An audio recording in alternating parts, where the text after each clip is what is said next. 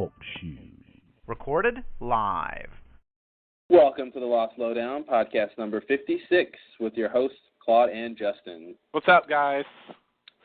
We are talking about episode 507, The Life and Death of Jeremy Bentham. Oh. He lived and he died, just as he died and lived. Yes, what a great man, and what a sad man. Very sad and very great. This guy had a very short life. Yeah, very, Couple very. days, right? Yeah, his life seemed about 30 minutes long. With appropriate commercial breaks. Right. Yeah, no, he Yeah, definitely... if you count the commercial breaks as life as well, yeah, then maybe a little longer. Well, I count them because the new Tide detergent I bought is great. Okay. Good point, good point. New cold water Tide. For when you're too lazy to separate your colors and you just want to wash on cold, like me. It really does work better with cold water. It really does. With cold water and cold water Tide. Get it at your local supermarket today. Actually, get it right now. Let's stop the podcast. All so right. they can go buy detergent. Okay, good. Yeah, we're just gonna wait. Yeah. So you go right ahead. And we're waiting. Okay, so wonder how far away we are. And we're back. Okay, good. So, pretty good episode, huh? Yeah, pretty good. Pretty good. I mean, interesting I development. wouldn't want to shake a stick at it. Shocking revelations. Yep. Quite a few events unfolding. I did see a couple events unfold. Yep. Can't deny that. There were various characters in it. They said things to each other. There was some dialogue. Yeah, and a lot of locations visited. There was locations, and you know what? There was a lot of scenes. Yeah. This episode stood out because there were scenes in this episode. Yeah. Yeah, that was a nice change of pace. They haven't done that in a while. That. Yeah. They haven't done that in a while. It was good. Yeah. Yeah, on the whole, I enjoyed it. It definitely fed into, everything that I've believed about Locke for a long time. Mm-hmm. Did little to sort of change my opinion of him, but it was certainly interesting. It's not exactly what I thought had happened. So that was kind of cool to see. In general, I definitely enjoyed it. I'd probably give it a good solid B+. Yeah. Yeah.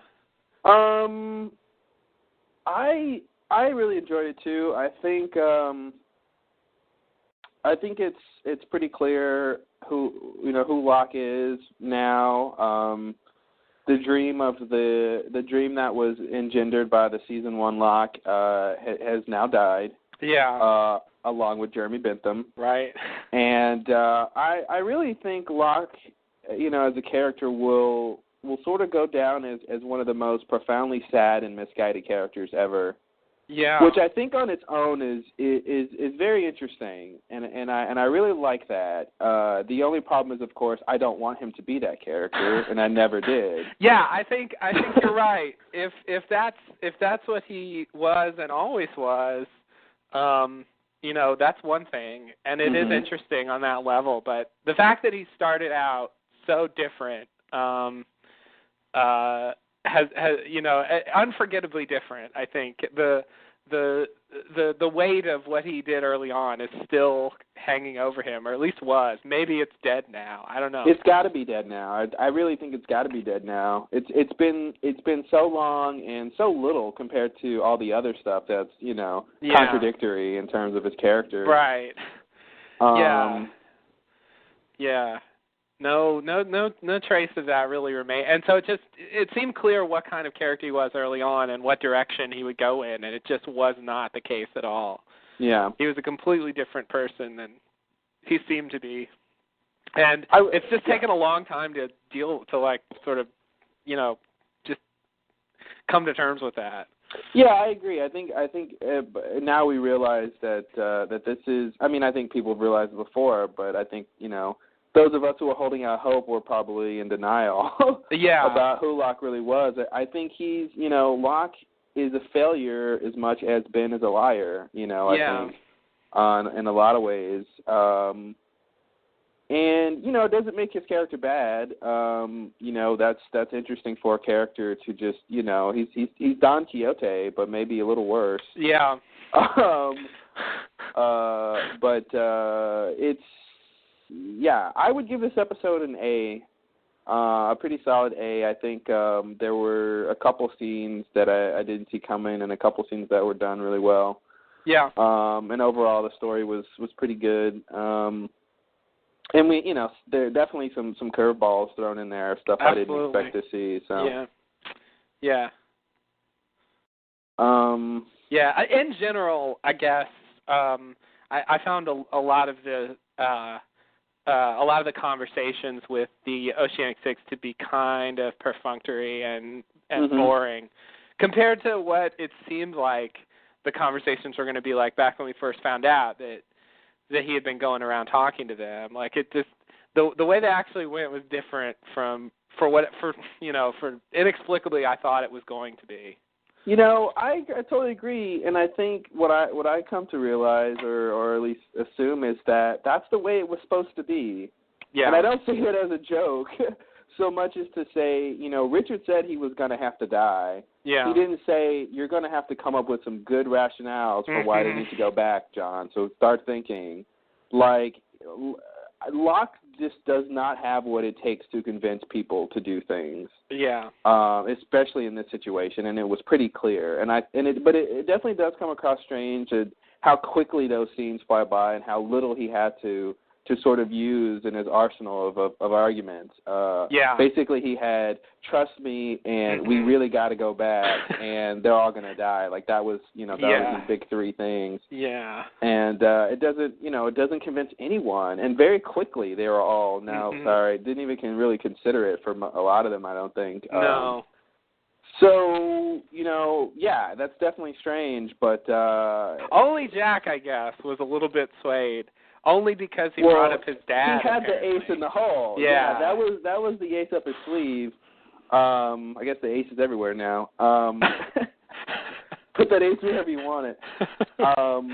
If it wasn't for that, did Christian know that would help Jack, and that Jack was the key to the rest of them, or you can sort of look into that however you want, but But I definitely think, that was the extra little bit that made Jack decide to go down the path, right? Going back. And of course, that wasn't Locke's doing. That was Christian telling him to do that. Mm-hmm. So once again, he gets told what to do, and that is the thing that really works.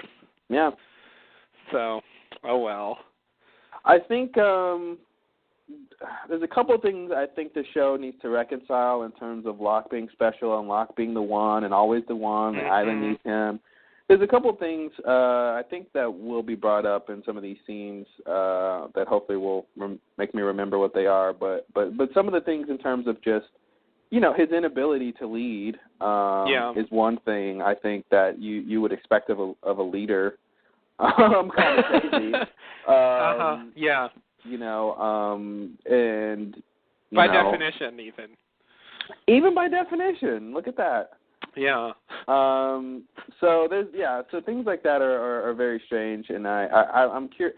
I do think though that we've seen Locke go, literally fall down a well.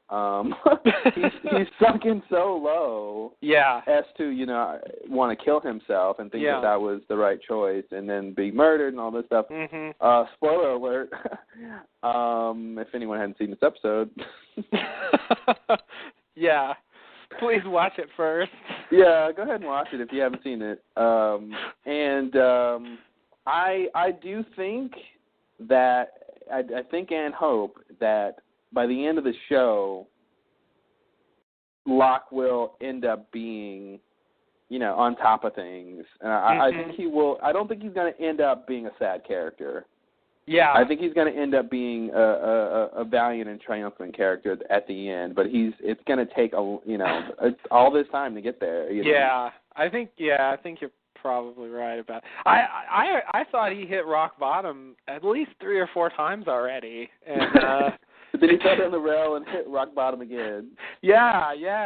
I just didn't realize how far down it was going to be. I thought he hit rock bottom in season 1, and then I thought he hit rock bottom in season 2, and then I thought he hit it in season 3, and then season 4 wasn't too bad for Locke. No. He actually got to be leader of the others for a little bit. Season 4, I thought, was his rebound from the rock bottom of season 3, where he was about to kill himself again, or for the first time, I should say. Again in the past. Yeah, again in the past. Thank you. But I mean, there were frustrations. I mean, he did throw the dishes again. He threw those dishes. It was not a completely trouble-free road during season 4 either. No. And as soon as season 5 starts, it turns out it wasn't quite right what happened then, and so But at this point, I mean, if this isn't rock bottom, I give up. Well, I mean, I feel like it's got to be rock bottom. I mean, he broke his leg again, which means he lost the ability to walk. He ends up in a wheelchair. Yeah. Which is how he started out, when at rock bottom from pre-island times. Right. And the first rock bottom. The first rock bottom, and then of course he gets murdered. So if that's not rock bottom, I really don't know what is. Yeah, I agree. It does seem like that ought to be a turning point.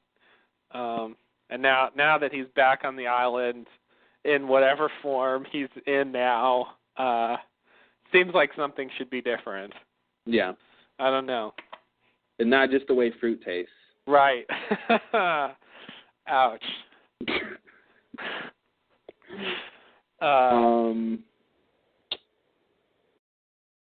So should we start into this officially? Yeah, let's do it.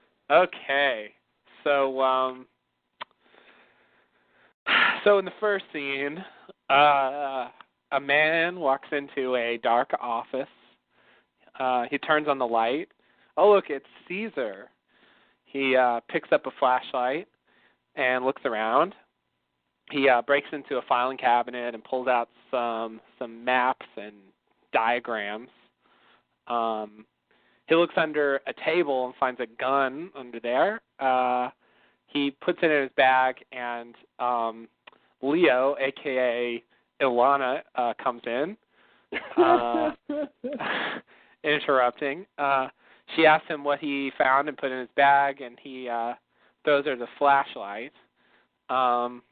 She says, we found someone standing in the water. He was wearing a suit.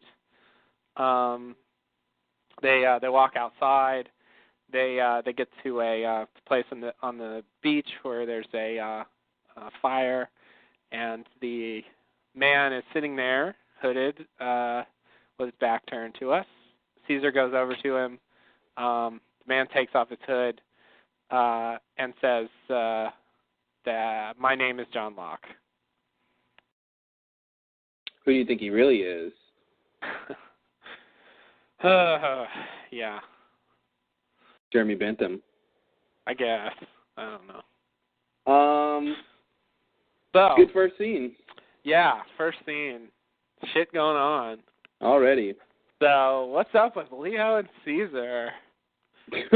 What's their? I think they're in love. What's their agenda? They're the new Jack and Kate. Are they? Oh no. They are. Get ready. Not She's again. gonna be pregnant by the end of the season. Ah!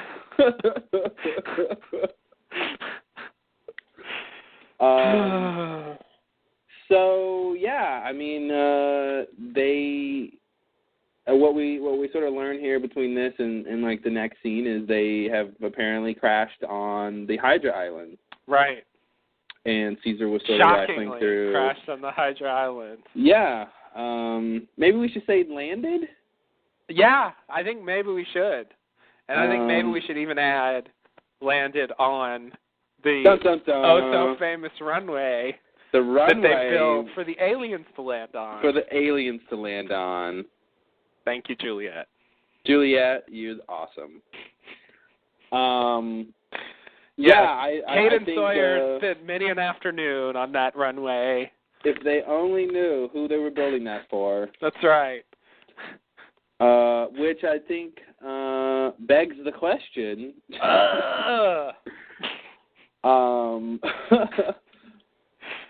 Preggers. Begs the question that did the others know why they were building that runway? It really does beg that question. Please question.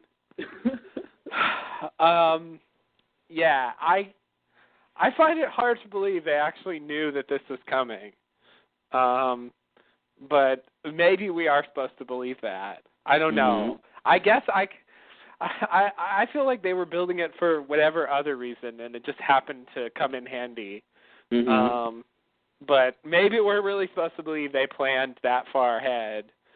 You know, back at the beginning of season 3, they were thinking ahead to this. I mean, it's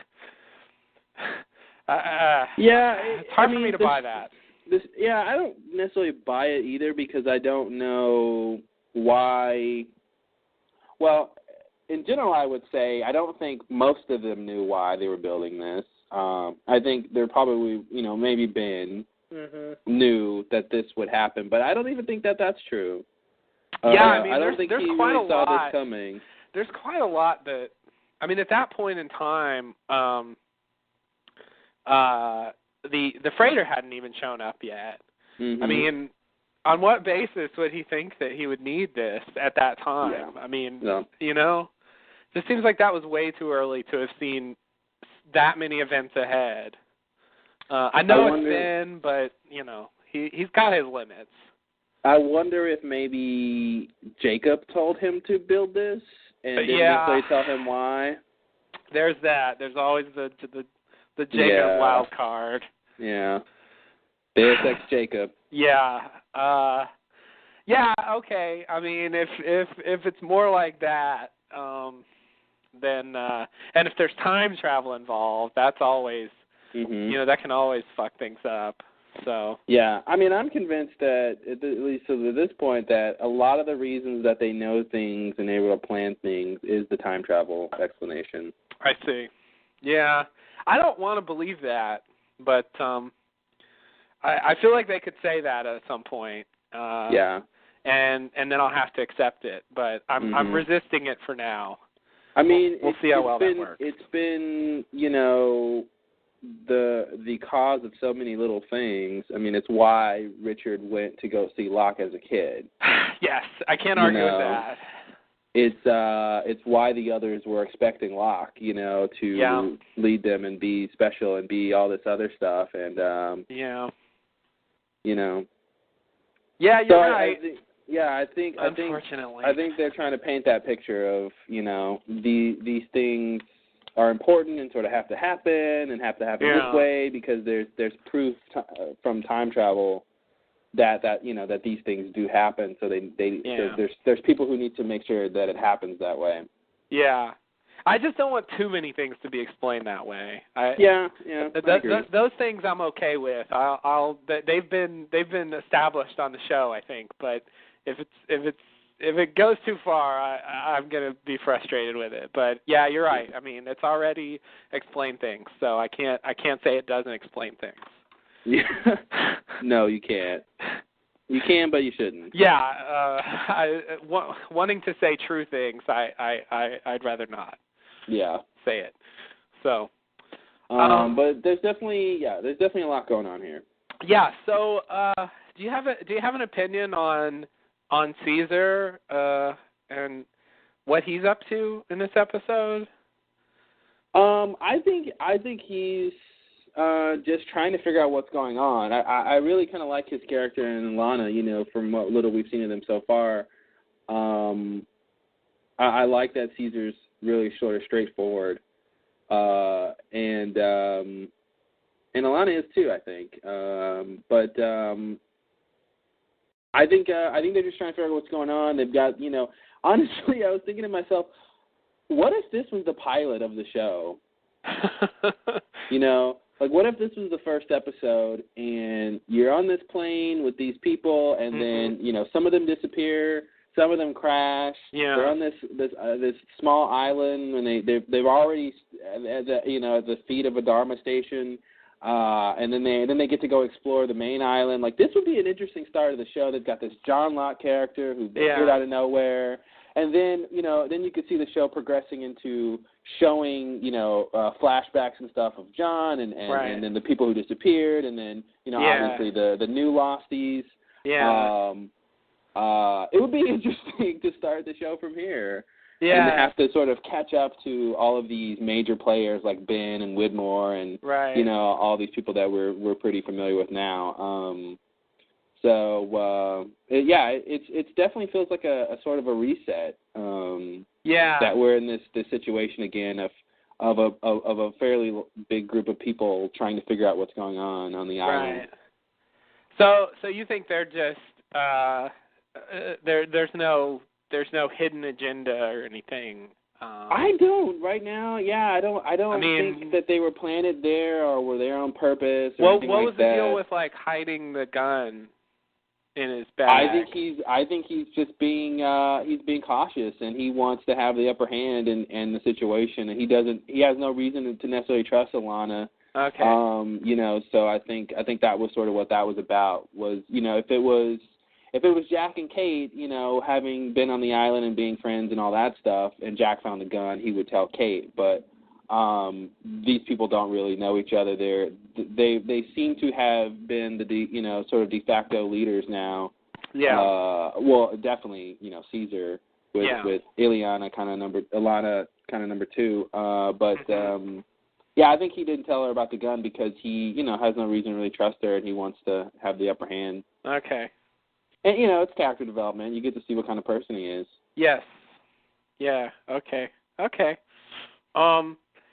So this building is supposed to be some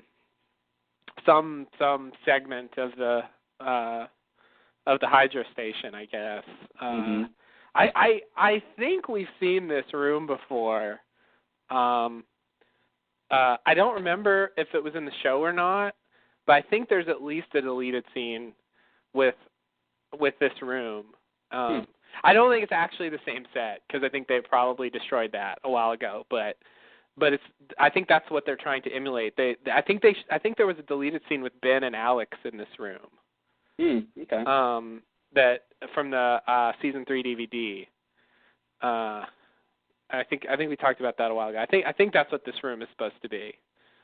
Because I didn't recognize it at first, but when I looked at it again, I kind of remembered seeing a scene like that. So there might have been a scene in the actual show with this room, but I don't remember. Yeah, I don't remember either. But I have to say, I'm pretty surprised that we got back there. I didn't think they would really mess with the mini island again. I thought that whole chapter was over, and I'm pretty surprised they really made that a big location. Anyway. Yeah, I think it works because we're going to see them have to get back, and I think it's interesting because they get to separate the new Losties from the old Losties and everything else that's on the island. It's interesting that they landed on the mini island. Definitely, I too thought that was sort of done. Although I was holding out hope that they would use that runway. Yeah. So it looks like they did. So I'm happy about that. They did. It took a long time, but they finally made it. I'm still waiting for the blast orb map to come back. I think it might resurface. I think there might be cause to somehow they find it in the jungle. Or they flash back to a time where it's there and they get to see it, and maybe they're looking for some hidden station on the island, and then Locke remembers the blast door map, and they just happen to be in a time where it's there, and they can sneak in and go look at it or something. I don't know. I see. Yeah. So maybe that brings up another thing. I kind of think that what happened. Well, okay, no. Let me save that. Let me save that until they talk about that later. All right. Okay. So you ready for the next? Yeah, it's kind of continuation. Okay. Yeah, it's the next morning on the beach. Locke looks at the island from the mini island. Ilana comes over and introduces herself. Locke refers to some boats that are there. She asks about them. There's two of them. Apparently, the pilot and some woman took one of them previous night, so there were three. Now there are two. Locke wants a passenger list. She says you'll have to talk to Caesar. Locke takes a bite out of a mango and really likes it a lot. Ilana says no one remembers Locke being on the plane. Locke guesses that he was going to be buried in the suit he's in, and he remembers dying. Mm-hmm. Yeah. So,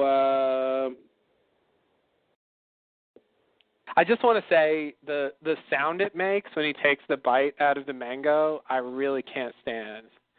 It's this like squishy, juicy, awful sound, and there's nothing appetizing about that to me. Yeah. It would be hard for me to eat and listen to a sound like that. It's terrible. But it's so tasty.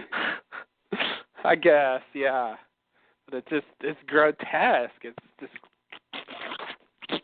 like ugh. Sweet ambrosia. Whoever's responsible for that sound effect, I don't know. Nature? Yes, thank you, nature. I cursing nature for making that sound. Damn you and your mangoes. I was assuming that was added in, and wasn't actually the sound he made when he bit into it. I don't know. I'd have to listen to it again. I didn't really notice it.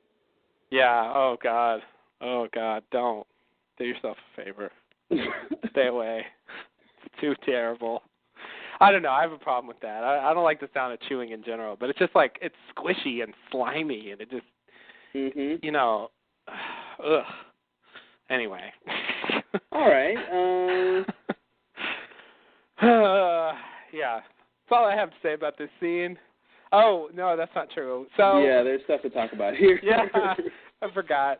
So the boats, the infamous boats that we saw a while ago, a few episodes ago. They were over on the main islands by the Lofties camp, and Locke and Juliet and Sawyer and the rest of them took one of them, and then some people came by, got the other one, and were shooting at them, and so that presumably will be something that we'll find out what was going on there, since now they've given us the boats here. Mm-hmm. But another thing that's curious is I guess Frank took off in one of the boats. Mm-hmm. I'm not sure what to make of that. I don't really know what he's doing. I think Frank, having been here before, I think he knows a little bit about what's going on. I think he probably took the outrigger to go to the main island so he can go investigate, presumably try to find Jack, who should have some answers about what's up. I think that's a good place to start for Frank. I see. Who's the woman with him? Good question. Yeah, they don't really say. They did. I mean, I would assume it would be maybe the stewardess, but they didn't say stewardess. They said some woman, so I'm assuming it was a passenger. Yeah. It makes me wonder if Kate or Sun is the woman. Maybe they didn't flash. Maybe Sun's not supposed to come back. I'm pretty sure Kate flashed because we saw her. That can't be Kate. Sorry, it can't be Kate. I was just thinking of women on the plane. Yeah. I feel like Sun probably flashed, but I think she should have flashed, but I think she's a suspect. Yeah. Do you really think that it's going to be some woman and and they're going to introduce some new character that way? Like, we'll catch up to Frank and we'll see the woman he's with and it'll be some new character? Or, it's either that or the woman isn't really that important and they just, for whatever reason, needed Frank to have someone to go with him. Yeah. Maybe maybe you can't really row the thing by yourself or something. I don't know. Yeah. Maybe that's it. I don't know. That's weird. If it's somebody we know, then it's probably Sun, or I guess the stewardess, if that counts as someone we know. Mm-hmm. She did have lines, at least. Yeah. Yeah, I just don't know why they would say some woman unless she. They seem to remember people on the plane. I think they would remember the stewardess. Yeah, I kind of do too. Yeah, they even probably if she didn't, even if she didn't have her uniform on when they left or something, I think they would know that. Yeah. So I feel like it's probably Sun. For some reason, she didn't flash. She definitely would want to go find Jack and the others. Yeah. So I can see her and Frank going off to do that. Yeah. But here's the thing. I wasn't gonna bring, but I'll just bring it up now. I actually think that they're in different time periods. Mhm. Yeah. I think that Jack and Kate and Hurley are during the I don't know exactly when, but several years ago when Dharma was active, because Jin drove up. Mhm. In the Dharma van and stuff, and so I think and the period when the Orchid was being constructed, when Dan was there, sometime roughly around that era, and I think where the plane is the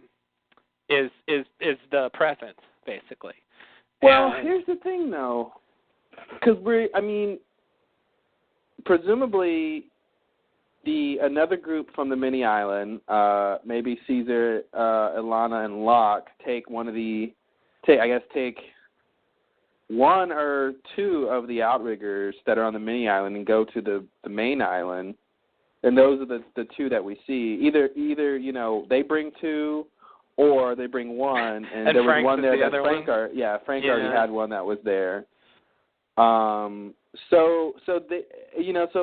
the time that they're in now should be where they're going to encounter a couple of flashes. Yeah. So what present would they be in? And of course, I thought that was the future originally. So that works for me. That what was the future? When they found the boats and the abandoned camp, and they took one of the boats. Okay. I had originally thought that was the future, and if it is in fact 2008 or whatever, that'll work. Mhm. But wasn't the camp wasn't gone? It was just abandoned, right? It was just abandoned. Yeah. Okay, that makes sense. Yeah. So for whatever reason. The other part of it was that apparently they disappeared. The Oceanic Six, or at least some of them, disappeared when the light flash happened, and that's what's been described as happening when the time flashes are happening on the island. So I guess I kind of feel like that's what happened to them. It is kind of curious to me that Locke just sort of ended up in the present. I don't quite get that. I mean, none of it really makes sense to me at all, but I do find it kind of curious that, I like Ben, the fact that Ben didn't, flash out, like that sort of makes sense to me. Yeah. But Locke, I don't know. I think Locke is in the time he's supposed to be in. Okay, well, there's that.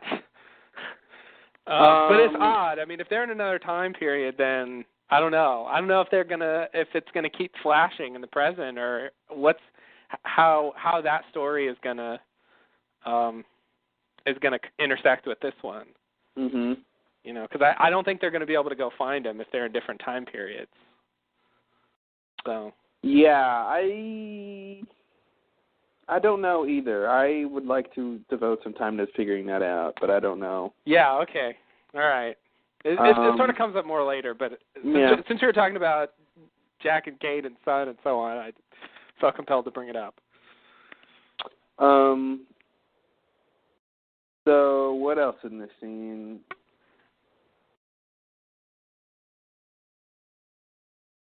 I didn't remember the outrigger looking like these boats, but I guess they did, because everyone says so. Oh, I don't think the outrigger looked like these boats.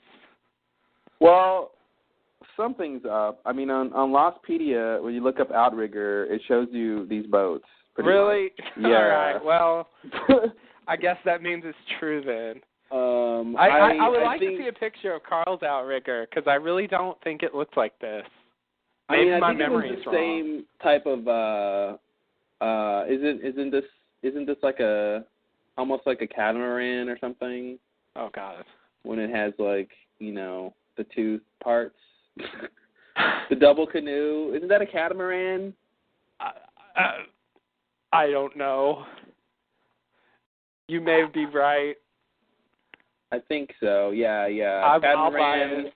a multi-hull boat or ship consisting of two hulls or vacas joined by some structure. Yeah, so sort of a catamaran, and that's pretty much what the outrigger looked like. Apparently there was a sail on it or something on the picture I'm looking at. But a what? A sail. Oh. Really? Man. I'm looking at some picture. I can't tell who's on it, though. The one with Carl is definitely sort of, and the one, I guess Charlie was, when he went to the looking glass on it, it looks pretty much like what we're seeing here. So, I mean, if I would have known that they looked the same, I think we could have guessed that, that they came from the mini island, but it just looks completely new and different, and I was like, oh, some other people built those. Yeah, I thought the same thing. Yeah. It didn't seem like... I guess that's what we're supposed to believe. Yeah, I think that's it. This is just, the outrigger is the canoes that they would build to go back and forth. And yeah. That's where they came from. And that's it. Okay. I thought there was some crazy... Even still, up until this very moment, I still thought their origins were mysterious. I didn't know who put them there originally, Yeah. I thought there was still more to the story, but yeah, maybe that's all it's supposed to be. I think that's it. Island transport things. Yeah. Okay. Well, there goes that mystery. Mystery down. One down. One to go, right? Right.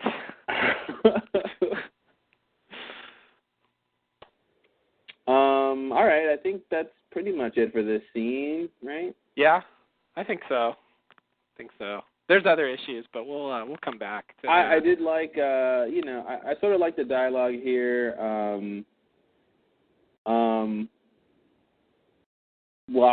Locke is pretty straightforward here. It's nice that he, we just get on with it, and he doesn't not remember that he died, or he's got to spend time trying, it's just, this is what they're gonna bury me in, and and I like that he has to sort of, we know how he got there. He has to sort of figure it out, and he has.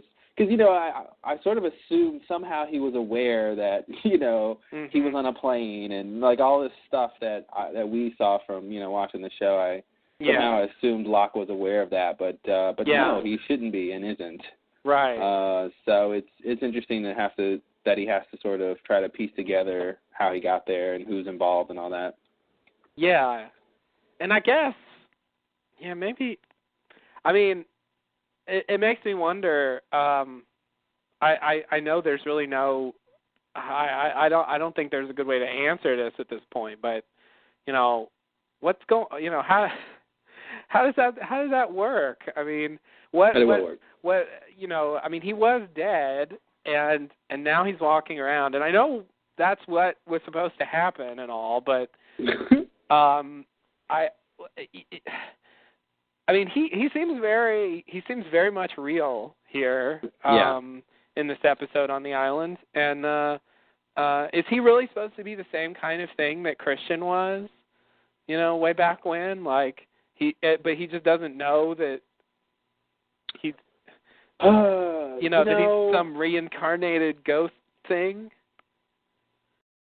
Well, I think he knows that. Well, I think he knows he was dead and now he's alive. I don't know. I mean, I don't think he has any reason to believe that, can't even finish that statement.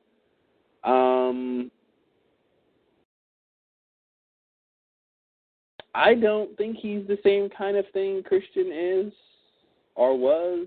I don't know. I don't know. There's conflicting evidence in terms of these apparitions. We've talked about it a lot. Yeah. And they can obviously hold things and manipulate, tangible real world objects. Yeah. So they're not sort of a ghost in that sense or anything like that. Right. I would love to know what the explanation is. I feel like for all intents and purposes, Locke is just alive again. I'd like to know if, things like can he be hurt, little sort of things like that. I don't know. I don't really know what Locke is now. I get the sense that he's that I don't even know. It seems like his body is just reanimated, but I don't think that's the body that was in the coffin. And if it is, I don't think he sort of got out of the coffin and walked around. I think he, if anything, he just was sort of transported out of the coffin. He probably flashed out of it. I see. Which makes me wonder if that's what happened to Christian, but there wasn't any sort of flashes going on in that time period. That's right. Yeah.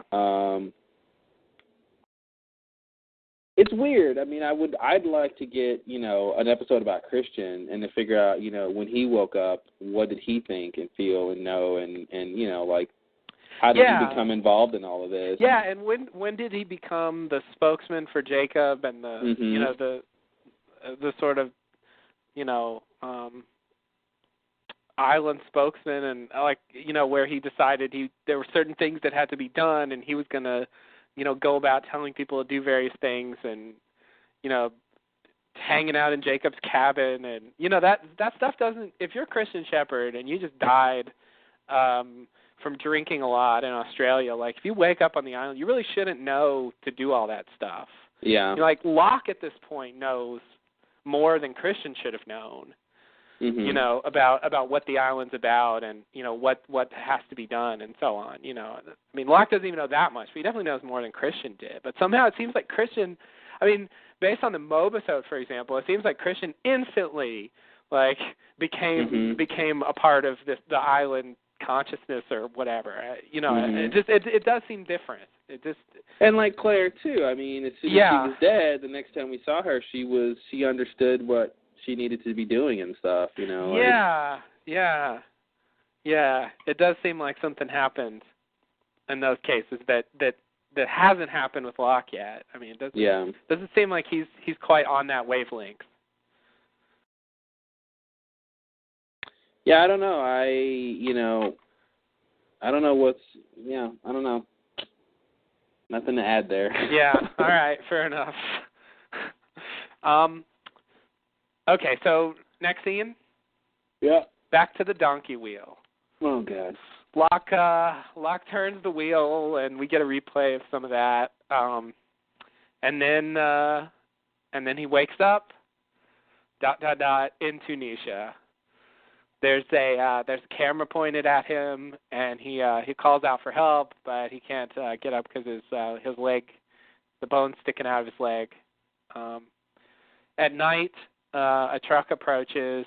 Some men get out and put him in the back of the truck and drive away. And then they carry him into a hospital. The doctor gives him a pill. Locke looks over and sees Abaddon. Then they put a stick in his mouth, and the doctor snaps his leg bone back into place, I guess. And Locke passes out. Should I go on? Or should I stop there? We can stop here. The next part's pretty big. Yeah, okay.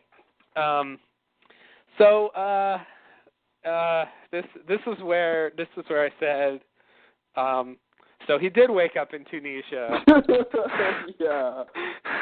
Yeah, I think we were pretty convinced he wasn't going to wake up here. I was really quite sure of that because I knew he wouldn't be able to get out of that situation, which is the case. But what I didn't see coming is that, someone would be waiting for him and be able to get him out of that situation. Yeah, I mean, Widmore has a very succinct answer for why he ended up there. Well, because that's the exit.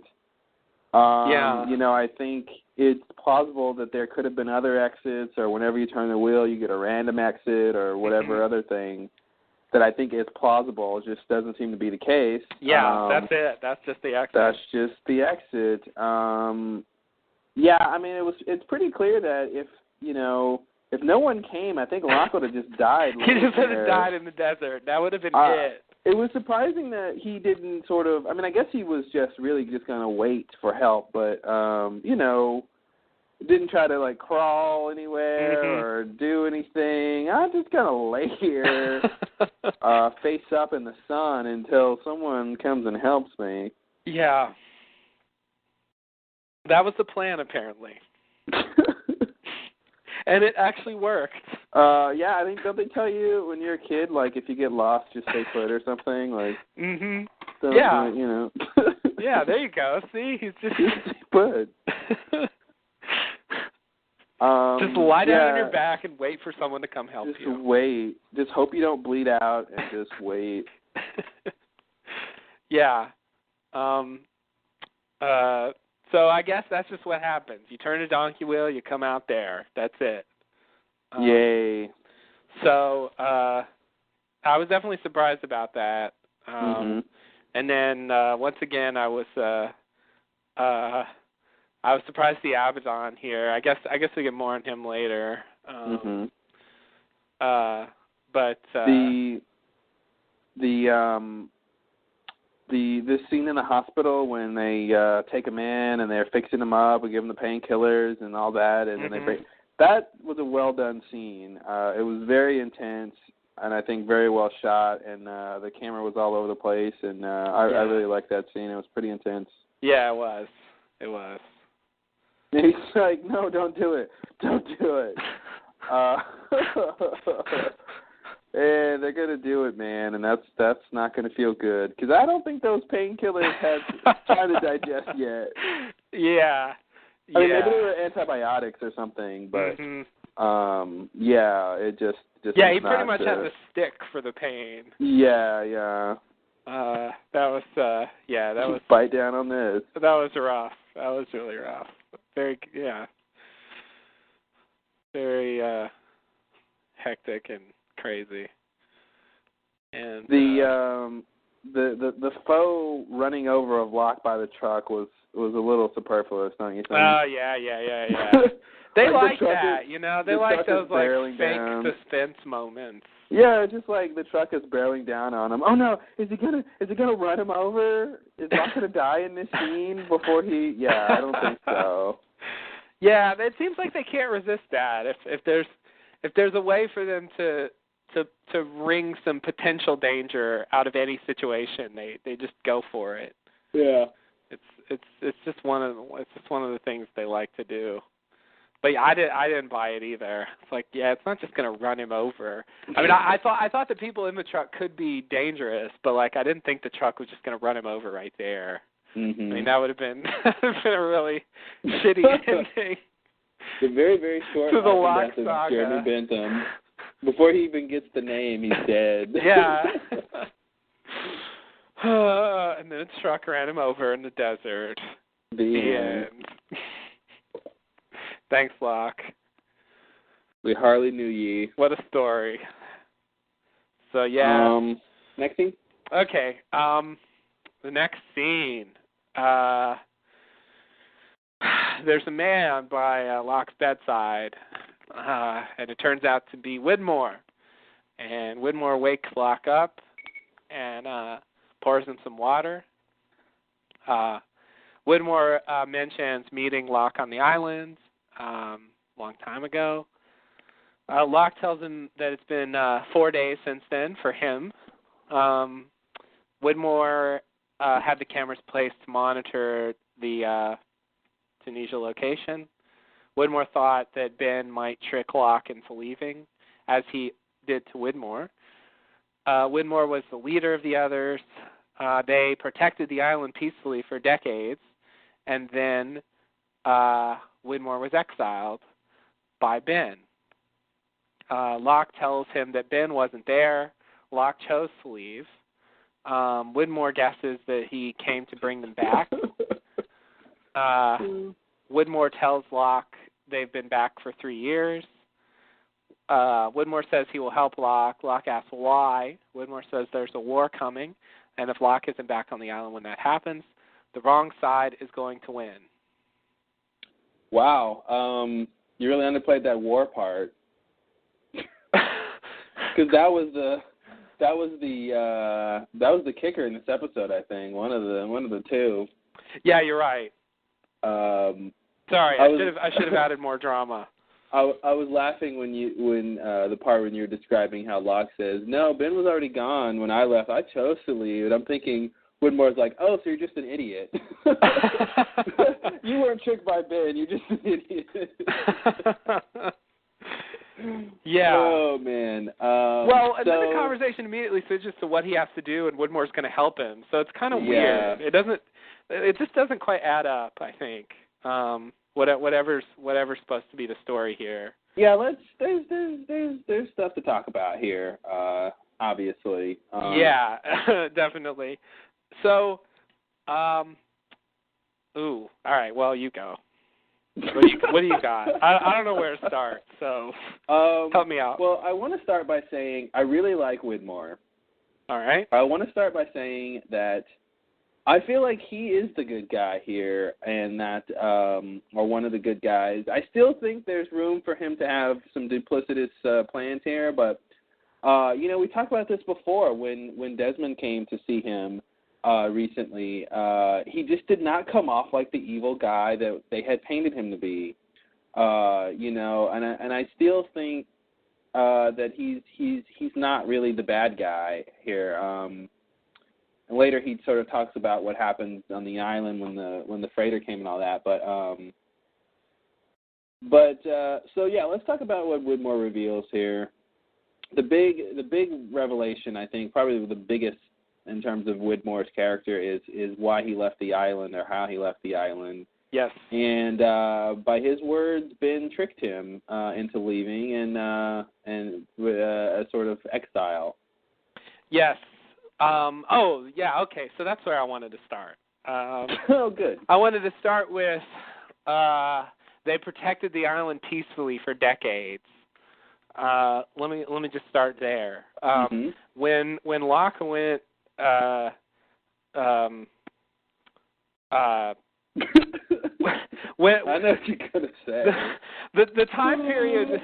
When Widmore was 17. Yes, when Widmore was 17 and Locke was there. I mean, they were already not doing it peacefully.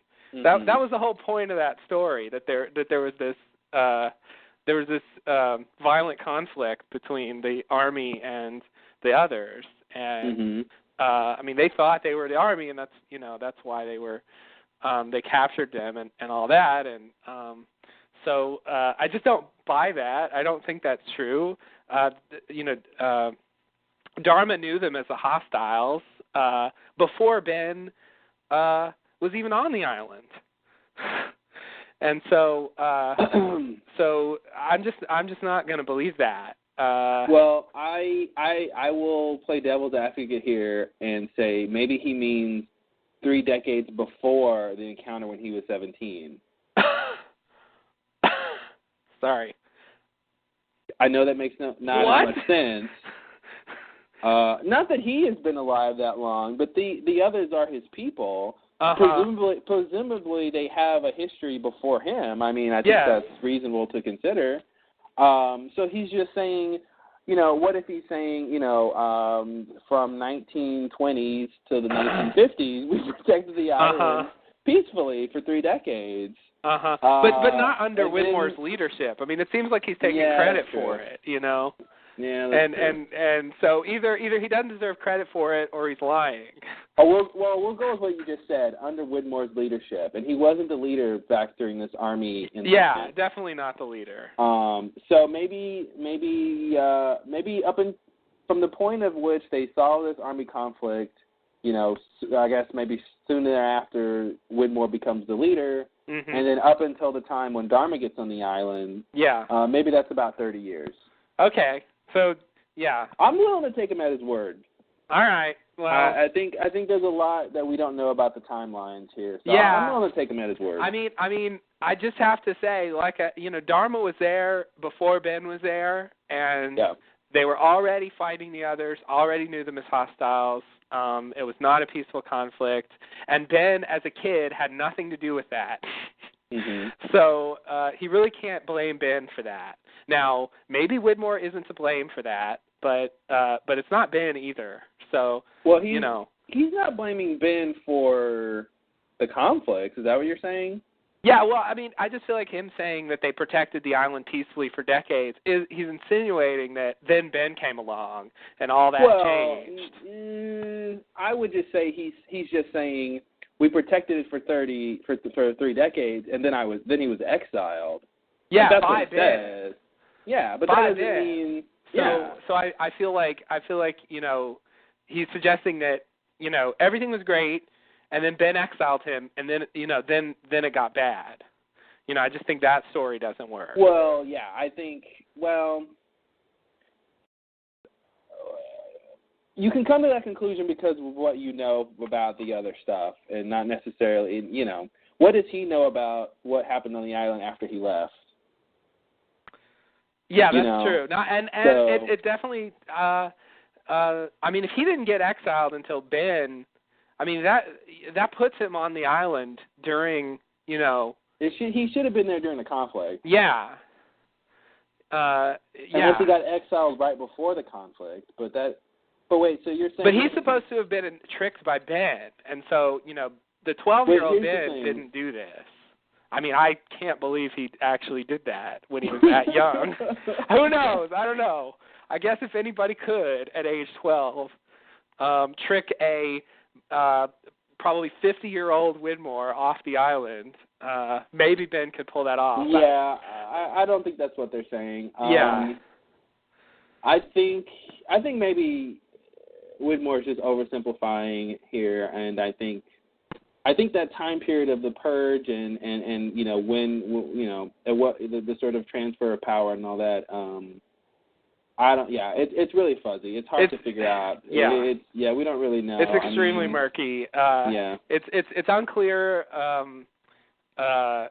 whose idea the purge was, when Ben took over, and then when after that did exactly how that relates to when Whitmore got tricked off, and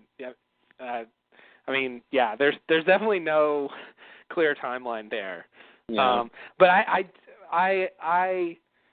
I agree that Whitmore comes off as the nice guy in this episode, and Ben comes off as the evil guy, and it's hard for me to resist that. But at the same time, I'm not quite ready to accept Whitmore as the good guy yet. I'll tentatively believe that maybe he is, but I'm gonna need to see more before I completely believe it. That's the thing. Like, the evidence that he's a bad guy has come mostly from Ben, and I think objective evidence that he's a bad guy, there really isn't much there. Basically, all I got on him is Kimi.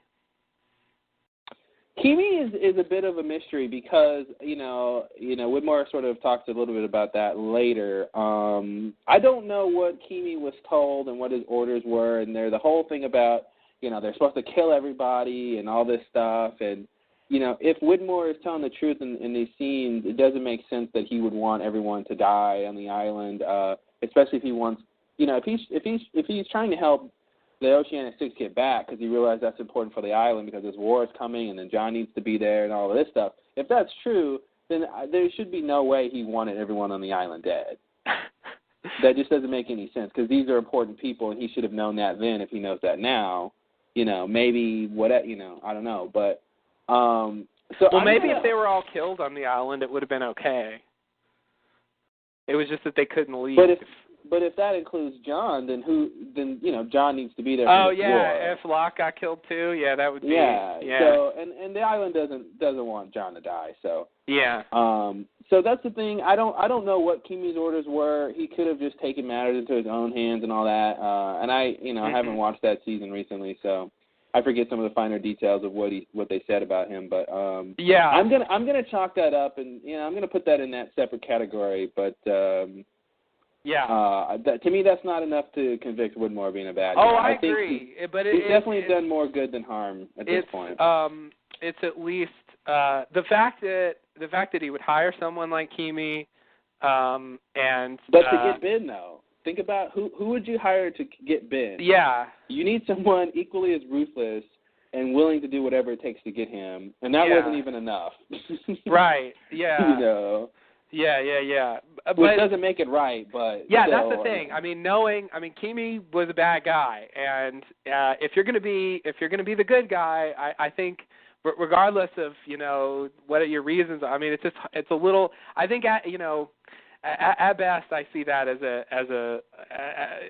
an ambiguous move. I mean, I could see why he thinks he needs to do that, but I can't quite buy it as a good thing to do. And here's the other thing, Charlotte and Dan, their first priority was to take down the Tempest. Yes. Which is presumably a good thing because that could have killed everybody. That's true. So, if their orders are coming from Widmore, then that's a good thing. That's true. Yeah. In some of Desmond's flashbacks, he came off like an asshole. That's not really much of Doesn't make you evil. Much of a conviction, but yeah, it doesn't make him evil. But I still think there's a chance he's not being completely honest here, and that he also has his own agenda, and that he's just more convincing when he's being manipulative than Ben is at this point. We don't really know as much about him as we do about Ben, and so I think there's a chance they could sort of both be bad.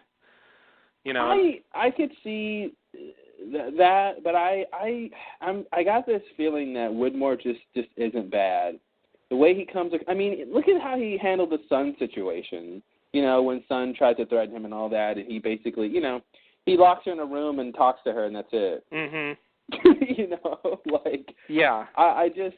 He's just not the super evil megalomaniac that they painted him out to be. He seems pretty normal and reasonable, and I feel like if he led the, and this is the thing I want to talk about later is why doesn't the island have a say-so in terms of who's in charge and leading the others? It seems like if Widmore led them for a while, then that was a good thing, and the island presumably liked that. But then, of course, Ben gets in charge. And here's the thing, Locke says, Ben had already left by the time that Locke turned the wheel and all that.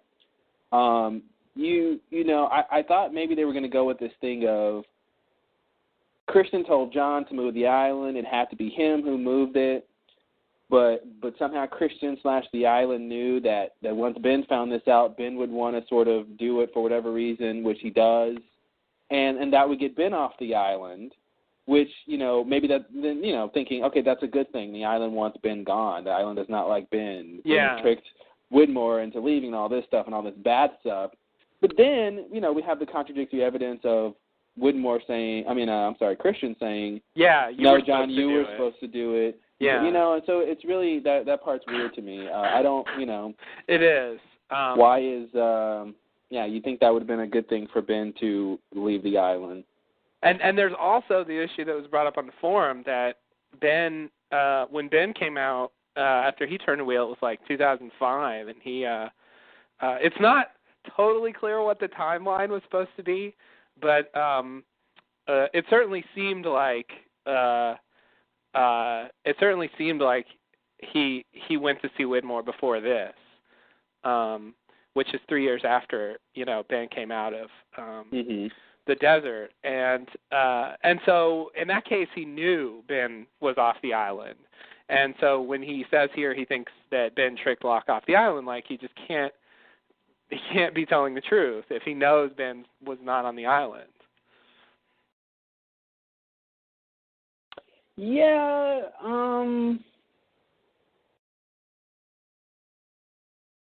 well, here's the thing. The time travel thing, I think, comes into play here. Widmore knows that there's time travel going on here, so maybe that explains it. Maybe... Does that explain so you think he thinks that Ben, time-traveling Ben, tricked Locke off the island? Well, maybe something having to do with, with when Locke is, the fact that Locke is showing up now, Ben he could have come from far enough in the past that Ben was still there. Okay, you're right. Yeah, he could have. It's sort of arbitrary, really. I mean, it's been 4 days for John. It's been 50 years for Widmore or something. Yeah. It wasn't that long ago that Ben left in terms of relative time. So yeah. So yeah, on that basis, since there's extreme time travel, you're right. He could have been. Couple that with the fact that Widmore believes John would never want to leave the island. He is special. He knows he's special. He's assuming John would never want to leave the island, and he knows Ben tricked him off. So it's logical to conclude Ben would have done the same, which I thought you think he would have, and I feel like Ben was doing. What's Ben's motivation at this point is anyone's guess, right? It's totally up in the air. I have no idea. I cannot explain Ben's behavior. There's three people who want the Oceanic Six to come back: Ben, Locke, and Widmore. Yeah. Yeah. They all can't be on the same page. I know, and yet they seem to be on that issue, and it's very strange. Yeah. Because. Well, we'll have to talk about that more. Obviously, some big things happen with Ben in this episode, and how to interpret that in light of what he later does is something we got to get to at some point. Yeah. I do have a small theory concerning how these three people line up, and in this three-letter word, war. Ah, the war. The big war. Is this a real war? Which, it makes me wish they would have got that army up together, a couple seasons ago. Now that we got it's the same line to me, It is. How long is it going to take to train an army, and there's a war coming. And if you're not there when it happens, the wrong side's going to win. Oh, man. What that's got season 6 written all over it. It really does. Yeah, it definitely seems like they're setting up the final stages of Lost there. A war. Who knew there'd be a war? Not me. And so do you just think he means a war between him and Ben, or is there other parties involved, or my theory is that maybe Ben is trying to work with Locke all this time, and except the times he tries to kill him. He wants to be able to manipulate Locke into being on his side, so that when this war comes, if Ben knows about this war, that Locke is on his side versus being on Widmore's side. And, then of course when Ben kills him, I think maybe that's when he realizes that he's better off dead than trying to, manipulate him into being on his side. Yeah. So maybe it's something like that, where he's trying to use Locke to his advantage, and that's why he's sort of doing, trying to do some of this stuff. But yeah. We'll see. I definitely think so, but there,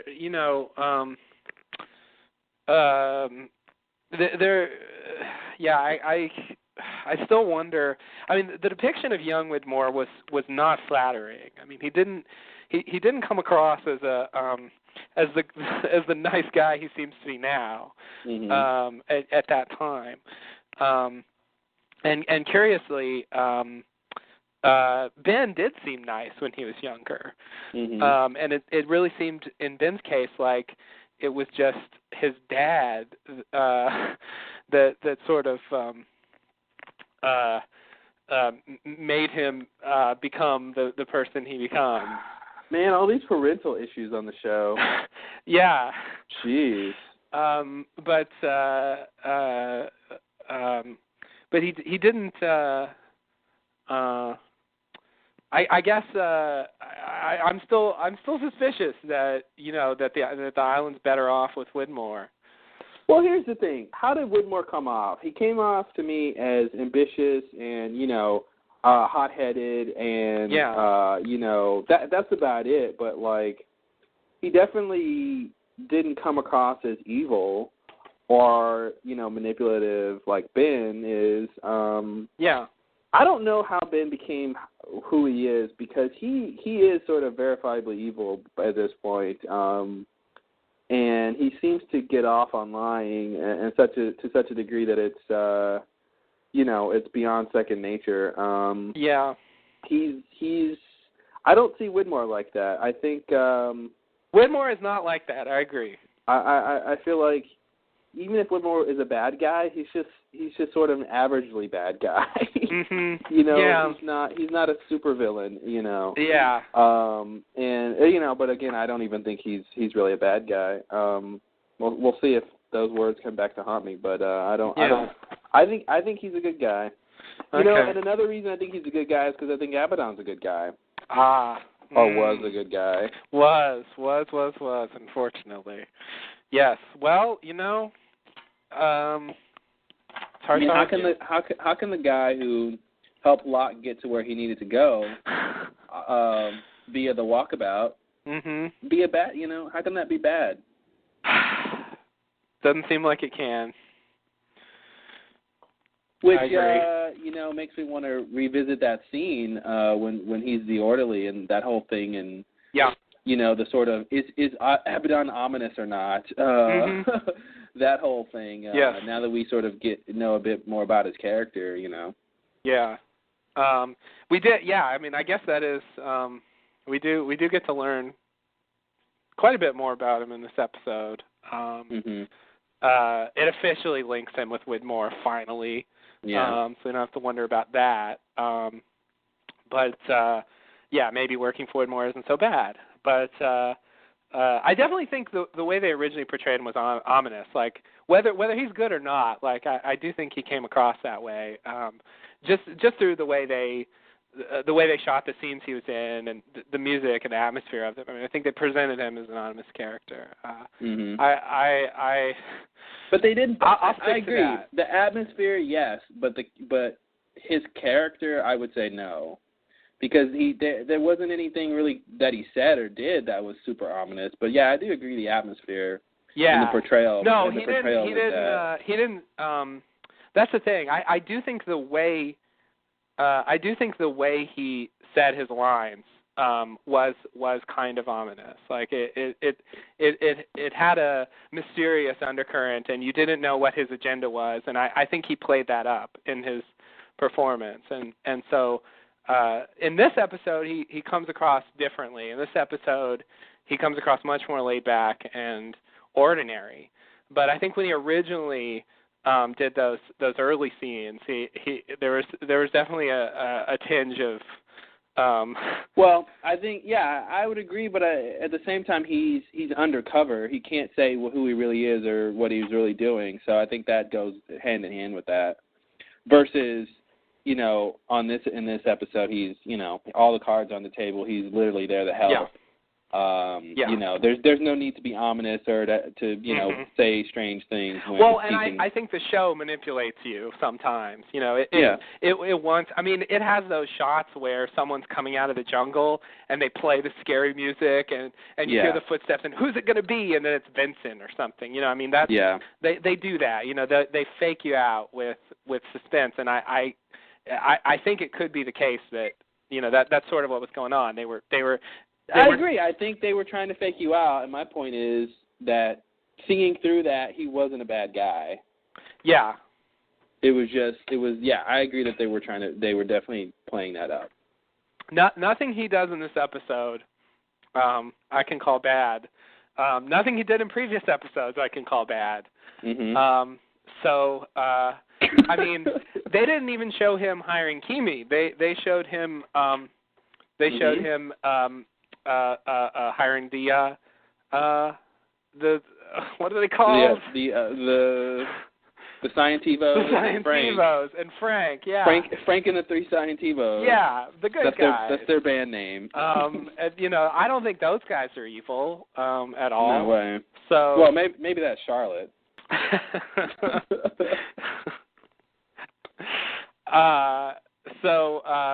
So even there, like, he wasn't involved in the sort of dark side of that mission, Yeah. I agree. I mean, I got nothing to go on except the stuff that has nothing to do with what he actually did. So yeah. You're right. So far, until further notice, I guess I have to say, as a character on Lost, he's not bad. I agree with that. And maybe even good. Possibly good. So I did like him, though. I mean, he's great. His character was great. That actor's pretty good. Yeah, I really like that actor. He definitely, it's nice when Lost does that. And one thing I can say for him, even though he's more down to earth in this episode, he doesn't quite lose it. He doesn't quite. Mm-mm. He doesn't do a Miss Hawking, I guess I should say. No, he certainly does not pull an Eloise. Yeah, he still maintains some of that aura that he had last season, and so you don't quite lose interest completely. Mm-hmm. Once he dies, I still kind of want to know more about him. Yeah, Miss Hawking, man. Forgot about that for a yeah. second. I know. I want to, but I can't. It's I would have to say she's probably I feel like she's like the first character to really do that. To really have a drastic change in tone from when we first saw them, or a previous incarnation and a more recent one. I don't remember any other characters really being that drastic. Yeah, Tom kind of did that. Yeah, I guess Tom. Yeah, and I mean, a lot of the others kind of did that. Ethan and Goodwin. They all came across way more ominous when we first saw them than when we saw them in their daily lives. Yeah. But I don't think I don't really think any of those cases are as extreme. Yeah. As the Miss Hawking thing. I'm waiting to see her again. I want to see what she does next time. Yeah. I want to see if it was just the sort of setup and the scenes, if just the way that she had to be explaining things made her come off like a teacher, or right. or is that just how they're going to have her play the part, now? Yeah. Yeah. I agree. And the fact that, I mean, maybe now that she's, Dan's mom, maybe they lightened her up a little or something. Yeah. I don't know. Yeah. Yeah, that's weird. I wonder wonder where that's supposed to go. I could see that, though. I did think that was pretty odd. Still do, I guess, but I kind of forgot about it. That's Dan's mom? Yeah. Doesn't seem that relevant right now, but maybe that'll come into play at some point. I don't know. Yeah, I think Widmore's his dad, too, so. Oh, that's right. I forgot. Widmore. Gets around. So many children. Jeez. Okay, so can't wait to see that. All right, so you ready for the next scene? Yeah. It's some more of the same stuff, I guess. Widmore and Locke are sitting outside. Locke gets his Bentham passport, some money, a phone, and the whereabouts of the 06. Locke says, how does he know Widmore isn't lying? Widmore says he hasn't tried to kill Locke, unlike Ben. Locke mentions the freighter. Widmore says he needed Ben removed because it was Locke's time. Locke asks why he's special, and Widmore says, because you are. An SUV arrives to pick up Locke. Locke mentions that Alpert said he had to die. Widmore says he won't let that happen. Abaddon gets out of the SUV and shakes hands with Locke. Abaddon is going to help Locke with what he needs to do. All right. Yeah. So this is where we get the Jeremy Bentham origin here. This That's is where right. it came from. It came from Widmore. It was Widmore's idea for the name. I'm not surprised somehow.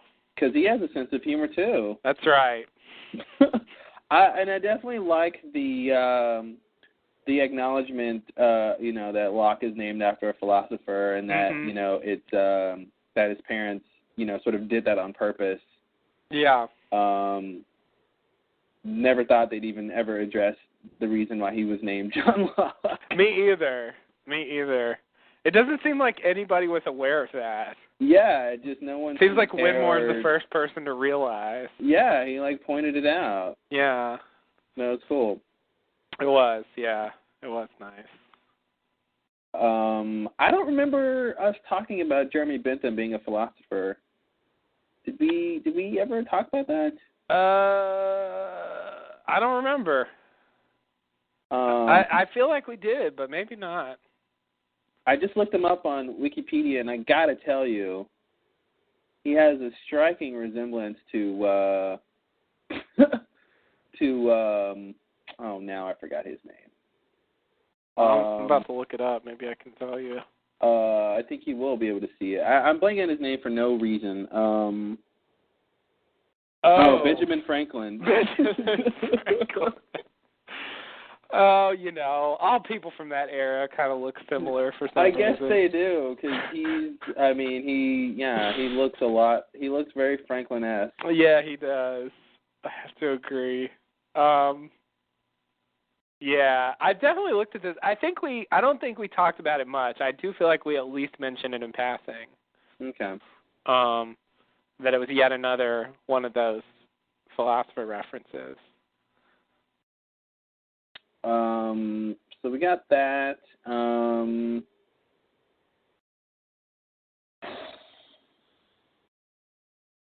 Yeah, the line, how do I know you're not the one who's lying? I haven't tried to kill you. Yeah, I'm not sure I buy that as a reasonable as a completely convincing reply, yeah. But it's definitely a good place to start. Sure. Yeah. My question is, how does Widmore know that Ben tried to kill Locke before?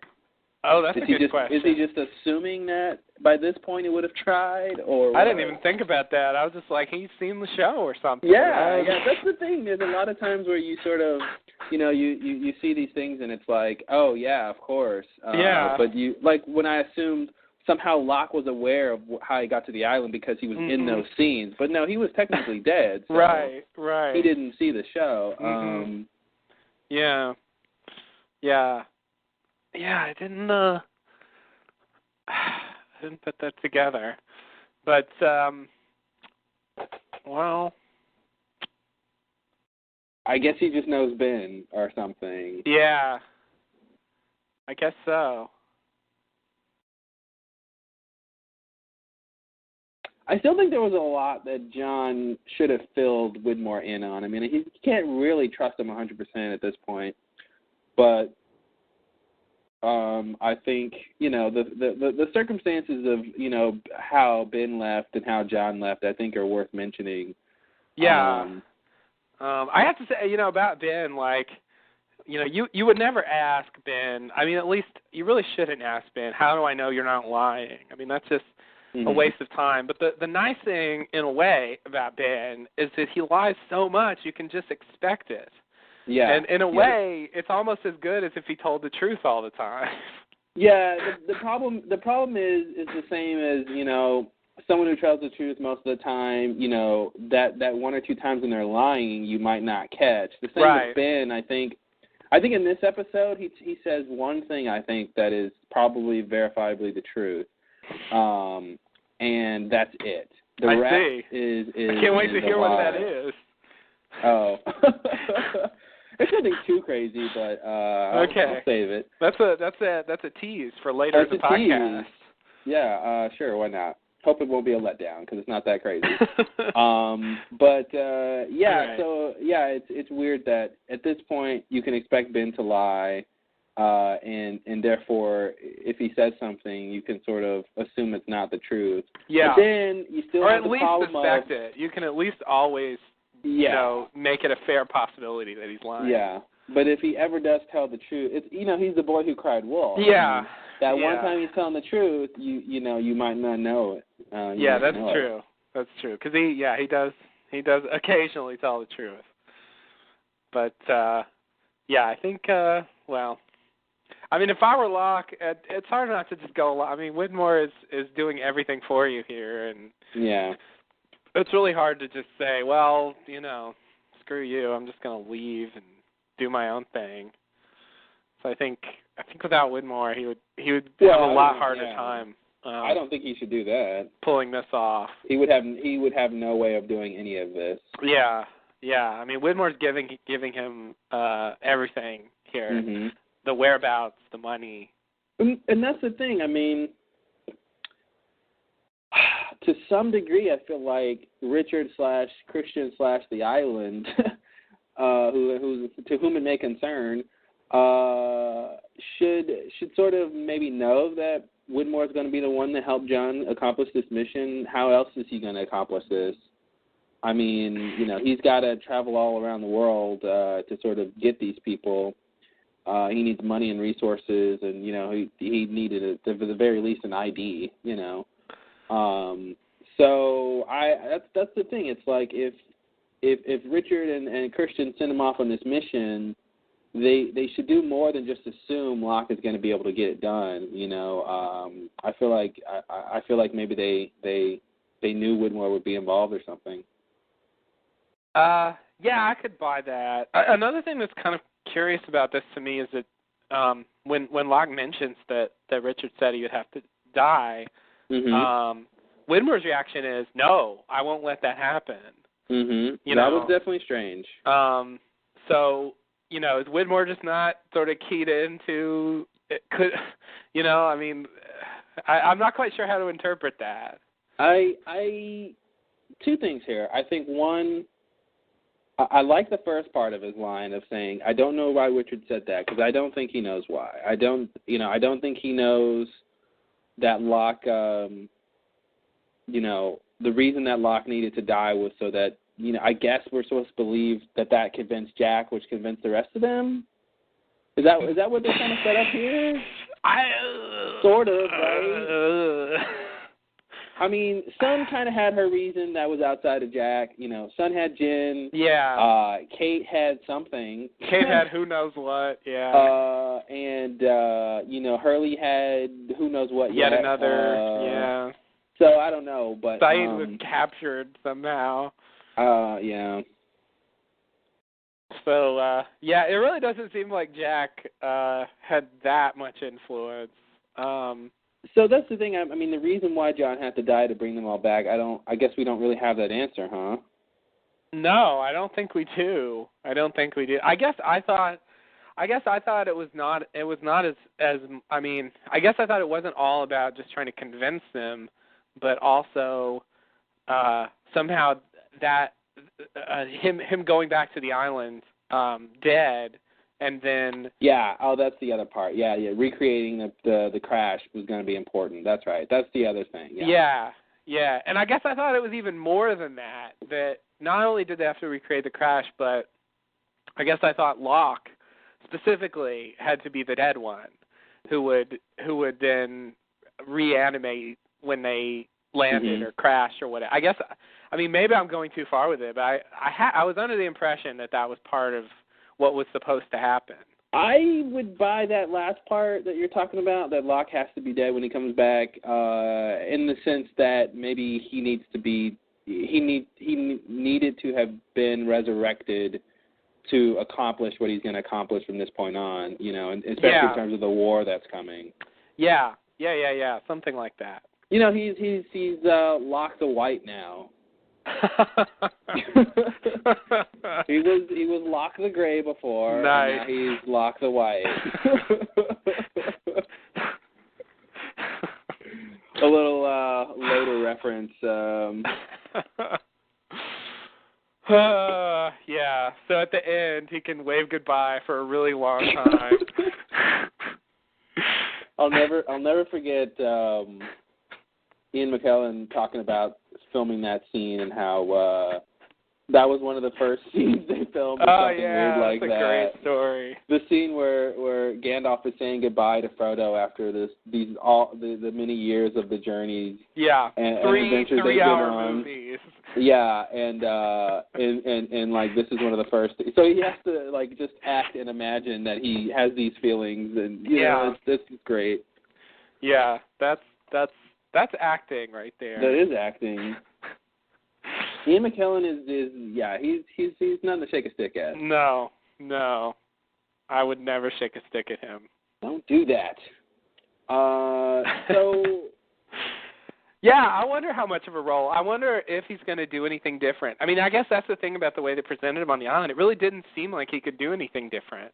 I wonder if we'll see something like that in the future. I think where it'll actually make a difference that he's dead rather than alive, or that he was dead. Next time Ben tries to shoot him, yeah, maybe the bullet just goes through or something. I have a feeling and a hope that we will see Locke do things differently now. The decisions and choices that he makes, I hope, will be, reasonably different than the old Locke. I think he's got great cause to be a different person now. Yes, I agree. And if this isn't the moment where he's able to transcend his daddy issues, I don't think he will ever get one. Yes. I agree. And his leg is healed. I guess we should mention that. I mean, I guess the doctor did reset it, but he was in a cast when he died. He's walking fine now, so no. Yeah. And I guess he didn't have the cast on. I guess they took it off for the funeral. Yeah, they took it off. Yeah. Yeah. I didn't think about that. Yeah. So leg is good. Leg is good. I do want to talk about this little line about Kimi's team coming to the island. You send a team of killers and a boatload of C4 to the island. That doesn't exactly scream trust. So he said he needed Linus removed so it could be John's time. Yeah. Let's discuss that. Yeah, I mean, it's kind of weird considering it doesn't seem like they knew that. The freighter people? Yeah, like it doesn't seem like Kimi's team knew that Locke was supposed to... when they were attacking, like, I really didn't get the sense they were really going to try to not attack Locke if he had been in their way. you know, for getting Ben. I mean, it seemed like they were just there to get Ben, and it didn't matter who was, you know, who was going to try to stop them. It didn't seem like they had any clue that I definitely think Kimi's team was told as little as possible. Yeah. Yeah, and so I mean the potential for you know, Locke to just get killed there. I mean, maybe it wouldn't have mattered. Maybe it would have been fine if he got killed. I don't think he could have been killed because he wasn't killed. Okay, then there's that. I forgot. The island didn't, or the world, or the universe, or whatever it is, didn't want him to die, and destiny and fate and so on. All right, fair enough. Still, but yeah, that's it's. Do you think he really wants Locke to be the leader? Like I'm skeptical about that. I think that I feel like it is true that John should be the leader and that the island needs him. So I want to say yes. I do think Widmore has selfish interest here, only in that I think he wants to go back to the island. Yeah. I really don't see him wanting to lead though. I mean, I guess he could, but I do feel like he should feel like his time is over and done. And I don't, you know, it would be weird to me if he was like, oh, I got to get back to that island, so I can be the leader again. I mean, you know, first of all, his people are so decimated now; it's ridiculous. Yeah. How many others are dead? So I mean that's one thing, but yeah. So I'm like I said, I'm going to take him at his word here. You know, okay. Widmore isn't around. I mean that's one of the strange things I think is he leaves. You know, John is this super special guy that he leaves in the hand of Abaddon, who I think is capable. But Widmore's not around anymore. You know, during the rest of this. Yeah. And so he's not like Ben, who was, putting himself in the literally put himself in the position to go back to the island so that, when the Losties go back. Mm-hmm. So that's the thing. I don't feel like he was being duplicitous or surreptitious or anything, because I feel like if he was like, okay, Locke is my way back to the island, I'm going to use him for that, you think he'd be around, Yeah. And he's not. So Yeah.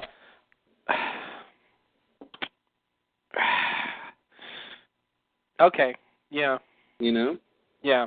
I see what you mean, and I'm inclined to bring up all sorts of stuff from later in the episode. So all right, maybe I'll come back to. Yeah, maybe I'll sort of bring it up when we come up to it, and I think that is kind of convincing, but I'm still a little bit.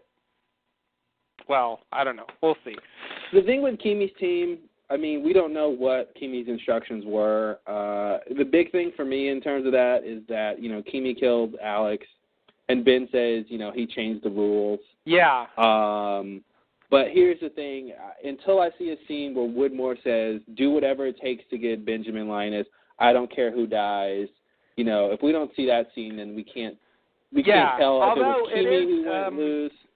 For whatever reason, it is notable that in that scene, when he says that, Widmore doesn't say, I didn't tell him to do that, or, they took it too far, or whatever. He says, no, you killed her. Mm-hmm. He blames Ben for it. So, in a way, I think he's acknowledging that, even though he's saying it's Ben's fault, it's sort of like, what you did brought that upon yourself. Mm-hmm. Not, oh, that's terrible. That shouldn't have happened. Kimi's crazy, etc. Yeah, it doesn't mean that he wouldn't have said that. He just didn't say that. Right. Because I think maybe the more important thing is, like what he says is Ben caused it or something. Yeah. Whatever he means by that. Yeah, which yeah, I mean, he's obviously got animosity towards Ben, and that might extend as far as killing people Ben cares about and not really, being troubled by that. Mm-hmm. Whatever Ben's done to him or to people he knows might be, at a level where, he's ready to go that far. But I don't think that Widmore specifically ordered that to happen. I have to say. Here's a valid question. Well, go ahead, finish your point. But what I do think is that he was willing for Kimi to do just about anything to get Ben, and so I think that extended up to that point, and I think he was okay that happened. Yeah, I mean, two things. One is, Widmore could have told Kimi, go to the Tempest and ignite the gas and kill everyone on that island. It'll definitely kill Ben. Yeah. He could have told him to do that, and he didn't. Number two is, how do we even? I mean, do we have any reason to believe that Widmore knew that Ben had a daughter? Yeah, I don't know. That's another timeline question about if was he there when he should have been. I mean, he should have been off the island before. Yeah, he was probably looking for it for 20 years. Yeah. He probably. You're right. He should have been off the island when that happens. In which case, he probably didn't know. Yeah, I feel like he doesn't really have a lot of reason to know that he even had a daughter. So how could he have said kill Alex or kill his daughter or anything? That's why I feel like Kimi figured that out, because I forgot how did Kimi even know that was? Oh, she said it. She said I'm Ben's daughter. She said it. Yeah, you're right. Yeah. So and then he used it to his advantage. So that's the thing. Widmore just does not have a lot of chips on the negative side. Yeah, I mean, Kimi does. All I can say is I don't think he had a problem that happened. But he's not the person who initiated it, I don't think. I mean, only in a very, I mean, if you go back far enough, it's a bacteria splitting or something, but like he's not directly responsible for it. Yeah. So yeah, I can't say that. But I was under the impression that he didn't want to kill Ben, that he wanted to capture him. That seemed to be the goal. I would want to capture him too, considering he probably knows a lot of stuff, especially what's happened in the last 20 years on the island. Now, so that would be a reason not to let the gas off. Yeah, and Widmore should know that he wouldn't be able to get the truth out of it anyway about anything. Yes. And there's also that whole thing about the rules and what that means, and Ben, Widmore says, "Why don't you just kill me?" And Ben says, "I can't do that," and whatever that's supposed to mean. I will go ahead and say it's a time travel thing, that, or I should say, a sort of inevitability, fate thing that they both know that they have things. They do things in the future. Widmore does things later in the timeline, and so Ben cannot kill him now because of course, if he knew that, why did he even go to get Ben in the first place? I guess maybe he knew he had to do that too. I don't know.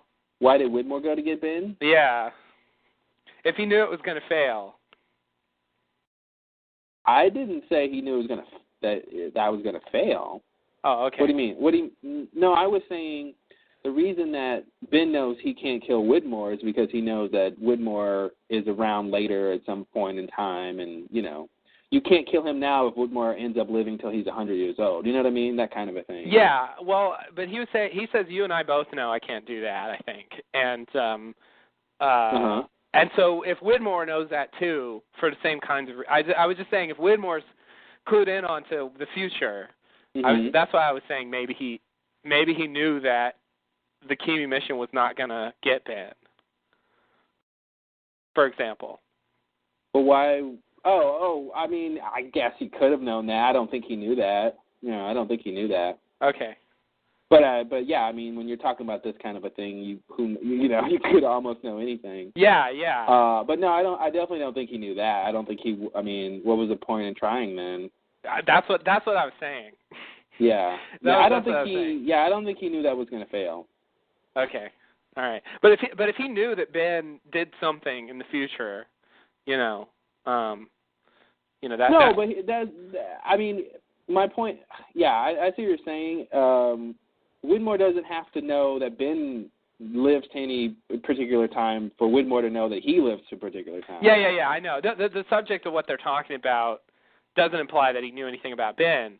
I'm just saying if they know stuff about the future, they could know other stuff about the future. Yes, that is true. So, and that gets really, I mean, I don't want everybody to know too much. It's crappy that way. Yeah. And I don't want to interpret that way, but that's the thing. I don't think that's necessarily the reason. I'm just saying that's what I'm going to go with for now because I have nothing else. Yeah, it works, and it's better than anything I have. So I guess I just wanted it to be something else. Mm-hmm. I don't know, but I don't know. I guess we'll see. I'm wondering if that has anything to do with the war. Mm-hmm. Maybe. I think a lot of things are going to have to do with the war pretty soon here. Yeah, I guess so. Maybe this is all about the war. Yeah, that would be weird. I think it's strange that all these people who are involved in this thing, in the history of the island, in the last 70 years of the island or whatever the timeline is, to the furthest point we've seen them, in the 50s until now, has all dealt with a relatively small group of people. All the major events. And, maybe that's because it's a TV show. Mm-hmm. Literally, that's probably true. But I think that might mean something in terms of, how the show is going to end and what it's all about. The fact that these people who landed are important, have to come back, and sort of all this sort of stuff, and the fact that they are they were so involved in some of the stuff in the past on the island, so that's interesting to me. Yeah, it does seem like, and I mean, I can't even. It's not even subtle at this point that they're saying there's destiny going on. With those people being there, and that's important for some reason. So I definitely think something like that is going to come into play. And you're right. Yeah, we haven't seen that many people.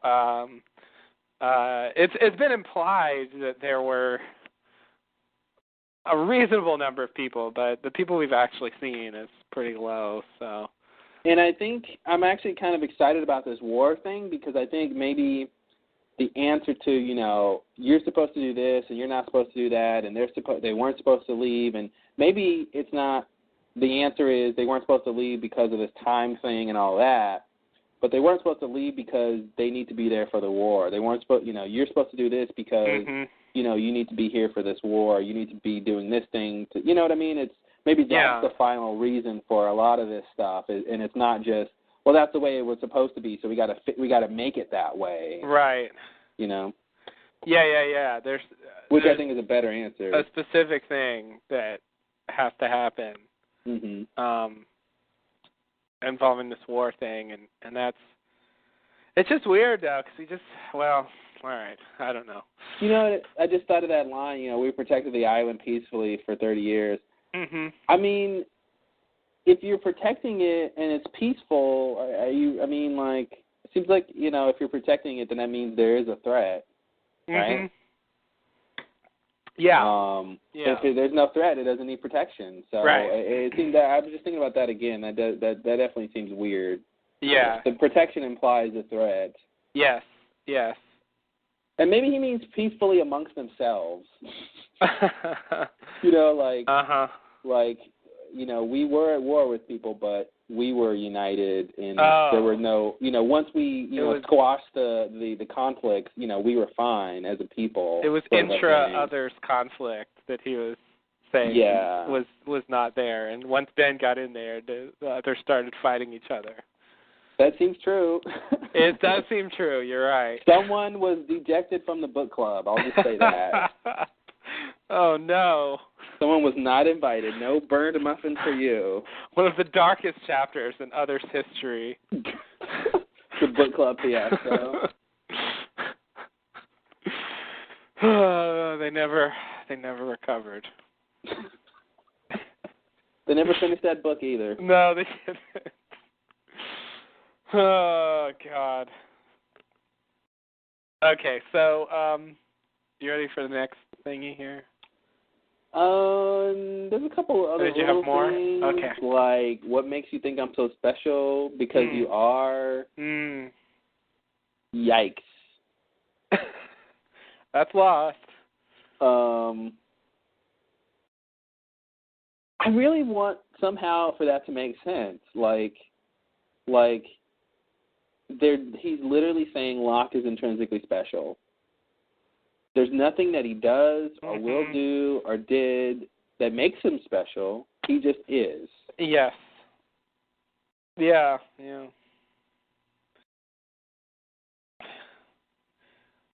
That's all I got. That certainly seems to be what it must be. I mean, the nothing we've seen seems to indicate what exactly is so special about him. It does just seem like some kind of inherent thing that doesn't manifest in any particular way.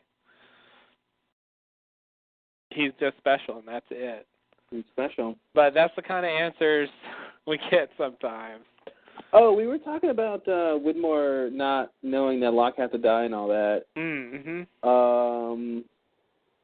So, and I was saying, I like that Widmore said he didn't know that, he didn't know why Richard said that. Then when he says, I'm not going to let that happen, I thought that was weird. I thought if Richard said that, he should know that that needs to happen or that it's true or that it's worthy of whatever. So, yeah, that was weird to me when he's like, I'm not going to let that happen. Yeah, it was definitely weird.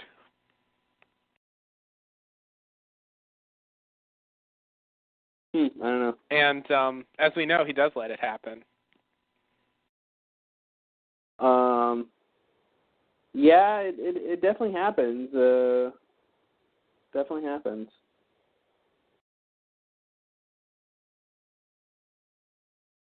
Next scene? Yes.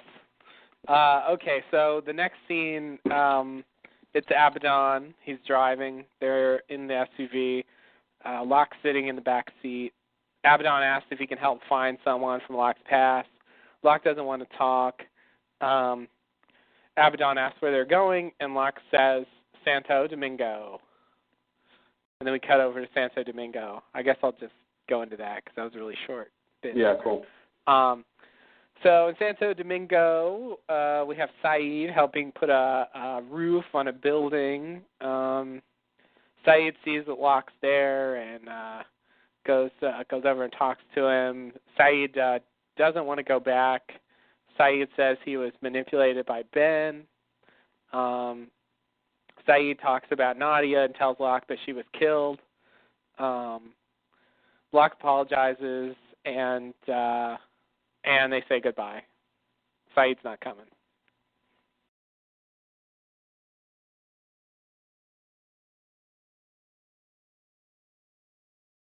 That's it. Oh. Am I, Oh, can you hear me? You're there. Yeah. Yeah, sorry. Were you? Okay. No Saeed, huh? No, Saeed ain't coming.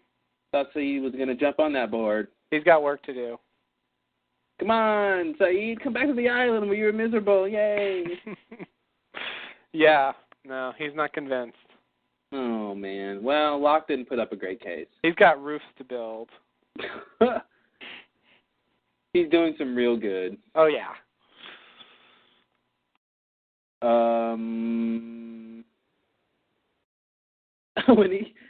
When Locke said Santo Domingo, I was like, what? Why in the hell are you going to Santo Domingo? I thought it was just like I didn't think he was, going to start his journey yet. And I'm just like, why the hell do you need to go to Santo Domingo? And then I quickly realized why, but that was weird. That was funny. Yeah, that did surprise me as well.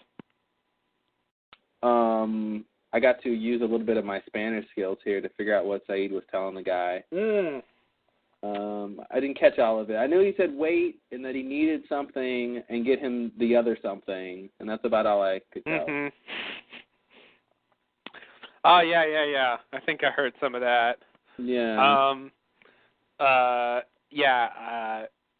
So I guess we get a little bit of info here about what Saeed did after he was a hitman for Ben.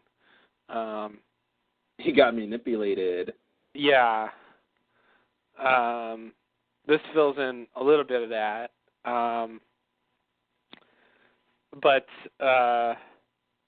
But then at some point he decides to go and get Hurley out of the institution, and it's not quite clear yet why he did that. Well, okay, it looks like right after he got off the island. Well, let's see. After he got off the island, he spent about 9 months with Nadia, right? And then she died, and then he hooks up with Ben, and he spends 2 years working with him. So, and this is like 3 years later, so there's like a couple months, really, of a window, right, that he could have gotten Hurley. Yeah. So pretty recently. Well, I mean, he got Hurley within, I mean, you know, relative to the timeline, really recently. Yeah. Because it was after Locke died, and a few days before they got on the plane and went back to the island. Mm-hmm. So, yeah, it was somewhere in there, but you know, based on the scene, it's not clear what would make him do that, unless it was just Locke's death. And for some reason, it is notable that Saeed, when he picked up Hurley, and he told him about Locke being dead, he says they said it was suicide. And the way he says it insinuates that he doesn't believe it. And yeah, I'm thinking something like, although I didn't necessarily believe it when Ben said it, but you know, Ben claims he has someone watching Saeed, so maybe after Locke leaves him from this visit here, sometime shortly thereafter, Saeed sees this guy who's watching him, probably kills him. And you know, sort of probably tries to figure out, you know, who has you watching me. He maybe says Ben or something. Mm-hmm. Then he realizes that something's going down, so he decides to go, you know, investigate or something, which leads him to Hurley, maybe to want to, you know, investigate. Probably tries to find Locke. Probably finds out Locke is dead at this point, and then wants to go protect Hurley. Yeah. And get Hurley. So. I'm thinking something like that happened. Yeah. No, that sounds plausible. I just wanted to note that even though we apparently found out in the last episode that Locke killed himself, it turns out when in this episode that's not the case, and so Saeed was pretty much right, and I just want to record that as yet another example of Saeed having the right intuition about something. Yeah. Yeah, he's good at that. Yeah, it's weird. I don't know how much credit I give to Saeed for being right, because I wasn't necessarily convinced he didn't believe that Locke didn't kill himself, but I do think he was skeptical. Yeah. But I don't think he. Yeah. But no, you know, Saeed's always been good. Yeah. And it was nice that he's building, because I think we made that joke before. Oh, yeah. About, I forgot about that. That's all he wants to do is build tables and stuff, and now they have him when he has all the free time in the world that he's actually going building stuff. I didn't put that together. I forgot. Yeah. I guess so. He's back to building things. Yeah, he really does like that. Yeah. Yeah, those were staples on the show for a while. I forgot about that. Good. It's good. So, okay, anything else about this scene? I thought that when Saeed tells Locke that Nadia was murdered, you know, there's that little sort of moment when Locke, it has to sort of, swallow that and deal with that. And I really thought he was going to use that as proof of that, Saeed shouldn't have left the island. Mm-hmm. That, yeah, he had 9 months with her, but but look, Saeed, like, she died. She was murdered. Like, that's a sign that this wasn't supposed to be. Yeah. I thought that's what was going to come out of his mouth, and it wasn't. No, he didn't do that.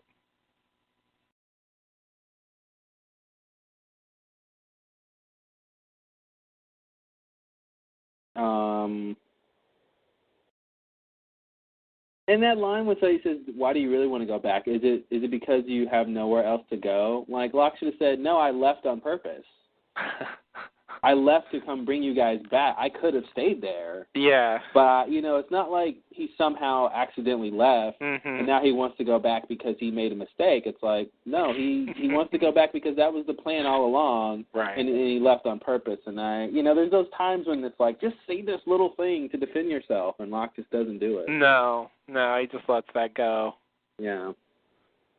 Yeah. And I feel like they want to make us think that a little bit. Yeah, I think what they're doing here throughout all of these scenes, and everybody does it. Everyone, and it goes in increasing order. Like, everyone says, "No, John, you're wrong. Something's wrong with you." Right. Yeah. What's wrong with you? So everyone gets their little line about, "John, you're sad. You never loved anyone. You're just crazy." They have their own take on it. Yeah. And they basically sort of all that culminates into convincing him that they're right. It's on some level, I think that happened, and which all leads John to killing himself or trying to kill himself. Right. So it works. It's just some of these things are defensible, and a couple times he does defend them, but yeah, he doesn't defend himself as much as he could. Yeah, definitely. Yeah. All right, next scene. Okay. So next scene, New York. New York, Big Apple, bright lights. That's right. Locke tells Abaddon to look up Helen. Everybody remember Helen? Helen. They see Walt across the street, getting out of school, I guess. Oh no. It's Walt and Locke again. It's Walt and Locke again. And I just said walk. Oh, man, okay, this is back. Here we go. Walt sees Locke and comes over across the street to talk. Walt says that he's been having dreams about Locke. He's on the island wearing a suit, and there were people all around who wanted to hurt him. Walt asks about Michael. Locke says, last he heard, Michael was on a freighter near the island. Walt asks why Locke came to see him. Locke says just to make sure he's okay. They say goodbye. Abaddon comes over and says that he takes it. He didn't ask Walt to come back. Locke says he's been through enough. Locke says he only needs to convince one person to come and the rest will follow. Locke gets in the car. Across the street, nearby, Ben watches. Ben who?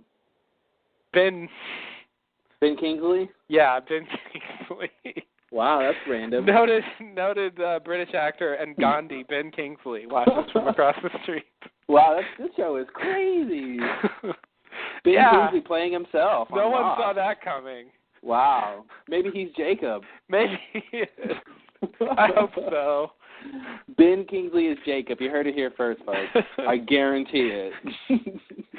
I'm going to say that's probably an original theory. I don't think anyone else has come up with that. I like that. Yeah, I like it too. It's nice. That'll work. That'll work. It's Ben Kingsley. Look, it's... And the island is actually England. It's Great Britain. There it is. Oh, no. Yep. Who knew? Two shockers. Nice.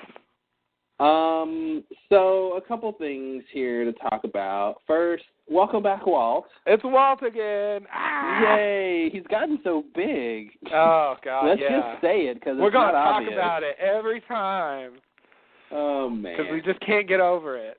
Can't get over it. So first thing is, with this line, boy's gotten big. Thanks, Abaddon. Thanks, Abaddon. Boy's gotten big.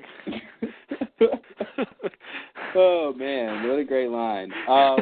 So, why? Where is he coming from to be able to make this Once assertion? again, it seems like he's been watching the show. Yeah. It seems like he watched season 1, and he's just like, man. This is the boy who set fire to the raft? Yeah, what's that about?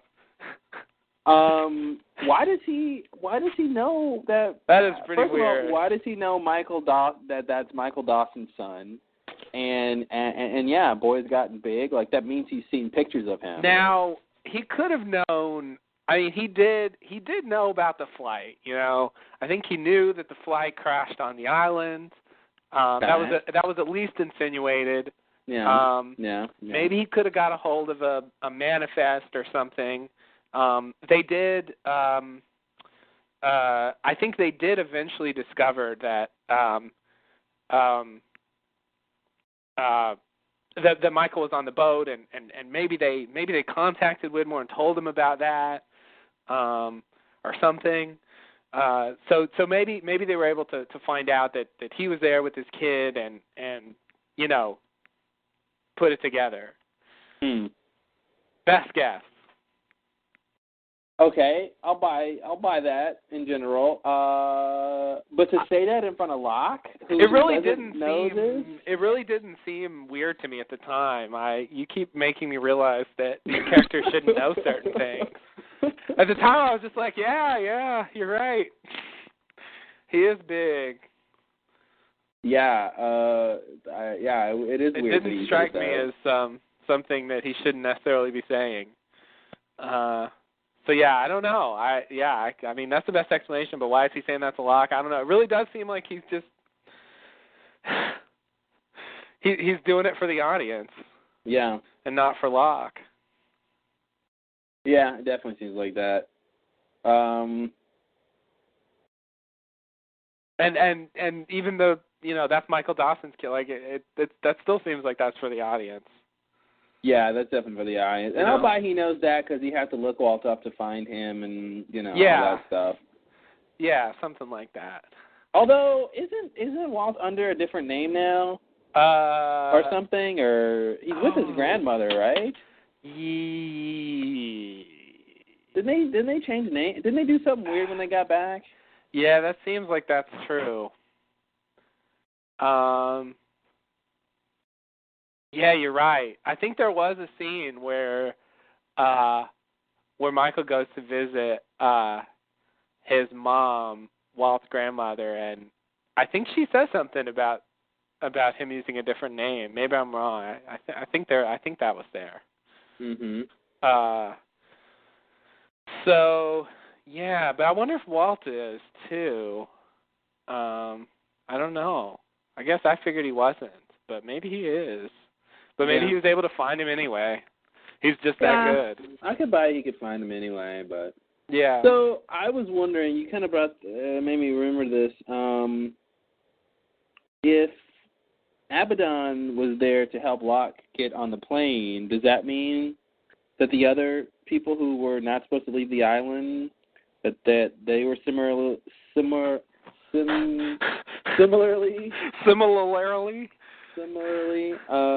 guided towards being on the plane?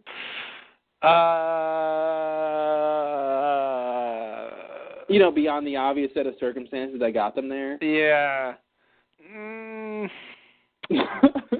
Or, here's the out. Let me give you an out there. Here's the out. The out is they did this for Locke because Locke is the special one above and beyond the rest of them. Mm-hmm. Yeah. You know. Yeah. Yeah, that's kind of where I'm leaning.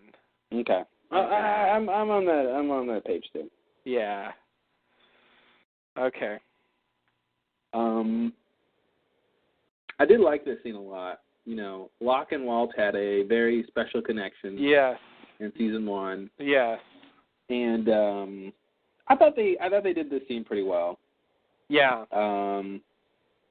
I mean, it's got to be weird for the both of them, but especially for Walt. Yeah. You know, like yeah. For Locke to show up here now, come on. Yeah, that's pretty crazy. steam should be coming out of his ears. So, deleted scene. Deleted scene, yeah, exactly. So what about the dreams? What So about the dreams? Oh, Walt, you never stop ceasing to be special, do you? Yeah, he just had to say something like that. Yeah, I mean, it seems like he's talking about what we're seeing in this episode. Yeah, he definitely is. Him being in the suit on the island, and people around him trying to hurt him. We haven't seen that part. But I don't know. What do you say? What do you think? I think I think we're gonna see that pretty soon. I think people are gonna be suspicious of Locke and probably trying to they're gonna have some cause to probably try to run after him or something, or chase him for some reason. Yeah. Okay. Now, my question is, how far into the future is this dream? You know, good question. I'm assuming the people are the new Losties. Yeah, I kind of did too, but they may not be. Yeah. And the suit thing, I guess Locke in a suit really stands out because that's so, like, that's a thing. Yeah. Like, I guess if you see Locke in a suit, that you got to mention he was in a suit. Yeah. They do mention it a lot. Everybody does. Yeah. Yeah. Yeah. I did not like Locke's line when he says, "Good thing they're just dreams." Oh, if there's one man who should know that dreams are not necessarily just dreams. Oh, Locke. Yeah, you're right. I didn't even write that down. I wanted to ignore that, I guess, because that's. Oh man. That's after everything that's happened. Oh my God, Locke. And then Walt, of all people, tells you. Yeah. That you know. He's had a dream of you being on the island wearing a suit and people are trying to hurt you, and you don't ask more questions about that. And you brush it off like, oh, whatever. Quit dreaming, kid. Yeah.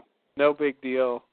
Yeah, I mean, he's had explicit dreams that told him specific things that did matter or come to pass or something like that. I mean, he's been communicated via dream. He's been communicated. Maybe that's not what I want to say.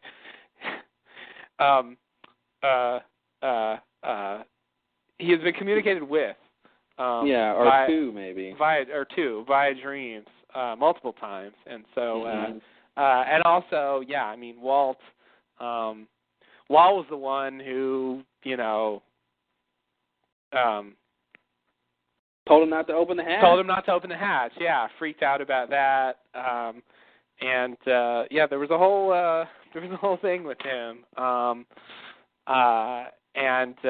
So the idea that he doesn't even seem to, give this any kind of consideration is a bit weird. But I ignored it apparently. I don't mind him.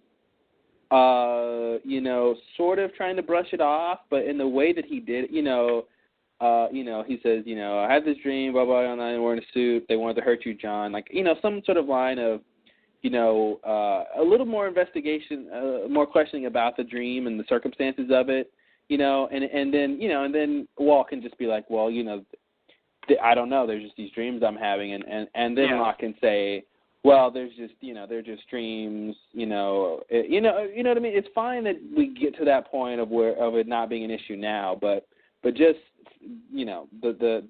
for it to be that quick of, oh, well, they're just dreams, whatever. Right. That's weird. I want to believe that we're going to see Locke again. I did it. We're going to see Walt again. Yeah, I kind of do too. But I don't think he got on the plane. I don't think he was on the plane. And there's another thing, if I can tell at the end of this scene, when Abaddon says, I take it you didn't invite the boy. That's 0 for 2. I thought you had to bring everyone back. And then Locke says, I only need to convince one. After I do that, the rest will come, which seems to tell us two things here. The big one being Walt needs to come back. Yeah. Which I didn't think was true. Me either.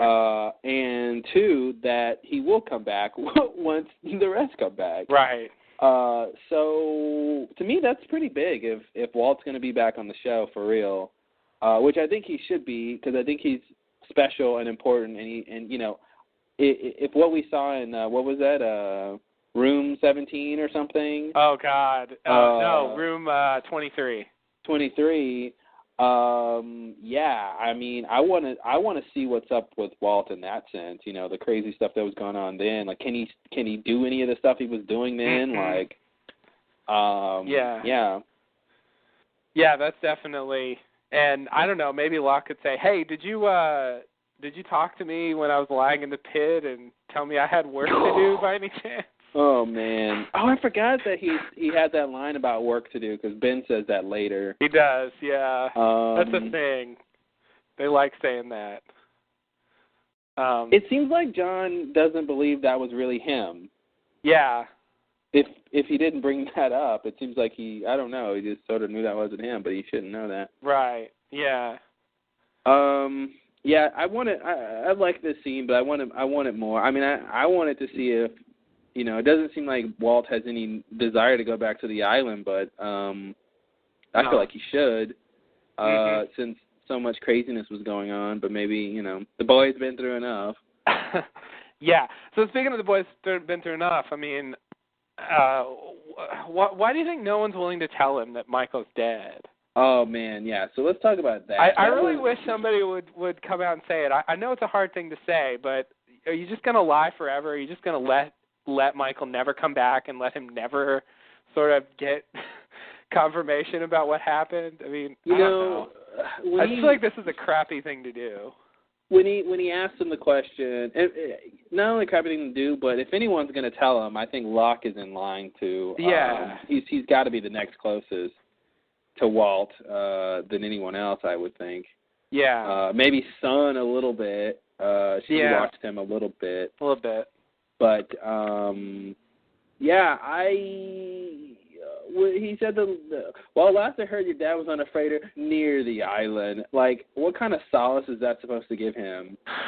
He's not even on the island. He's on a boat somewhere. It doesn't make any sense. Yeah. From Walt's reaction, I almost want to believe he sort of got what Locke was saying. Mm-hmm. I mean, that obviously isn't clear, but I don't know. The way he kind of says, like, he kind of shakes his head like, yeah. I don't know. I want to believe he sort of knew that Locke was just saying that because he didn't want to say what really happened. Mm-hmm. But I agree. Someone definitely needs to tell him, unless they're just waiting for him to find out once he gets back. Like, maybe this makes Walt want to go back to the island after seeing Locke. He's now more worried about his dad now that he knows a little bit of something about him. And I see. So maybe this is why he eventually wants to go back, is to try to find his dad, which, you know, is a good reason. So it is. You're right. Okay. Well, I didn't think of that. Another thing I want to note about this is that he calls Locke John here. Mm-hmm. I just want to note that in light of the Abaddon is Walt theory. Yeah, you know, people pointed out the fact that Abaddon sort of makes a point of not to be around when Walt is there. I mean, he says it because of privacy, which I think is really why he did it. Yeah, he wasn't hanging around in the other scenes either. Yeah, it definitely makes sense. And I think once Abaddon gets shot, spoiler alert, Sorry. That my Walt is Abaddon theory goes out the window. Okay. Unless Abaddon is not dead. Okay, right. Yeah. Okay, yeah. I mean, I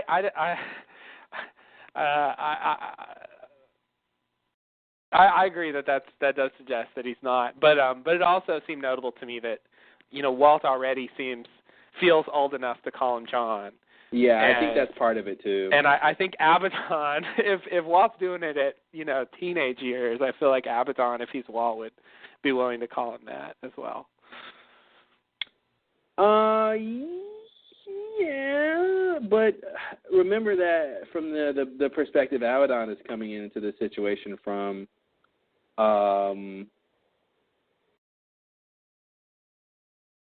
that's all I got. Okay. So, does Abaddon never call him John? No. What he about always calls him Mr. Locke. In the when he was the orderly, did he ever call him John? No, he called him Mr. Locke then too, which is part of your theory. Okay. Yeah, I don't know. I don't know what they're doing here.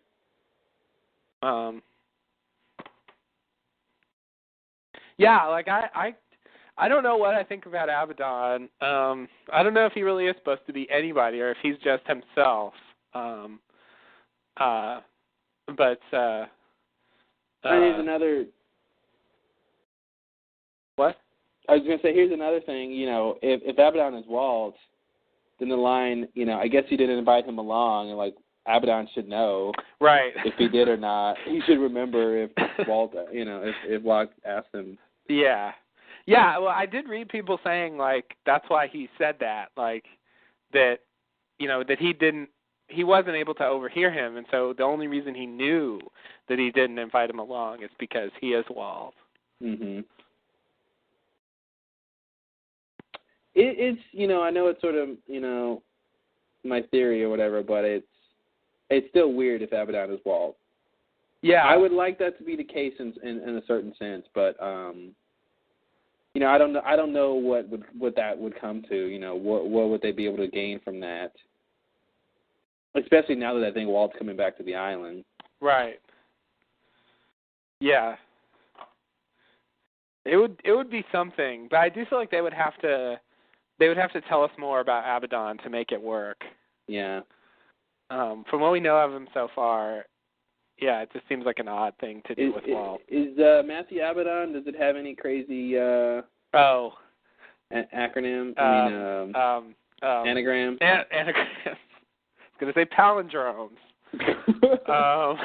They're all close. Not close. Yeah. I don't know. I do think somebody did that at one point, but I forgot. I think it does have something. I don't remember, though.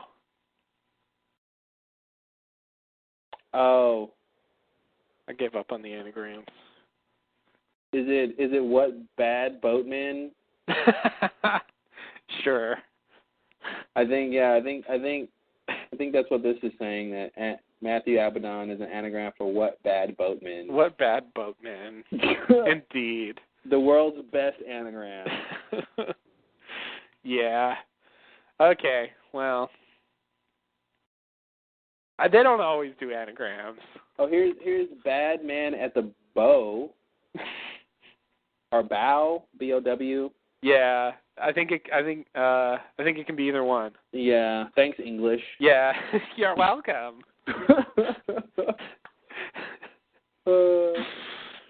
English, don't talk to me.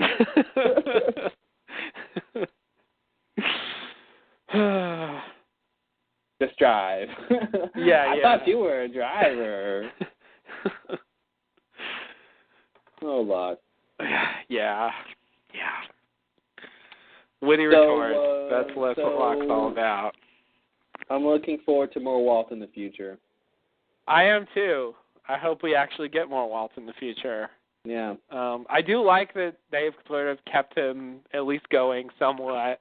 They have much more than I thought they would. That he's actually technically appeared in every season so far. Yeah. So that's that's good. Even though he hasn't been a big part of the story for a long time, but yeah. Hey, here's a question. Mhm. What if when Walt came to Locke before he's going to kill himself? What if that was one of Walt's dreams? Like for Walt, he was dreaming that. Mhm. Yeah, I definitely think that's possible. Which is why I kind of wanted him to ask about it. Maybe. Because I could totally see that. Maybe that's how he experiences these things, where he appears in various places. Mhm. You know. Yeah, because he doesn't seem to be consciously trying to do it necessarily, like. Yeah. From when we see him normally, so. Yeah. It seems like it just happens. Mhm. He needs someone to train him to control his power. Oh God. Liam Neeson, are you ready? Little ice battle. Come on. Frozen Lake. Let's do it. 30-minute training scene. Let's go. Oh no. You can't have training too long on the screen, right? That's right. Let's train forever. All right. I'm ready for the next scene when you are. Okay. What about Ben watching? Any thoughts on that? Ben's watching. Yeah, Ben's That's watching. all I got. That's what you got? Okay, fair enough. I think I'll buy what Ben said, that he had a man watching Saeed, and he was alerted to John's presence, so he started following John. Okay, fair enough. I agree. Okay, so the next scene is Santa Rosa. Hurley sits outside and paints. Locke rolls up on his wheelchair. Hurley thinks that Locke is dead and he's just seeing him. Hurley asks someone if Locke's there, and they verify that he is there. So then Hurley gets a bit scared. Locke tells him that he needs to go back to the island. Hurley doesn't think that's going to happen. Hurley sees Abaddon and gets nervous. Locke says he's with me. Hurley freaks out and tells Locke about Abaddon's first visit when he said he worked for Oceanic. Hurley freaks out some more and then runs away. Locke goes back over to the car, and Locke and Abaddon both get back inside. Abaddon scolds Locke for failing to convince anyone. Locke asks what Abaddon does for Widmore. Abaddon reminds Locke about the orderly walkabout incident. Abaddon helps people get to where they need to get to, and that's what he does for Widmore. Then Abaddon starts the car. End of scene. End of scene. I like that Hurley thought Locke was dead. Yeah. Like, I guess he didn't make it, huh? I'm gonna and he's so casual about it. You can't. It's really great when you get to that point where you're just seeing dead people so often that it's pretty much boring to you at that point. Mhm. It's like, you died too, huh? Well, that's too bad. I'm just gonna paint. I don't know if we ever mentioned this. Maybe I forgot, but the fact that Hurley supposedly sees dead people, and so does Miles, or at least talks to them, I think is worth noting. Hadn't thought of that. Yeah. And I want to believe that Hurley is really seeing these, like, these are real people who are coming to him, real ghosts and not his imagination. But I just don't know why they would come to Hurley so often. Yeah, it is kind of odd. Yeah. It is kind of odd. I don't know what that's supposed to be. It does seem like Miles' thing is a little different, though. It seems like in Miles' case, he can talk to, he can like go. Let's see. It seems like he can go and talk to dead people, willfully, if he wants to, but not so much that they just like come up and talk to him all the time. Yeah. But on the other hand, he might just be under better control of what he's doing. Yeah. So that would be crazy if that's just one of Hurley's powers or something. Like, he just has a power and he doesn't know that. Like, he thinks he's crazy, but it's just some weird power. Yeah, that would be crazy if that's.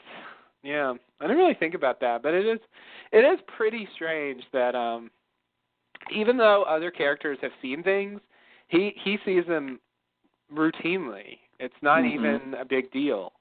Yeah. It does. I was inclined to believe that he was crazy a few episodes ago. I started thinking that he was just that it was just in his head. And I still partially believe that.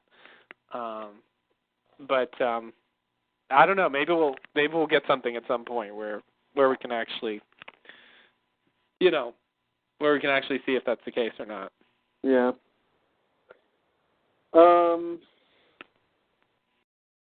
Okay, you said Jack's a doctor now. Within 3 years, Jack was able to go to medical school and get his medical degree and start practicing medicine for a change. That's great. Yeah. Nice work, Jack. Yeah, he really bounced back from. Didn't even know that was possible. Yeah, who knew? 3 years, that's all it takes, folks. Yeah, see, that's the kind of thing where, I would ask, why didn't the writers just have him say, Jack's a doctor again? Or Jack's practicing medicine again? Or Jack has his practice again? Just a little things like that. Yeah. What else is going on? He definitely knew that he used to be a doctor. Yeah, he can't pretend he didn't know that. Yeah. I didn't even think about that. I always ignore all those problems. Oh, yeah, I'm a nitpicker. Yeah. It's like, oh, he's a doctor now. Okay. I know what you really mean, Hurley. Yeah, that's the thing. It's like, you know what he means, but it's just like, why don't you just say what you mean? Yeah, that'd be nice. But I don't ask for it. I love, dude, what are you doing here? I need you to come back to the island with me. Boom, right off the top. Yeah, he's. I think that's Locke's problem is he hasn't mastered the art of subtlety and finesse. He doesn't have much tact. He definitely doesn't work his way into it very delicately. He's just gonna say it and hope that you're on board. Maybe it's a good thing he didn't tell Walt that Michael died, because he would have been like Walt would have been like, so what happened to my dad? And Locke would have been like, oh, he got blown up. Yeah, a big bomb of C4 blew him to smithereens. There's no way they could find him after that. He's in dead. A million pieces. He is the deadest dead man I've ever seen. Oh, man. Oh, so that reminds me, Locke doesn't even know that Michael is dead, does he? Well, what does he know about what happened on the freighter and all that stuff afterwards? He knew that Michael was on the boat. Okay. So that's true. He knew that the boat blew up. So, he of course probably thought, everyone on it was dead. I guess it turned out Jen was alive, but but I think he assumes he's dead at least. Yeah. Okay. He has enough to know that. How did he know the freighter blew up? Well, at the very least, for two reasons. The first reason was he knew when Kimi died, he told them that the thing on his arm was going to make the boat blow up. So when it went off, Locke, I mean, that was the line where he told Ben, you just killed everyone on the boat, and he said, so. Oh, that's right. So he knew from that the boat blew up. But even if, he thought maybe there's a chance he's lying or whatever, Juliet and Sawyer, saw it happen. They saw it, and then they told him? And I don't think they showed him telling him, but presumably they told him. Okay. I mean, I feel like they would have mentioned that. Oh, by the way. Yeah. I mean, maybe they said it, but I don't remember it. But nonetheless, I still think it's reasonable to assume that he found that out. Yeah, okay. He certainly could have. Could and should. So, yeah. So I think he does know that.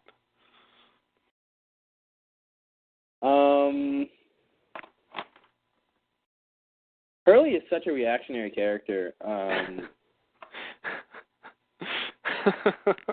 when he freaks out about Abaddon, and Locke's like, no, he's cool. That dude is far from okay. Yeah, this is where I feel like Abaddon should have been a little more shrewd and stayed at hidden. Yeah. Because he knows how he came off to Hurley in their first meeting. Mm-hmm. Because Hurley freaked out in a similar way, and so he should know better than to just stand there in the background. Yeah, obviously watching. Yeah, I think that was a bad move on his part here. Yeah. Because he really shouldn't expect that, that Hurley's not going to react to him in any way after that first meeting. Yeah, maybe. Yeah. I mean, maybe he thought it was a while ago and something, I don't know. But yeah, that was not the best strategy there. Yeah. And I mean, there just doesn't seem to be, doesn't seem like, well, I don't know. This is a weird one. Mm-hmm. Hurley I don't even think Hurley said he didn't want to go back. He just sort of said, like, why, as a practical matter, it would be hard to get everyone to go back. Yeah, he was saying he doesn't think he would get the rest of them to go back. He didn't specifically say he wouldn't go back. Yeah, he wasn't just dead against it like some of the other characters are. Yeah. But he's just afraid of Abaddon. What? He does show up on the plane. You're right. He does show up on the plane. So yeah, something happens. He was afraid of Ben, and he was afraid of Abaddon, but he's willing to go back to the island. Yeah. So. I guess that's later. Is that later when Locke and Caesar are talking? Yeah, that's definitely later. I'll bring it up later. I was glad that they brought up the whole orderly go on a walkabout thing. Mm-hmm. And the Abaddon Oceanic 6 thing. And the that, Airlines, yeah, both things in one stretch. It was nice, and I liked that the way they bring it up. They don't, they really rely on you having seen that. I mean, they don't replay it or anything. You just have to remember. Mm-hmm. They tell you sort of, but it really works better if you actually saw those episodes. Mm-hmm. To know what they're talking about. But yeah, I was glad he brought up that he had actually been there and told him to go on the walkabout, because that just seemed like a big deal. Yeah. I guess you're right about that we're supposed to believe that that Locke had to go there and so he was making that happen. Mm-hmm. Sort of weird because it seems like, well, I guess that's always the problem on this show. Seems like he only had to go there because he went there. Well, and the other thing too, of course, is if the walkabout director was a little more lenient in his policies, Locke would have actually got to go on the walkabout, and he would have missed the flight. And so Abaddon. So this plan has. So it was always weird. Is the plan is very. Relies on a lot of specific things happening. Yeah, which seems like it's out of their control, He has to go on a particular walkabout at a particular time and get rejected at a particular time, so he'll get on just this flight. Mm-hmm. And that has to be after he's, injured because his father pushes him out a window. That's right. Because if that didn't happen, he would have been able to go on the walkabout just fine. Yeah, exactly. Yeah. So that has to happen as well. Of course, when he was talking to him, that was when he was already in the wheelchair. Yeah. Totally. So that had already happened. So maybe he knew. Maybe it's as simple as Abaddon knew. He did research and knew that this walkabout company would not in any way ever let someone in a wheelchair go on this thing, and so that was sort of part of it. Yeah. And if I remember right, I think the walkabout company actually got his ticket. Yeah, they were trying to be nice to him, and I think they're the ones who. Yeah. who put him on the flight. And so, you know, unless yeah, who knows whose hand was in that decision? Yeah, I mean that's what I was going to say. If they're unless they're specifically controlling that, then they would have to rely on that as well. You know. So yeah, I mean, I don't know. Maybe they were pulling the strings there, but it does seem like there's. But that happens a lot with these like grand plans. It does always seem like there's a lot of chance involved. Yeah. And that's sort of what makes them cool, because it's kind of impressive that they actually worked.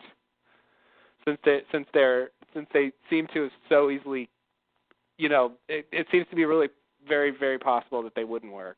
Yeah.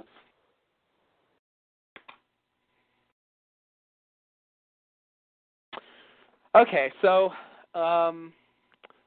yeah, Abaddon helps people. It gets them to where they need to get to. Yeah. Not to where they need to go, but to where they need to get to. I love it.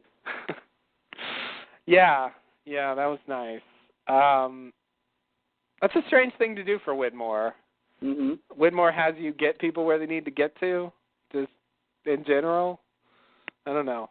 That seems a little weird. Oh, it's weird. Okay, yeah, I still I still want to know more about this Abaddon character. What bad boatman? Right. Okay, so you ready for the next scene? Oh, yeah. Okay. Next scene, L.A., Los Angeles. Locke talks to Kate in her house. She says no. She asks Locke if he's ever been in love and suggests that he hasn't, and that's why he wants to go back to the island. Thanks, Kate. Locke says that that's not true, and he tells Kate about Helen. Kate asks what happened. Locke says it didn't work out because Locke was angry and obsessed. Kate says, look how far you've come. Thanks again, Kate. Locke rolls outside.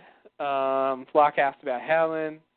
Abaddon says he couldn't find her. Locke is skeptical. The end. The end? All right. So this Kate scene,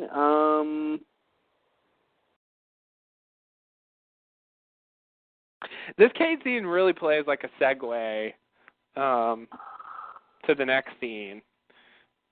Oh, totally. I mean, it's the reason he pushes for Helen to be found, and the reason he finds out why he wasn't told up front what happened to her. It seems like it's focused on that, and it doesn't quite seem like it's focused on Kate and getting her to go back. Totally. And it's obviously contrived because it's written, right?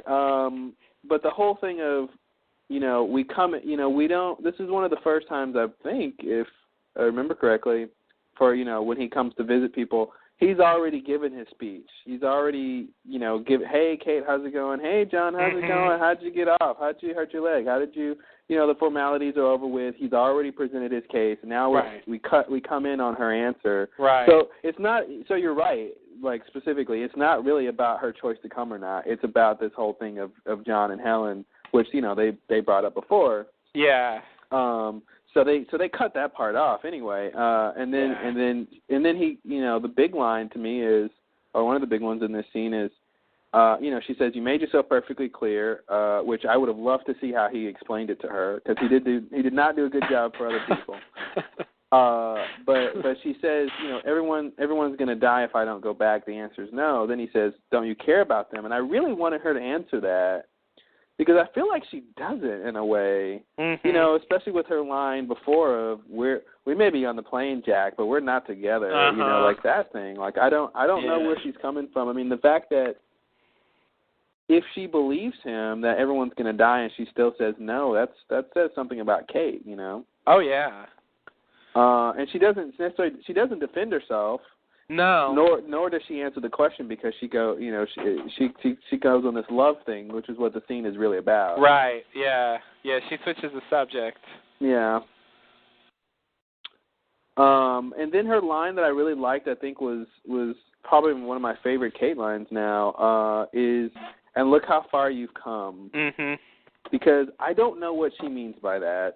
I think you can take that line either way, as an insult or sort of a something else.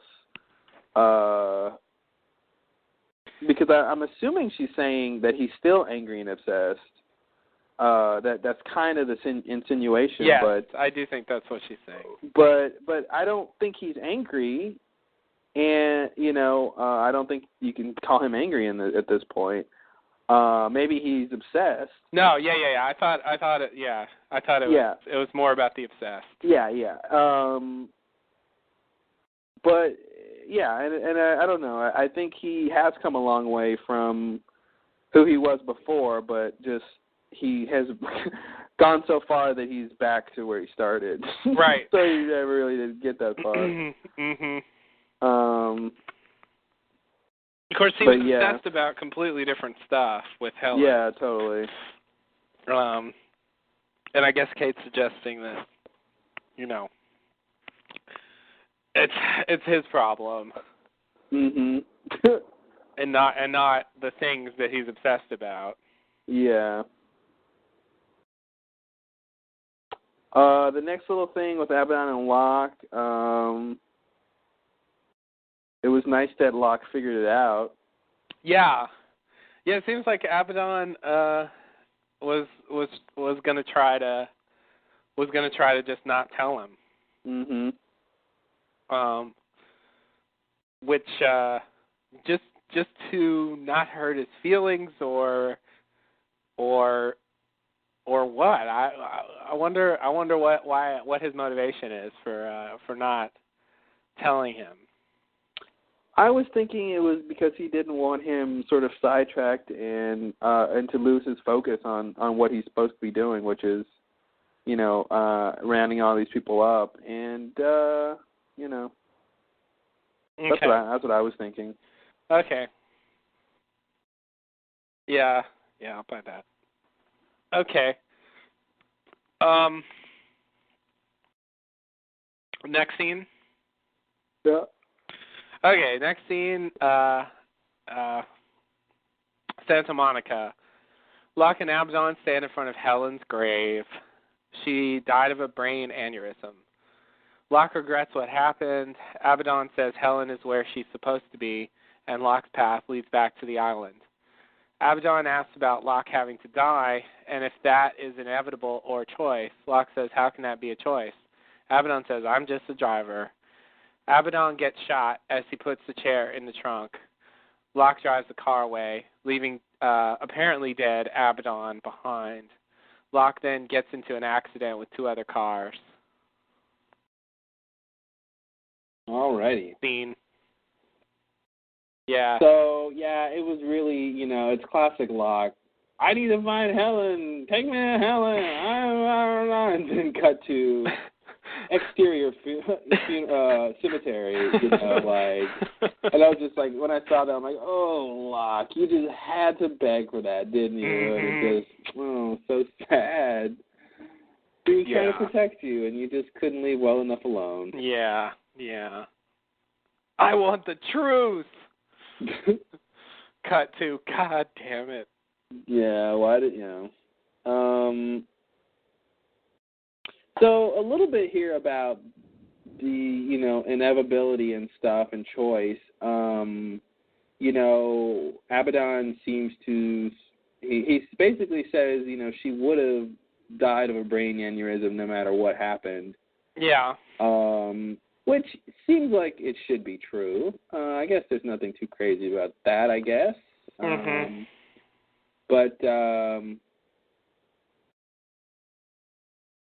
And then he says, this is where Helen's path led, and I like how he explained the whole thing. I thought that was pretty well done. Reasonable and matter of fact, but not cold-hearted. So I thought that was good. Yeah. And then Locke says, you say that like it's all duh, and then he says inevitable. And I'm assuming he was going to say determined or, destiny or some sort of other D word that's related here, but then he decides to say inevitable. So I thought that was interesting that they kind of did that. Yeah, that is interesting. So interesting that I didn't notice it. Good. It's actually in the transcript, too. Well, good. I'm glad. Yeah, but, you should check that out because he was going to say another word, and then he says inevitable. Okay. Interesting. So maybe they're sort of consciously trying not to use the destiny word or something. Right. Yeah. Although they do use that word. Jack says that later, I think. Yeah, no, they do. So I don't know why. They're maybe Locke doesn't want to say it, or I don't know. I don't know why they did that. Yeah, I don't either.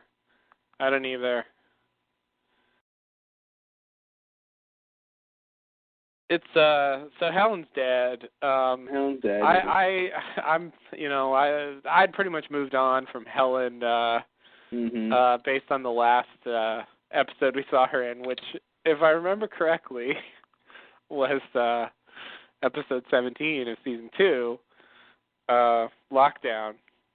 Thank you. The one where we saw the Black Door map the first time. And the one where Locke was pinned down. Lockdown. Yes, that's right. And the one where Ben pretended or whatever to fall down off the shelves. And oh, man, I don't even know what happened with that. Yeah, that was great.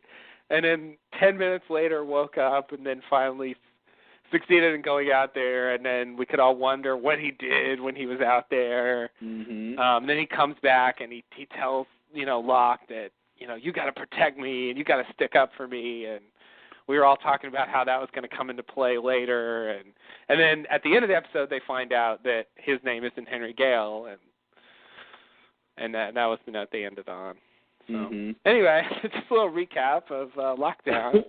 In case you forgot, I didn't really talk about the Helen part, though. The Helen part was his dad.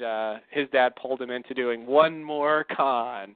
One more con for the road. For the road, and it was a weird one because I remember at the time people were talking about how Locke got conned, but I disagreed with that because he told him exactly what he wanted him to do, and that's what he did. And he offered him money at the end, and he didn't take it, for his own reasons. And so I didn't really think it was a con. But nonetheless, the fact that he did something for his dad really pissed Helen off, and so she leaves him in that episode. So anyway, cut to however many years later. I guess she's dead now, and I guess that's the end of that. Yeah, that's the... It would have been weird to see her again. It would have been weird.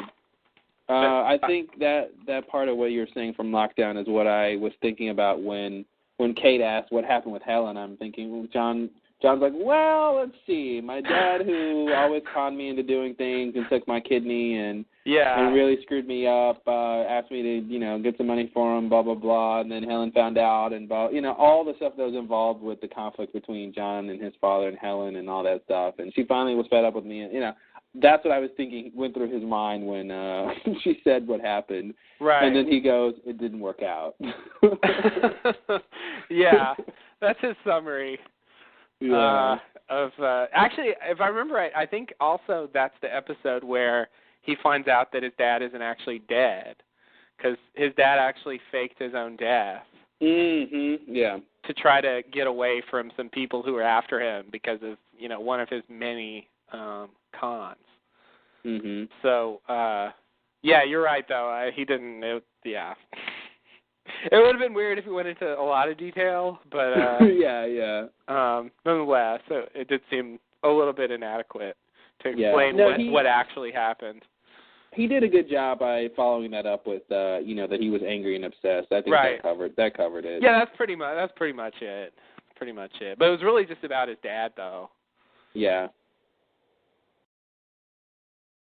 But maybe, he didn't necessarily want to bring that up in this scene. So I wonder if the writers ever considered actually having Helen still be alive. I think she still is alive. Oh, really? Yeah. What? She's got a tombstone. I mean, she's dead. Or headstone or whatever they call it.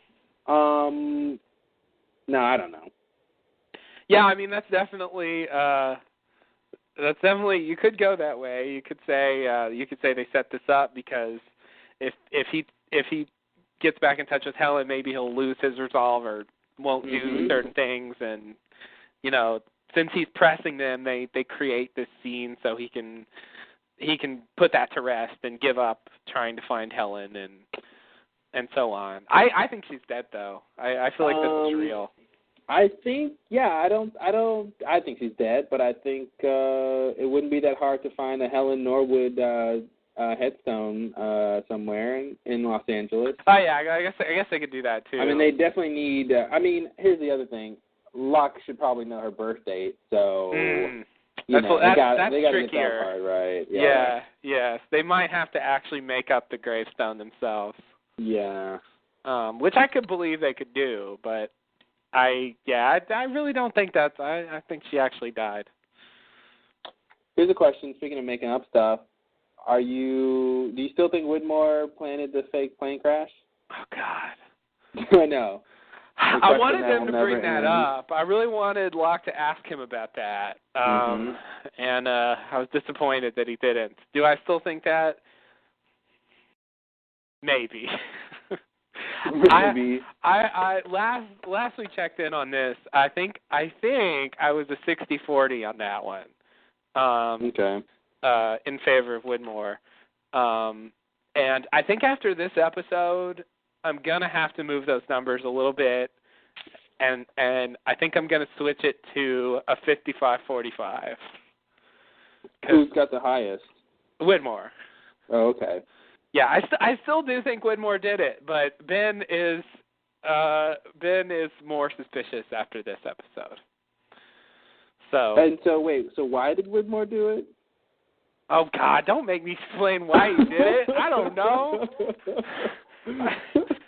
That's too much. I know, I agree, because I don't know why he. I don't know why he. I mean, so people didn't find the island. I had a reason at some point. Let's see. Yeah, I guess. I don't know. You're right. I it doesn't seem like he has a good reason for doing it. But maybe they'll explain it at some point. Yeah. Why did Ben do it? I think Ben has a reason to do it to throw Widmore off of the tracks. Okay. Considering that Abaddon was asking Hurley about who, the survivors and all that stuff. Yeah. If Ben is like, hey, here's the plane, no one survived or whatever, blah blah blah. Maybe that was his reasoning and to throw Widmore off, but really didn't work. It doesn't work the other way because, Ben, Widmore can't do that to Ben because Ben knows where the island is. He's on it. Yes, that's true. Yeah. If Widmore does it, it's not because he doesn't want Ben to find the island. Mm-hmm. I still think he could have some reason, maybe, but if Ben does it for that reason, it's a failure. The plan doesn't work at all. No, it doesn't work. And it's a lot of trouble to go to for. It didn't even seem to have an impact. I mean, they didn't even show it really. If anything, it almost seemed like it made him want to go find the island right then, because it seemed like it happened right after that. Yeah, that like he they put were. the team Yeah, together. they were definitely around the same time. I mean, maybe that was the thing. Maybe Ben found out they're putting the team together, so he does the wreckage to make them say, "Oh, go over here and look for the island." Mm-hmm. Yeah. But he just sort of doesn't fall for that. Yeah. How did Widmore find the island? Did we ever find that out? Well, I don't think we found that out, but I'm gonna have to go with Eloise. Oh, fucking Eloise. I don't know who else knows how to find it but her. And yeah, forgot about that. And whose side is she on? That's the thing. I don't know whose side she's on, and I don't know if she really would have wanted to talk to Widmore the way he described. She doesn't like to be bothered and all that stuff, and Oh, but I guess that would have been 3 years ago, huh? if he came to her for her to help him find the island, that would have been like 3 years ago, right? Yeah, yeah. So that's not bad. Yeah, I don't know if she would have necessarily wanted to help him. I don't know where their status is, but that's how I would say he found it. He doesn't know about her, at least. I mean, hey, Penny could find the island too. Yeah, there's also the Penny issue, but it does seem separate. It seems like Penny got there. It seems like Penny got there. A little later. What did I want to say? Yeah, later. I mean, after. Definitely got there after Widmore did, and it seems like she did her own thing, where she got the reading from the Swan Hatch implosion, and then Charlie's message. Here's the thing, though. You think even if Penny is doing this stuff, I like I said before, I think a long time ago, I think Widmore would know what she's up to, or at least try to find out. If she knows to look for an electromagnetic spike, I think he knows to look for that too. Mhm. You know, and I could see him at the very least having one of those scientist guys or somewhere along the way be in on that. And, you know, the guy who calls Penny to say we found something, you know, hangs up with her and then calls Widmore. You know. Yeah. We found this thing. Yeah, I mean, that's plausible. If that's the case, though, that hasn't been made clear. It's weird because we've been speculating about Penny since, like, season 2 when we found out, you know, she was looking. And that was when we met Widmore for the first time as well. And you know, I think we theorized at least a few times that, you know, that they were interconnected, that she knew about the island because of Widmore, or he knew about the island because she found it, or, you know, that there was some kind of overlap there.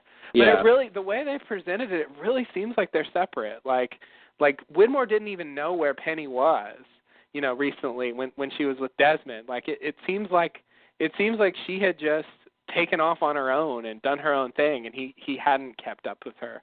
Maybe he wanted to, but it just seems like he didn't. It definitely seems that way, but, you know, with enough time and money.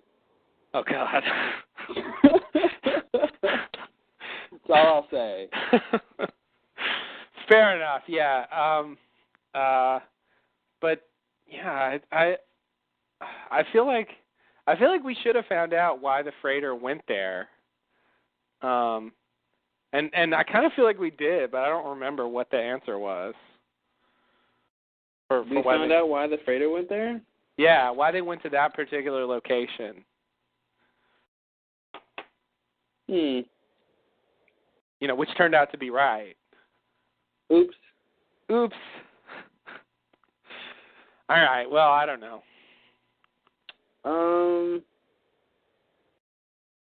Yeah, I feel like there probably is something there, but I agree. I too don't remember the specifics of under unanswered questions for the katana. Is the first one is how do they find the island? Oh, good. So there's that. Well, that's what I thought. Okay. But yeah, maybe we'll actually find that out. I don't know. I will note. I don't know. I guess this is a semi-potential, possibly spoiler. I've said this before on the podcast, but it just seems relevant. On the commentary on the finale for the last episode on season 4, they bring up the C4, which we talked about earlier. That Kimi rigs to his arm, you know, to blow up the boat, and they raise the question: was this part of the plan that Kimi was ordered to carry out, or, you know, is he doing this on his own? And suggested that would actually come into play at some point. You know, that issue. Yeah, I'm on the side of he made that up. Yeah. That was his idea. I think Widmore hired the right guy, but just the wrong guy in the sense that he was going to do whatever it took to get the job done. Yeah. And I think he just went too far in a lot of ways. Yeah. Yeah, so maybe we will find that out at some point. Although I don't understand what the C4 was for still. Because unless what do you do with C4 except, make something blow up? Right. So what was he going to blow up when he was trying to capture Ben? Like, I want you to go capture Ben alive, and here's some C4 to blow something up. I still, there's a disconnect there to me. Yes, I agree. Unless, here's the theory. And you know what else was curious? Oh, sorry, go ahead. Well, I was just going to say, maybe the C4, maybe Widmore thought Ben would barricade himself behind the sonic fence. So maybe the C4 was to destroy the sonic fence. Okay, sure. That's all I got. I'll buy that. That's something to blow up that would make sense for the mission. Yeah. But something that strikes me as odd, also about the C4 is that Kimi rigs that to blow up the boat that he came on. Mm-hmm. I don't know. That just strikes me as kind of odd now. Like it just doesn't seem like that great. Like it just doesn't seem like that great of a thing. I mean, it worked out as a good threat because a lot of people ended up being on there because they were using it to escape. But it seems like when he planned to do that originally, he shouldn't necessarily have known that was going to be, that was going to happen. Yeah. And it just seems like that wouldn't have been such a good threat if it were just the crew that brought him there on there. Oh, I definitely think he was rolling with the punches. Yeah. Okay, it was just an improvised. It just seems like he should have had to plan to bring that much C4. That's why. And the bomb was intricate too. It had like all kinds of shit going on, and it seems like there was a plan to use it in that specific way. But there was a plan by the writers to use it in that specific way, which I think complicates the problem. Yeah. Kimi shouldn't have the only way he should have had any sort of foresight into that situation is if he would have some way of calling another boat to come and get them if the freighter exploded. Yeah. They got sat phones. If there's some way they could have said, hey, bring us another thing, we got Linus now, I would, that's the only thing I can reconcile that with. But I would say he wasn't really sort of planning for anything after blowing up the freighter. I don't think I think he was rolling with the punches, and he was like, I got to get this Ben guy. I'm going to come up with this plan to, have this threat of blowing up the freighter. I don't, Ben called his bluff, so. Yeah, it doesn't seem like, I don't know. It doesn't seem like it doesn't seem like it worked out where to go from there. But yeah. I guess the point was the thing wouldn't go off unless he died.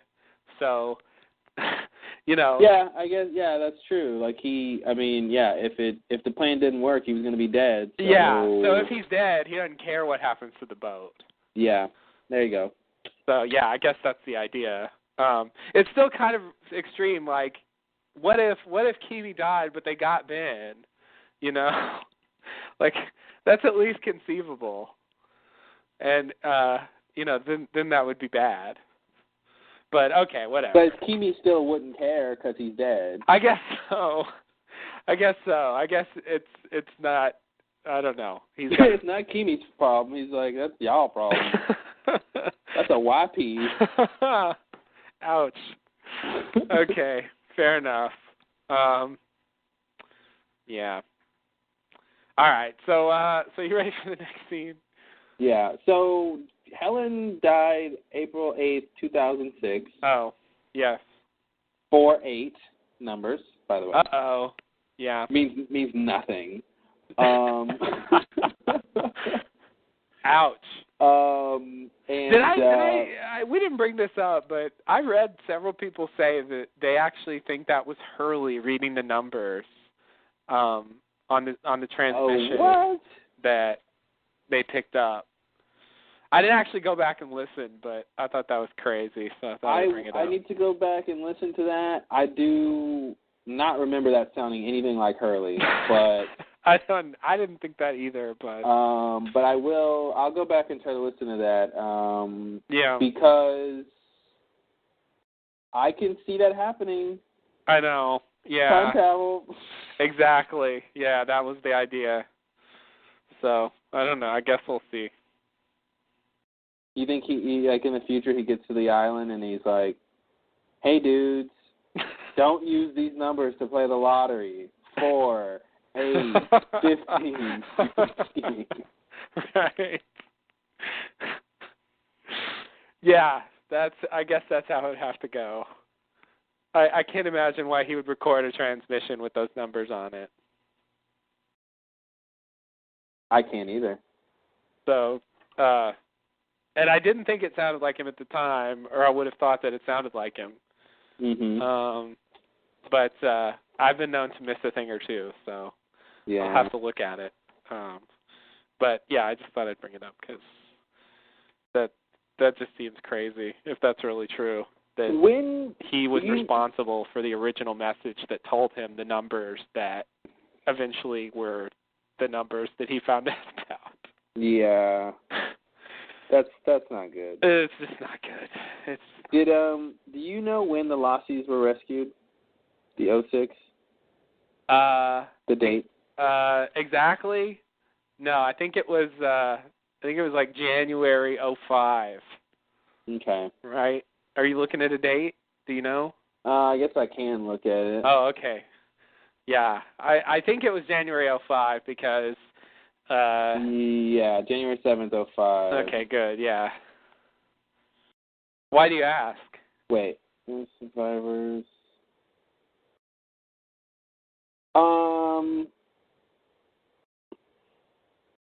I was asking to see how long, like if Locke would have gone with them, like the time between they got rescued and when Helen died.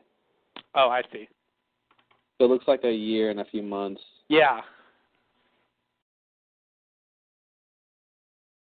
Just wondering. Yeah, so if he went with them, he would have been able to... Maybe he could have had a special 9 months. The specialist 9 months. The most specialist 9 months. Yeah. He didn't even get 9 months. He didn't even get that? None for you, Locke. So Helen dies, they get back in the car, Abaddon gets shot up a couple times. Oh, yeah. And then Locke leaves him, like, quick. See you later, bitch. I'm out. Bye, bitch. You're dead. You won't mind if I drive off with you. I hope you're not still alive and just injured, because I won't know the difference. I'm leaving. Yeah. He was not going to stick around to see. What is that response called? Fight or flight? Mm-hmm. We know where Locke ends up on that side. Yeah. I this did really surprise me, and I sort of liked it as a scene. It was suspenseful and all that. But I'm kind of disappointed. If Abaddon's dead, like, I'm a little bit disappointed that he's dead. Just when I felt like we were on the verge of finding out more about him, maybe it's good not to know too much, but somehow I wish he were still around. I wish he could do a few more scenes. I agree, and I think especially considering,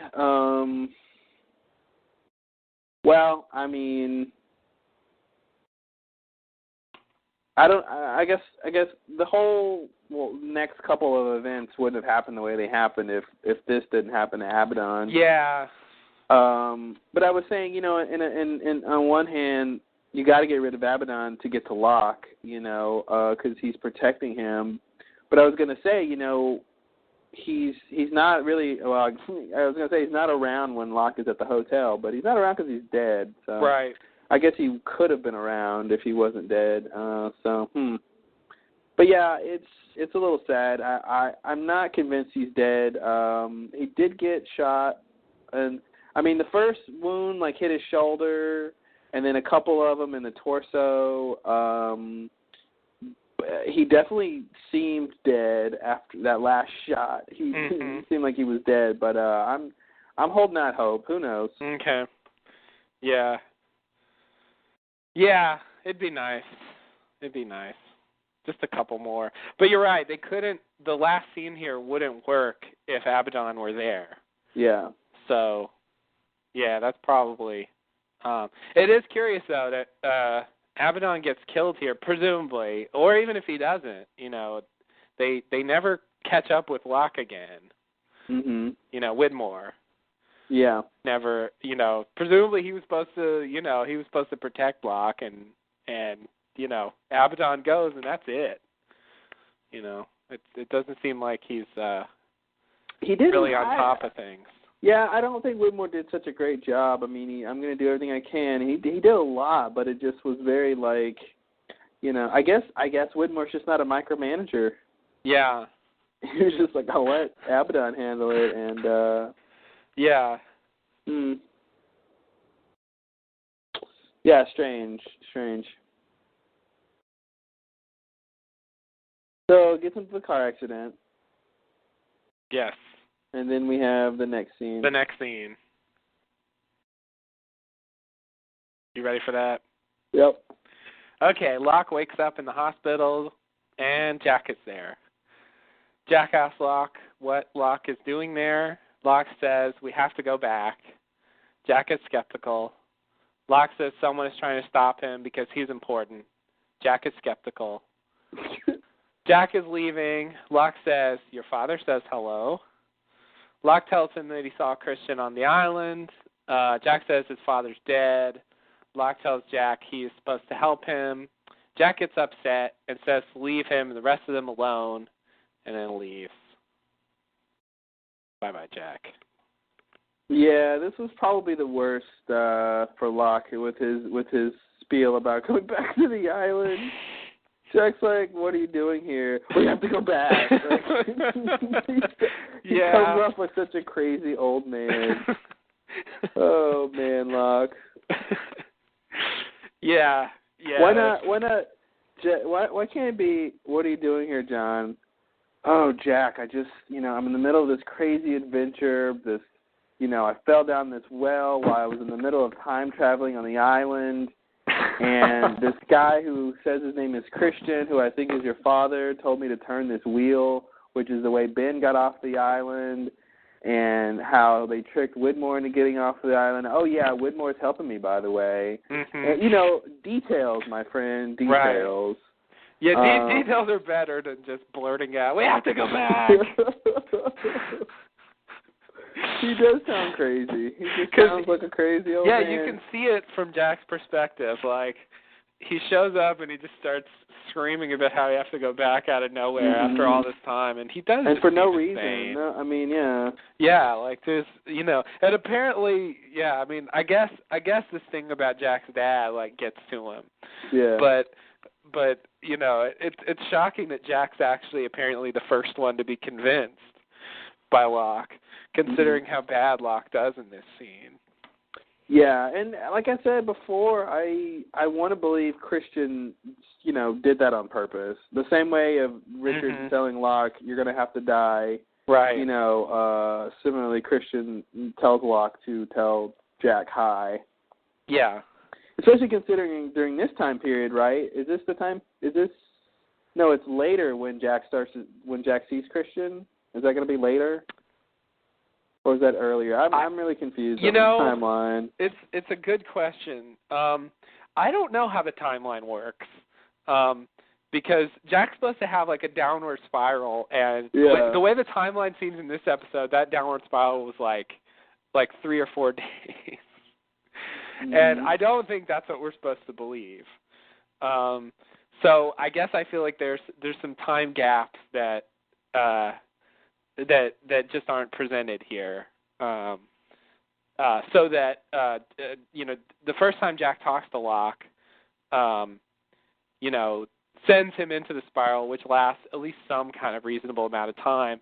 And then after all that, he finds out about Locke's death. And then after that, it's just a few days before, the beginning of this season. Mhm. So I think there's supposed to be more time there. But as for actually seeing his dad, I think that's before this.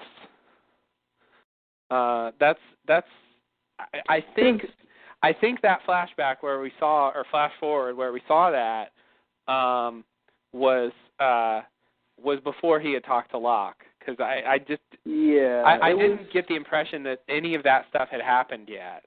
And wasn't it closer to when Jack was back at the hospital and all that? Yeah. At the time, he was working there. It was yeah.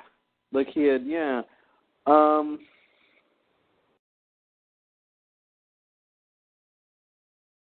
Yeah, so I'm guessing that flashback was more, in the interim years. Yeah. Before Locke got there.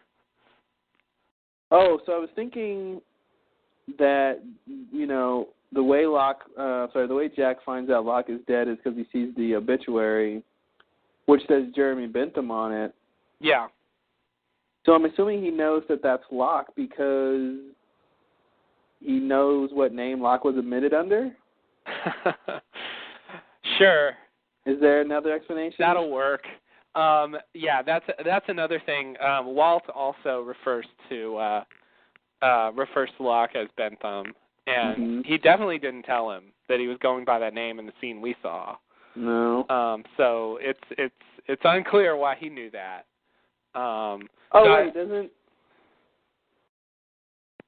Wait, who does Locke tell if you change your mind? Oh, that was Saeed? Yeah. He said if you change your mind, I'll be Jeremy Bentham, blah, blah, blah. Yes. Okay. He did tell Saeed that. Yeah, I'm thinking there's some meetings of other people that we're gonna see. Some other people need to meet after all this stuff with Locke visiting people. Yeah. Or there's just parts definitely in Kate's case, like they specifically left out certain parts of their conversation.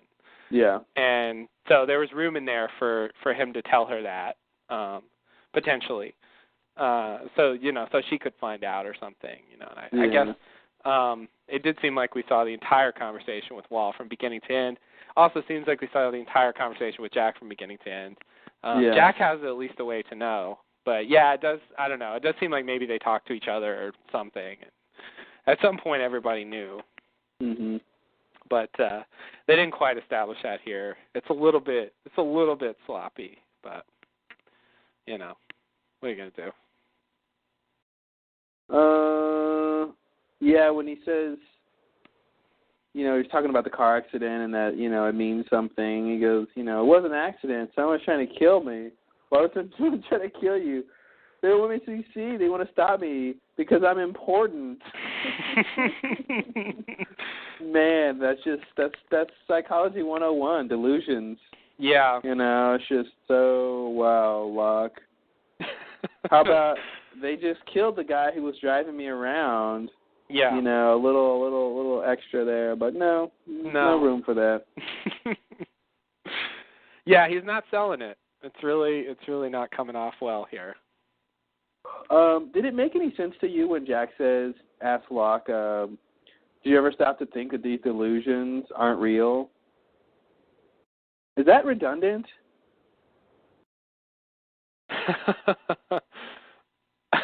Like, can delusions be real? Yeah, I think that probably is redundant. All right, just making sure. Yeah. Yeah, it seemed weird to me. Like, he could have just said, "Have you ever stopped to think that these are just illusions?" Mhm. Or that the notions that you're special aren't real. Yeah. Because a delusion is a false notion. Yeah. Pretty much. So, yeah, that was weird to me. Maybe you're just a lonely old man that crashed on an island. And see, that's the thing, though. you know, and it's Jack. What are you gonna do? But you know, don't forget about all the crazy stuff you've seen, Jack. Yeah, he does forget about that. Please don't forget. It's not just they didn't crash on Hawaii. You know, like right. they crashed on some crazy island. Yeah. Yeah. And Jack saw the island move, among other things. Jack did see the island move. After Locke said, "Watch what I'm going to do." Watch me. And he did it. So, yeah, Jack, I think Jack here is, I feel like part of the reason why he's the first one to go over is I think he is actively resisting those things. You know, he's specifically not letting himself think about those issues and really just trying to tell himself there's nothing weird going on here. This guy's just crazy. That's it. Yeah, and I think he's pissed. And he's pissed. He's pissed. I like how Jack comes off in this scene. He's pissed that Locke is back, that he's in his life again, that he has to deal with him. That you know, he wants to just get on and have a regular life, and now this guy comes back, and he's just inherently upset about that. Yeah. And you know what? Jack does cry a lot. It's great. I love it. But he's always tearing up. I gotta tell you. Yeah. He's a sensitive boy.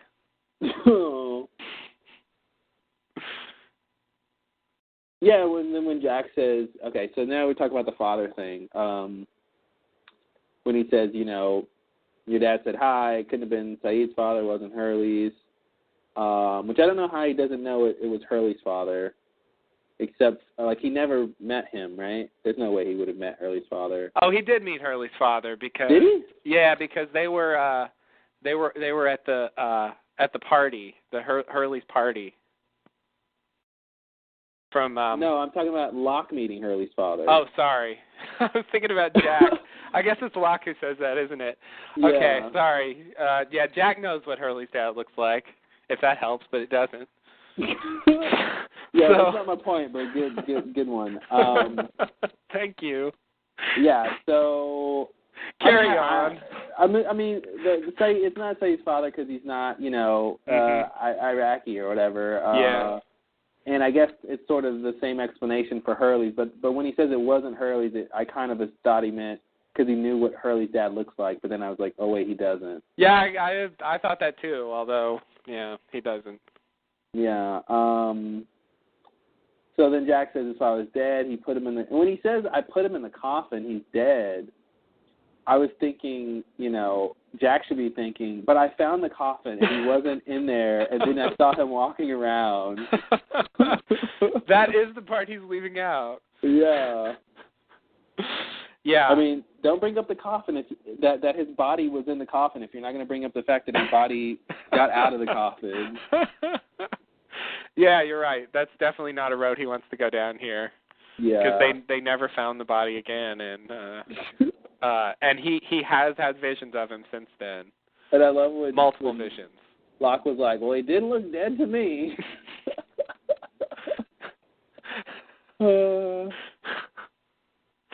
Yeah. As he was talking to me and holding a lantern. Right. Yeah.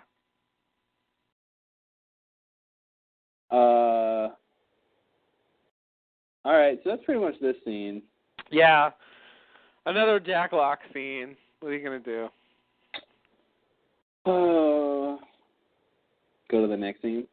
I think so. Okay. Next scene. This is a big one. This is the big one. Buckle up, everybody. This is a lot of stuff. So at the beginning of the scene, Locke's in a hotel room, and he's writing his note to Jack that we've seen.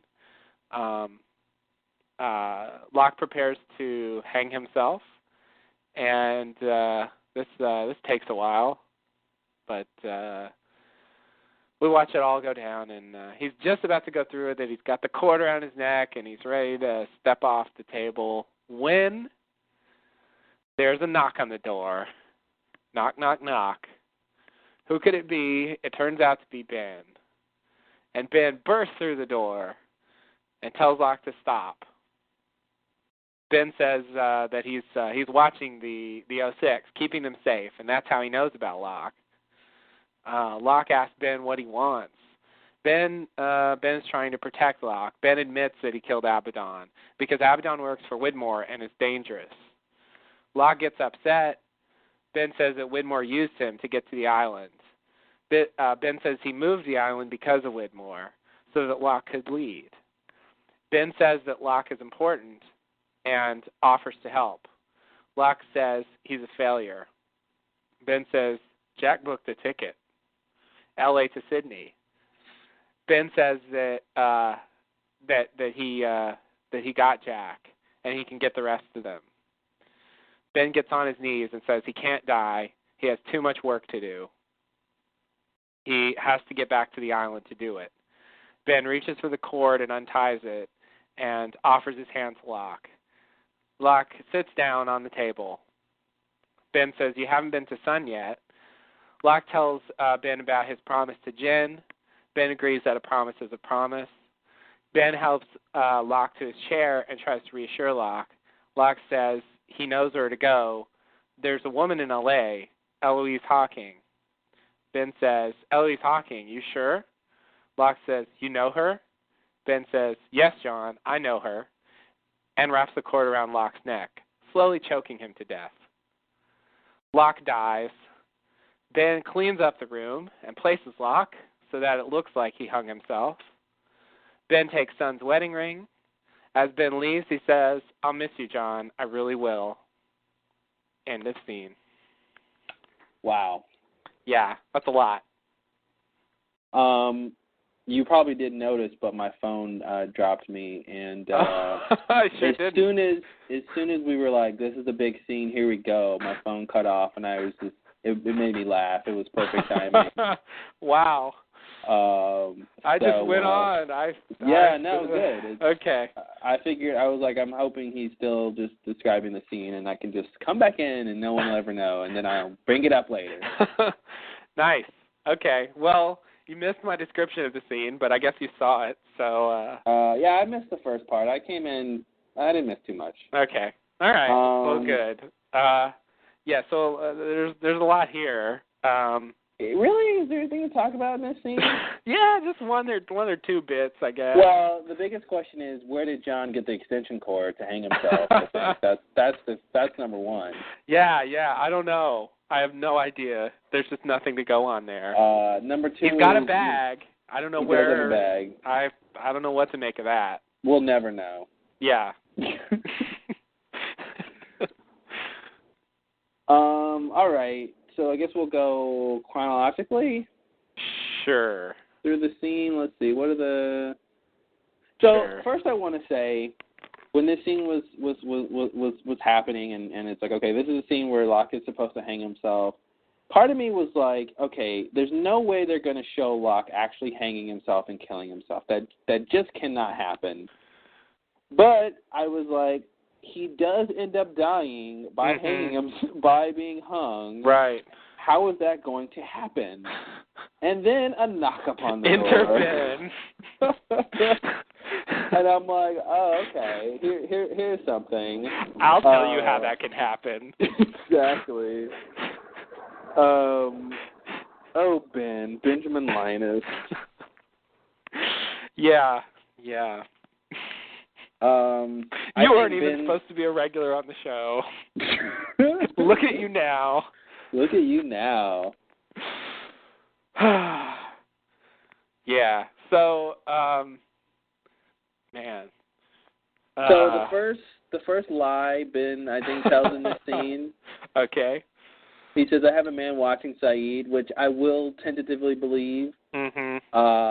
Keeping them safe. I don't buy that. You don't buy that. See, I think the way Ben lies, what works about how he lies is he tells a little bit of truth or a little bit of something believable, and then he throws an extra thing in there, which is supposed to make you like the thing that's true is he's got someone watching them. The extra bit that's a lie is keeping them safe. Yeah. You know, I see. And those two together means you'll buy the lie a little bit more, you know. What else is going on here? Then he says, I'm trying to protect you.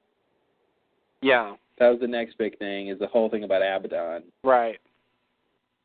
So do you think it was only a matter of time before Abaddon tried to kill Locke?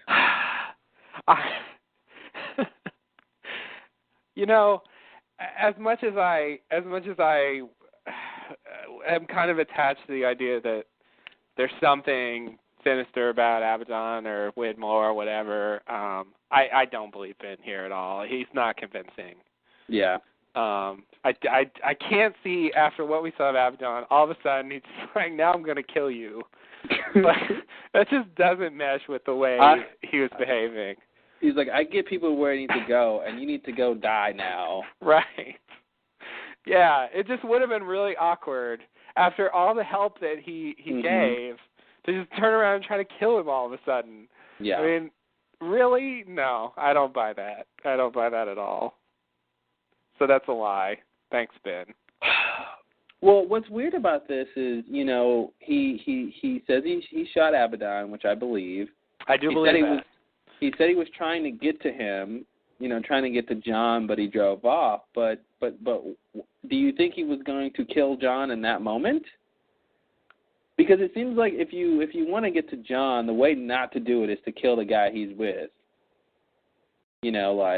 Seems like you would wait, kill Abaddon at another time, do something a little more subtle. Yeah. Wait till John is alone. Yeah, it is pretty. It is pretty over the top for Ben. He's usually more crafty than that.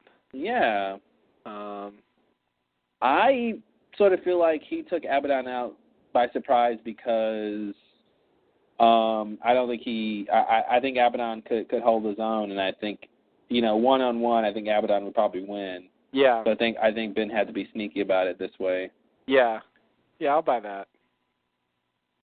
Now here's another thing. Do you think Ben thinks Widmore is really bad and dangerous, or does he only think that because he doesn't want what Widmore wants?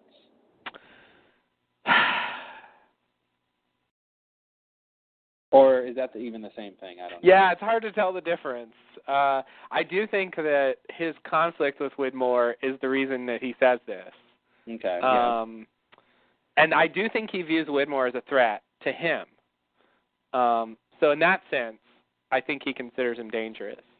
But does he consider him dangerous, broadly speaking, just in general, and not just as a threat to Ben himself?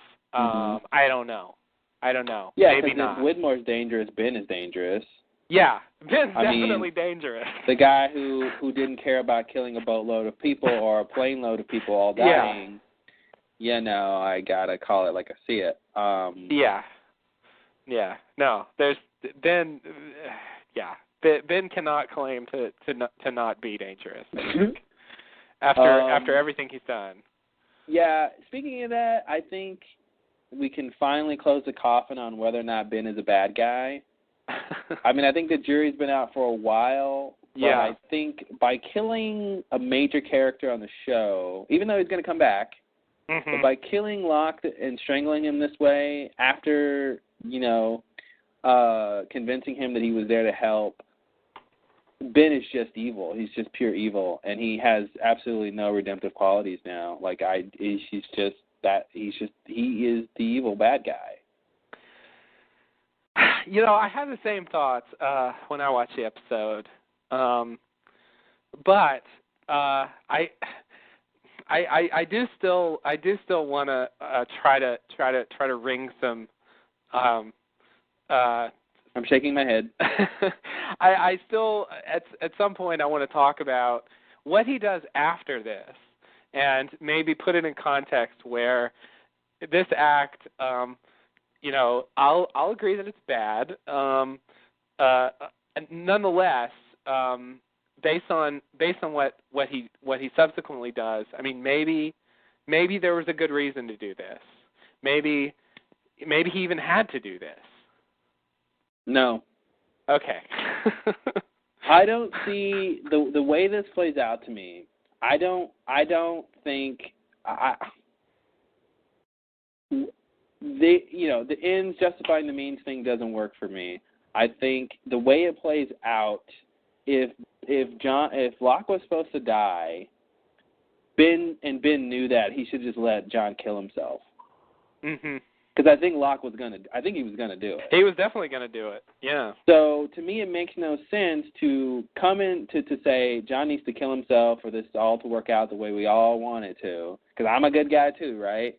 Mhm. And this is Ben talking, of course. Right. And so I'm gonna bust in, stop him from killing himself, convince him to trust me for the billionth time, and then betray that trust and then kill him.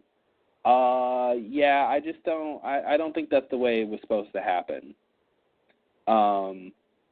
I think if Ben knew Locke was supposed to die, then he should have just let him kill himself. The way it comes off, Ben was malicious in killing him. Yes. And I don't, the whole thing before about, Ben doing bad things and, he's got a reason for it, and in the long run it'll make sense and it won't be that bad. I just don't buy that anymore. I just think he is an evil character, and I just don't see how what he wants as an ultimate goal is going to be, a good thing, for the island or for the Losties. I don't see that lining up, and if they manage to line it up, then fine. But at this point, he is just the lowest, most evil character I've seen in a very long time, and I don't know what he could possibly do to make me like him again. Obviously, I like his character as he's a good evil character, but in terms of sympathizing with his cause or with his plans, I just can't. Mm-hmm. You can't kill Locke and expect me to like you. As much as I complain about Locke, you just can't. You cannot kill Locke and say you did it for any good reason. Because it's definitely not the way it comes off at this point. Yes. I agree. So I kind of want to go through some of these lines. Yeah. Let's go through some of this stuff. So the thing about Widmore and Abaddon, and he was going to kill you when Widmore's dangerous, I can agree that that's more or less lying. Mm-hmm. We'll just go through each line and say lie or true. True or false. Okay, then there's this next part. He used you. He waited till you showed up so you could help him get to the island. Charles Widmore is the reason I moved the island, so that he could never find it again, to keep him away so that you could lead. You can't do this. If anything happens to you, you have no idea how important you are. Let me help you. Okay. I actually believe that sentence. Okay, here, and this I think this goes back to my point about how Ben gets away with his lies. Is I think some of it is truth and some of it is not. And when you lump it all together, it seems believable. Yeah. I think there is some discrepancy. I think the first question is, why did Christian want the island to be moved?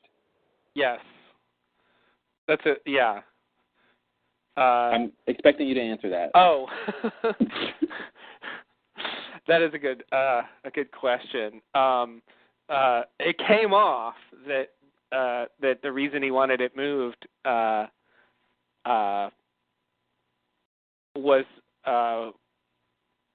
well, now I don't even know what to say.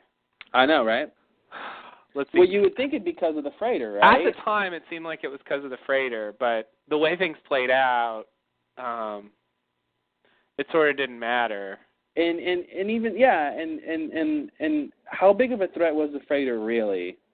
I mean, all you really had was the C4 and then Kimi's team. Yeah. The C4 never even got to the island. Yeah. And then Kimi's team, Smokey didn't do much, but if it wanted to, it should have been able to really thrash and kill them. Definitely. So the reason to move the island, I think, is still up in the air, especially considering, I would want to say the whole point, like I said before, was to get Ben off the island, but, Now, I do think that Ben didn't want Widmore to find the island.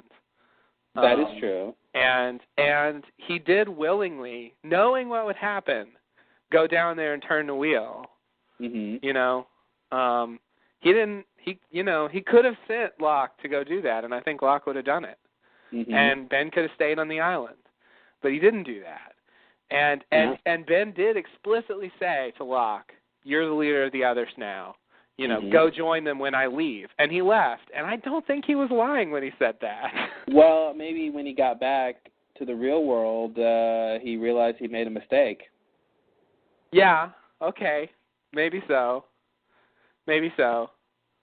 But he didn't, he had his chance there to send Locke away, to trick him into leaving, like Widmore talks about, and he doesn't. Mm-hmm. And why not? What was Ben thinking there? Yeah, I think the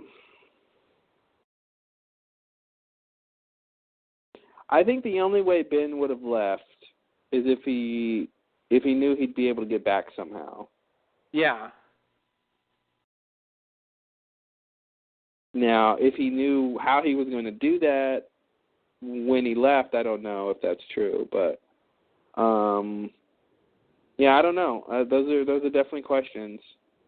I mean, it starts with why did the island need to be moved, and then the second thing is why did Ben think, why did he decide to be the one to move it? Yeah.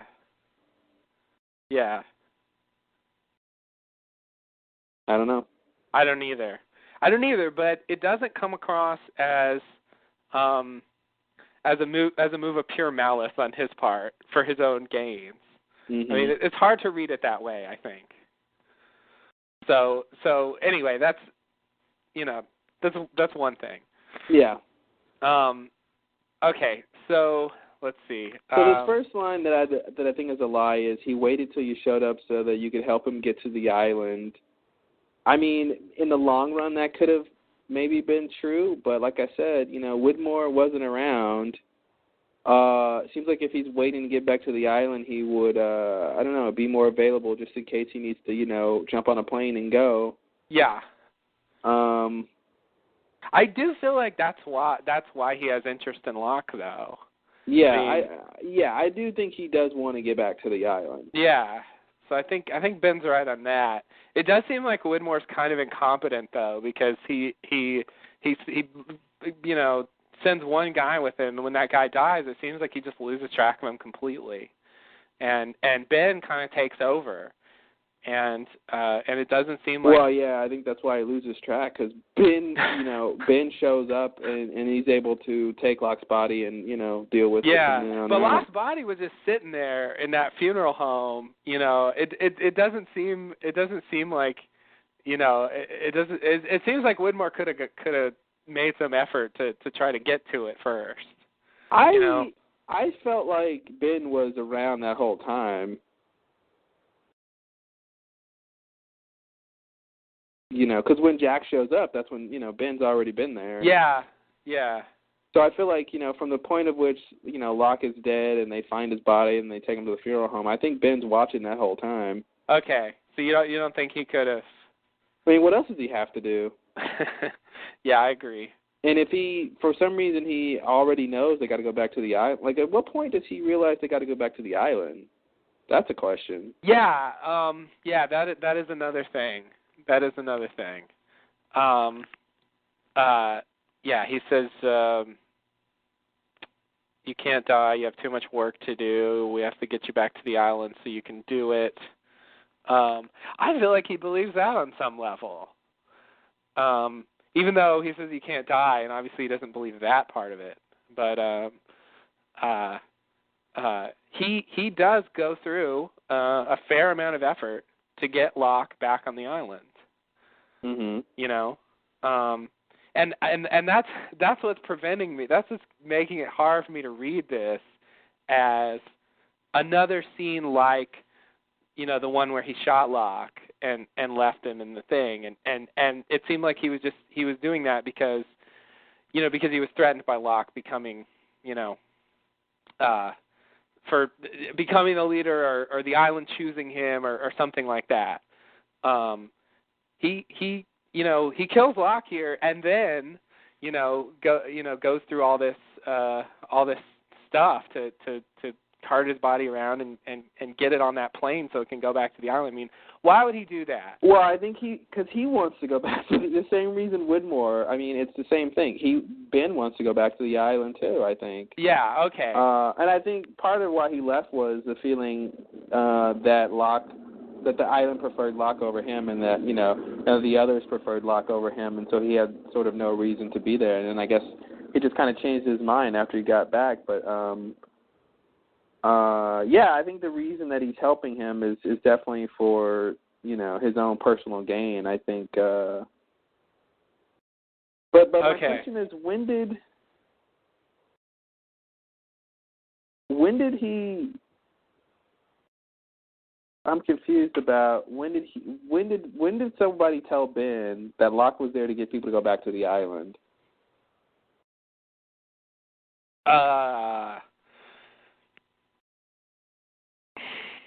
Or did Ben just say, like, okay, now that you're here, Locke, we need to get you back to the island?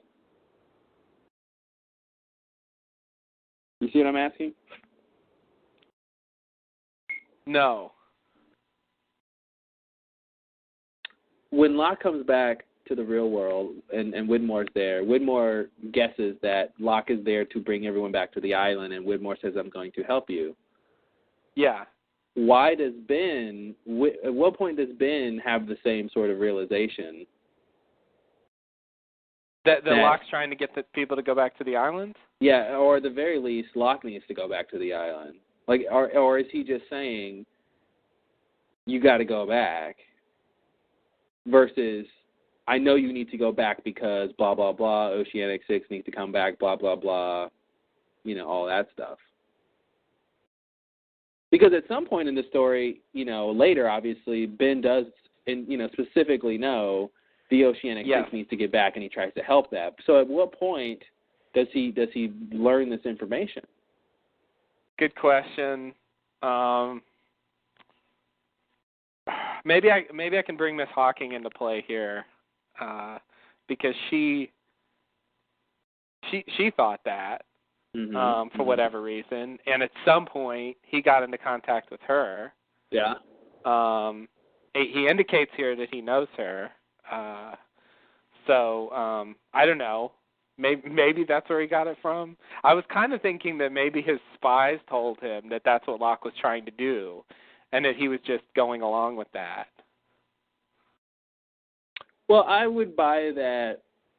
I'll buy that if his spies, if he's got somebody watching everyone and he knows Locke has been to all of them, then maybe he can, do like Widmore did and assume that's what he's doing.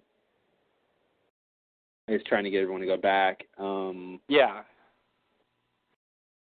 But this line, you've got to go back to the island so you can, do all this much work you have to do. I just wonder, would he have said that if John wasn't trying to go back to the island? Like, if Locke was like, no, whatever. Yeah, see, okay, because Ben talks about Jack booking a ticket in the previous bit. So he's, like, checking up on him. And so I do think he knows what Locke's trying to do. Okay. Because he checks up on Jack to report back to Locke that that he's had some impact. Oh, didn't Locke say he was a failure at some point and he couldn't convince any of them or something like that? Oh, yeah, he does say that. Scene? He says that right before Ben says Jack booked the ticket. Mm-hmm. I couldn't get a single one of them to come back with me. Okay. Yeah, so that's where it is. That's why Ben says that line then, we got to get you back to the island, because Locke has already said what he's trying to do, so Ben uses that against him to convince him. And yeah. Okay, that makes sense. I was just trying to figure out where he heard that. Okay. I do think he probably already knew, but yeah. But now he got to, Locke got to hand it to him, basically. Right, yeah. Yeah, he didn't have to work for it. Because Locke basically said, I'm not a good leader. I couldn't convince any of them. And then Ben says, you convinced one of them, and now you need to come back to the island so you can lead. It gives him exactly what he wants to hear. Yeah, it is. He does that. like, you can't die. You have too much work to do. Well, why did you try to kill him before then? You know, that's the thing. Like, Ben just can't be telling the truth. He cannot have positive motivations when he tried to kill Locke. I mean, and even if, like, Ben knew the island wouldn't let Locke die or something, I mean, that still doesn't justify it, you know. Yeah. Yeah. And when he says you haven't even been to Sun yet, I mean, that definitely was letting us know that how much Ben was following John. Yeah. Yeah.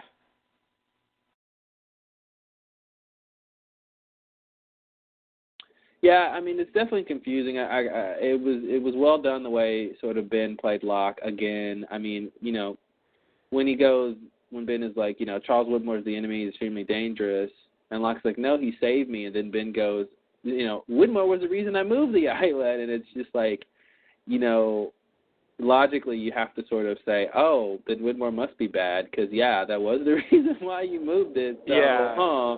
So it definitely is confusing, you know, and in Locke's already fragile mental state, you know. Right. It was pretty interesting. Yeah, I mean, Ben did give Locke a whole lecture about how Widmore was evil and he was going to come exploit the island. And I guess Locke just, you know, Widmore's personal, I don't know, charisma convinced him otherwise. And he's like, no, Widmore's good. What are you talking about? Oh, all that stuff, whatever. The line about Jack booking the plane ticket and whatever he said to him, it worked. That comes off weird to me because, I mean, obviously we know what Jack is doing, you know, why he booked the ticket. Yeah. But it just comes off weird that Locke would immediately understand that. Like, I came to Jack to try to get him to come back to the island with me, and then later he books a ticket to Sydney and right back. So I'm supposed to automatically assume he's hoping that the plane will crash, so he can get back to the island. Even though you know what I mean. Like, that's weird to me that Locke would make that connection that quickly. Yeah. Once again, it really seems like they've just seen what happened, and so they know what that's supposed to mean. Because it was clear to me immediately. I was like, oh, there, he's doing that thing he was doing. I know what that means, so they know what it means. Yeah, see, when I hear lines, I don't know, I take them on their own and try to, I don't know, you know, put myself in the, I guess, the shoes of the person who's listening, and I'm just like, Locke shouldn't know what Jack is doing right offhand, you know. Yeah. And that, and also that's a sign that it worked, you know. Yeah. They could have had Ben spell it out, I guess. They definitely could have had him spell it out, you know. I mean, it's time saving for the audience, I guess. Yeah. Yeah.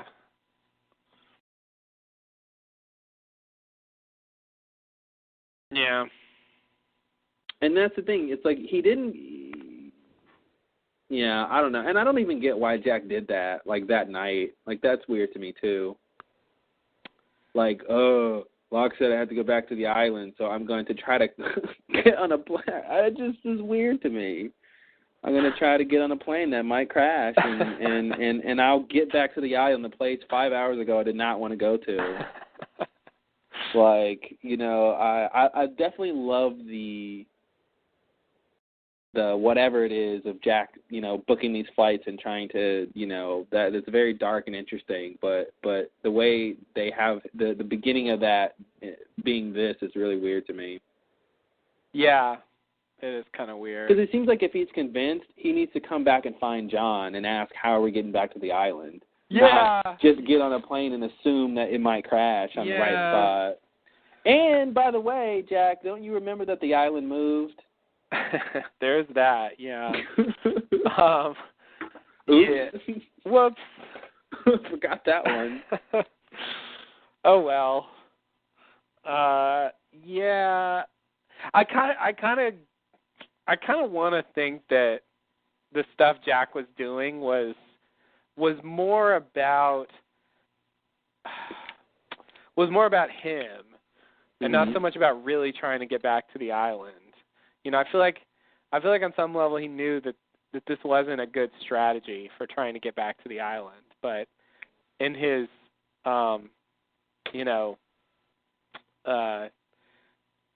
extremely depressed state, he was just doing this as some kind of weird way to. Yeah, that's basically the only thing he could do. Yeah, which I'll buy, but like his extremely depressed state started that night. Apparently. I mean, he's got the beard going on, so I'm assuming he's sort of transitioning into this, like he's feeling depressed already or something. Yeah. But yeah, and on the other hand, I didn't believe Ben when he said that Jack had bought a ticket. I see. I was like, you're lying. It's always a fair thing to say. I don't think he's lying, but he could be lying. Yeah, I mean, the fact that Jack does do this later, you know, I still think Ben could be lying. Ben could just be making a good guess about what Jack would do. Because he knows him, because he read his file. Because he read his file. Oh. I brought that back. Yes, I did. They haven't talked about the files in a while. Oh, I know man. who you are, because I read your file. I know exactly what you're capable of. Yeah, you'll never do this, and you'll always do that. Colleen was so sure, but oh my goodness. Don't underestimate Miss Kwan. Oh, yeah. Because if she hears a noise, she might accidentally pull the trigger and shoot your ass. Yes, because she's very scary. She's easily frightened, so watch out. That's right. Yeah, oh, Colleen. Oh, Colleen. What a weird plot that was. I don't know what they were doing there. Colleen and Pickett, match made in heaven. Oh, yeah. Both of them. Anyway. So we got some more here. Yeah, so this ending bit where he says, I know where to go. There's a woman here in Los Angeles. And Ben says a woman, and Locke says, yeah, I don't know exactly where, but she shouldn't be that hard to find. Her name is Eloise Hawking. And then he says, Eloise Hawking, you sure? And he says, yeah, why? Do you know her? And he says, yes, I know her. And then he chokes him. Yeah, so that brings me to the one line that I thought was a clear Ben telling the truth is, yes, John, I know her. I definitely think he's telling the truth about that. I agree. I do think he's telling the truth there. It comes across like this sets him off. Totally. And I have like a few questions about this. Well, I think it ties back into the thing we kind of skipped over is the Jen thing. Mm-hmm. I think that's where it started, was Ben realizing Jen was alive. I think he was really surprised by that, and I think he started trying to figure out and piece together what that meant and the implications of that. And then, I don't know what conclusion he came to, of course. And then the topping was this Eloise Hawking thing. I get the sense Ben is trying to play this balancing act. He's trying to play this game of balancing, like, he needs to use Locke to get to, or wants to use Locke to manipulate him to get certain things out of him, to get to a certain place. And he's always trying to hedge his bets against what Locke knows, what he's capable of, and things like that. And I think, Locke made two mistakes.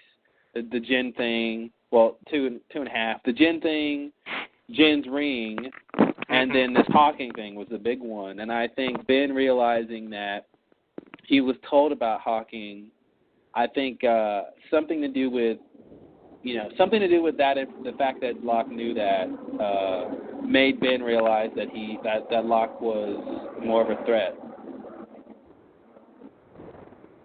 Okay. In that sort of balancing game he's playing, of how much can he get away with just manipulating Locke to his own his own advances. But I think once he realized that, it's either something like the only way Locke would have known about Hawking is if Christian told him or Jacob told him, or something where knowing this name, obviously that's tied into who she is and what she's capable of, or what she knows, was such a big deal that he had to kill him.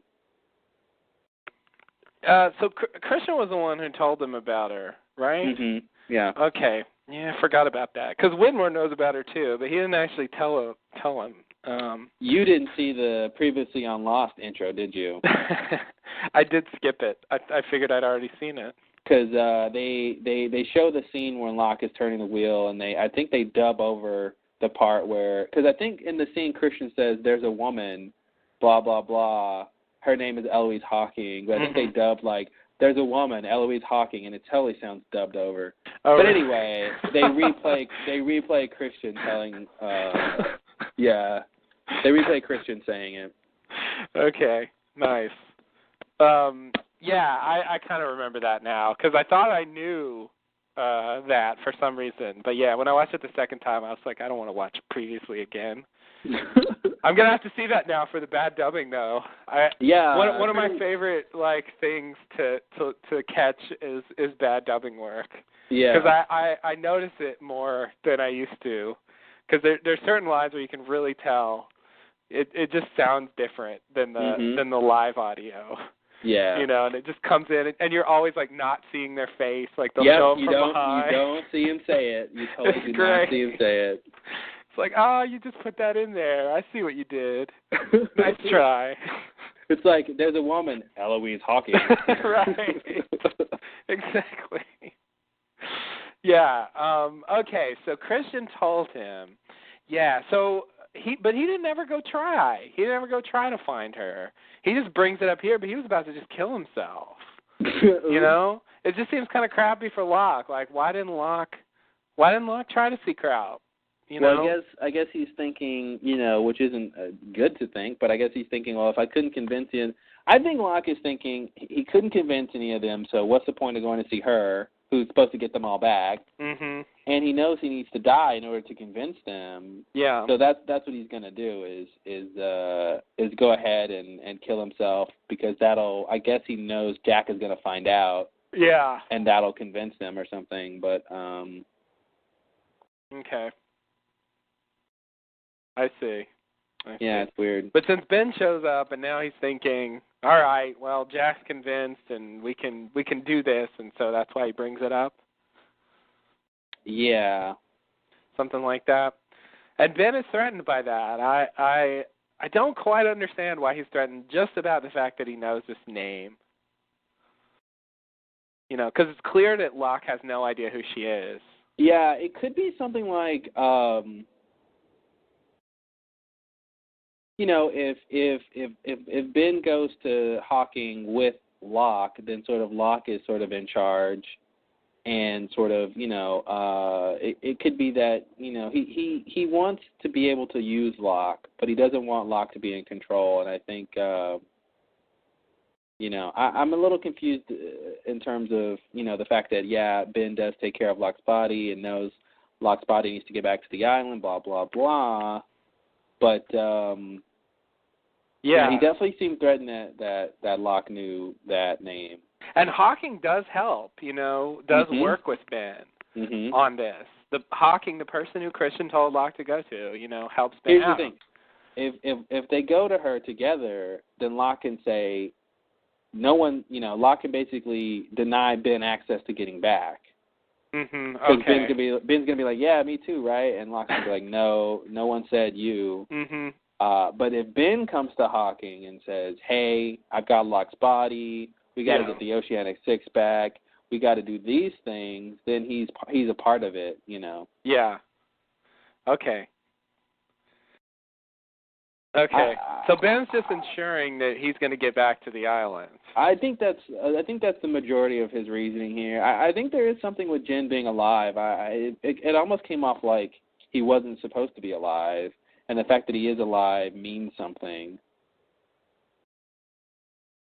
Yeah, that's weird. I didn't think much of that. I guess I thought that part was just loose end tying because they had to have Locke transfer the ring to him. Mm-hmm. And so they had to bring that up to make that work. So I didn't think it was a big deal. I guess I just sort of brushed that off. But just look at the scene again. When I mean, it could have just been how they played it off, but when he says Jen is alive and how Ben looks, he seems like that. To me, he seems really surprised. And well, why would he really care if it didn't mean anything, other than the fact that he was alive? Yeah, it does seem surprising. I guess I also kind of thought that he's just immediately thinking about how he can use that information, which is exactly what he does. Yeah. To get Sun to get I love when Locke says, I promised Jen I wouldn't tell her he was alive. And he gave me the wedding ring to prove it, and Ben's like, a promise is a promise. And what he didn't finish saying was, a promise is a promise. And what is a promise? Something I don't care about keeping. Yeah, I guess that's one of those statements that doesn't... Yeah. A promise is a promise, and I don't care about promises. Yeah, it doesn't mean anything. Yeah. It's like, blue is blue. Yeah, that's true. Yeah. Way to go, Ben. Way to go. A promise is a promise. Cut to Ben. Hey, son. Jen's alive. You got to go. Yeah. Here's the proof. Jen's going to be pissed. Jen's going to be pissed when he sees Son. Yeah. Yeah, he will. And then he'll be happy. He'll be happy, too, though. Yeah, it'll be a happy pissed. Yeah. He'll be pissed at Locke, though. Yeah. Which will be weird. Locke won't be around, though. Well, here's the thing is, here's a question. Will Locke ever will there ever be a scene where Jen understands how Son came to find this out and that it wasn't Locke's fault? That it was Ben, I don't know. I don't know. I can't imagine, but maybe. Yeah. That seems like a fine detail to really go back to. But maybe they will. Maybe somehow he'll come to learn that Locke kept his promise. Because a promise is a promise. That's and right. Ben didn't keep the promise because a promise is a promise. That's right. Yeah.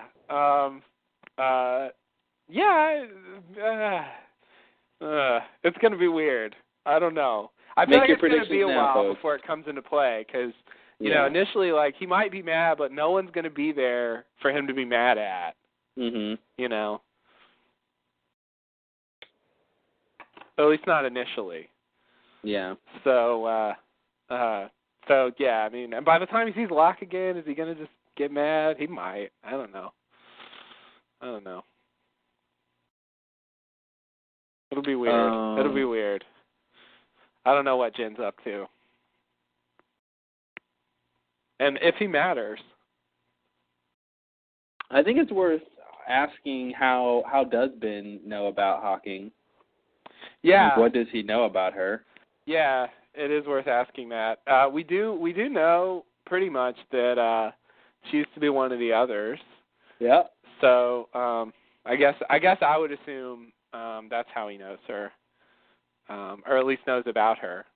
I don't know when she left, but you know, if she was once a part of the others, then you know, there's at least. I mean, Richard knew her, so you know, at the very least, you know, Richard knew Ben, Richard knew her. Could have found out from Richard. And here's a question that I mean, I guess could be possible. Like somehow when Ben found out about Hawking, that somehow he realized, well, if Miss Hawking is involved, then that means that, you know, blah, blah, blah, we're going to have to recreate the plane crash, which means blah, blah, blah. Someone needs to, be the dead body, blah, blah, blah, which means Locke needs to be the dead body, which means I need to kill him now. Yeah. Is Ben smart enough to think all of that and, like, like a half of a second? Well, he's pretty clever. I don't know. That is a stretch, but I do kind of want to read that this way. I for the time being, I want to somehow believe that he thinks he needs to kill Locke for a reason that isn't 100% selfish. And okay, since you say that, here's my question to you though. Okay. Why not kill Locke and then take his body immediately? Why let him sit there, have the maid find him, have it be a whole official thing, go to the funeral home? Why go through all of that? Well, at this point, he has to do that because of what they've written before. But you're really asking, practically, why does he do that? Why does he fake the suicide and all that instead of just taking the body straight away? Mm-hmm. Or why not take John wherever he thinks he needs to go and kill him there, and then kill him somewhere else?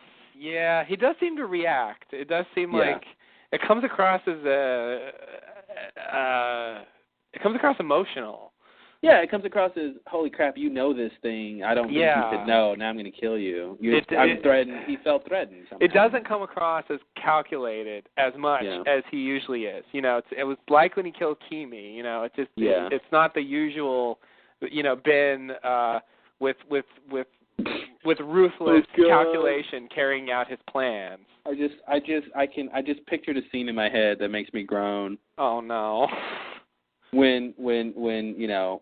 This is tying into what we'll see later, but you know, when Ben and Locke talk again, Locke's gonna be, why'd you kill me? Ben's gonna be like, I guess I overreacted.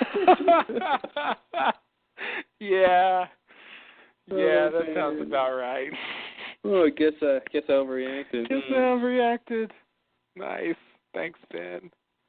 And I don't know, how mad can Locke be? He is still alive, right? Like, you know, at a certain point, it's like, I killed you, but you're here, so big whoop. Yeah. Oh, man. Wait, when did he say that originally? When was the... I guess overreacted? Yeah. Oh, when, I think that's when he was trying to brainwash Carl, right? Ah, that's right. Yeah, that's why he locked up Carl. Yeah, he locked up Carl. Yeah. All of that whole and brainwashed craziness. Him. All that whole craziness because he didn't want her to get pregnant. That's right. Okay, that was. I forgot about that whole thing. Oh man, what a. Oh man, God, way to go, Ben. Yeah, so it feels like it's that side of Ben here. Yeah, definitely. And so, yeah, there's something about Hawking, and I don't know. I don't quite get it. He does leave and say, you know, I'll miss you, John. I really will. To no one. He's the only one there. I do think he means that. Would he just lie to know if Ben's alone and no one's there to hear his lie? If Ben makes a statement and no one's around to hear, is the statement a lie? Yeah, pretty much. I honestly, first of all, Michael Emerson, great delivery on that. The look on his face is just, I don't know what. But yeah. I feel like part of me thinks he is just lying. Part of me thinks here's two sides to it. Okay. I think the truth is he will miss him in the sense that I think he liked manipulating John. Yeah. I think he liked a lot of the bad stuff he did to him. So I think he will miss him in that sense. Like, I think he's lying that he will miss him in any sort of sincere, honest way. But I also do think he would, like, he is such a liar, so, like, he's just so compelled to lie that he would just, like to me, that's the icing on the cake, is that you just killed this guy, and then, after these years of lying, and then, I'll miss you, I really will. I feel like he's almost compelled to do that. Mm-hmm. So I don't think he's going to miss him in any sincere way. If there's any truth to it, I think it's not a good a good missing of John. Okay, he'll just miss him in the sense that he'll miss making him throw dishes against the wall. Because what sort of personality or I'm sorry, like relationship did they really have that he would miss? You know what I mean? Yeah. Yeah. The connection that they had was one of, manipulator, manipulatee, and I just don't. I mean, what could he possibly miss about John besides, crappy stuff? So I just don't see that being a sincere statement. Yeah. Okay. All right. And here's the thing. If he killed him knowing he's going to be resurrected or anything like that, then why would he say this line? Good point. You know, this seems to me like Ben should be thinking John is dead. Yeah. Forever, Yeah. Otherwise, the line should be, "I'll miss you, John, but I'll see you soon," or something. Like something weird like that. And he doesn't say that. Yeah, that's true. So maybe Ben doesn't know John's going to be resurrected. Yeah, maybe not. I guess I thought he did know that, but yeah, maybe he just thinks he needs to be on the plane so they can recreate the conditions and all that, but he doesn't know exactly what the outcome is going to be. Yeah.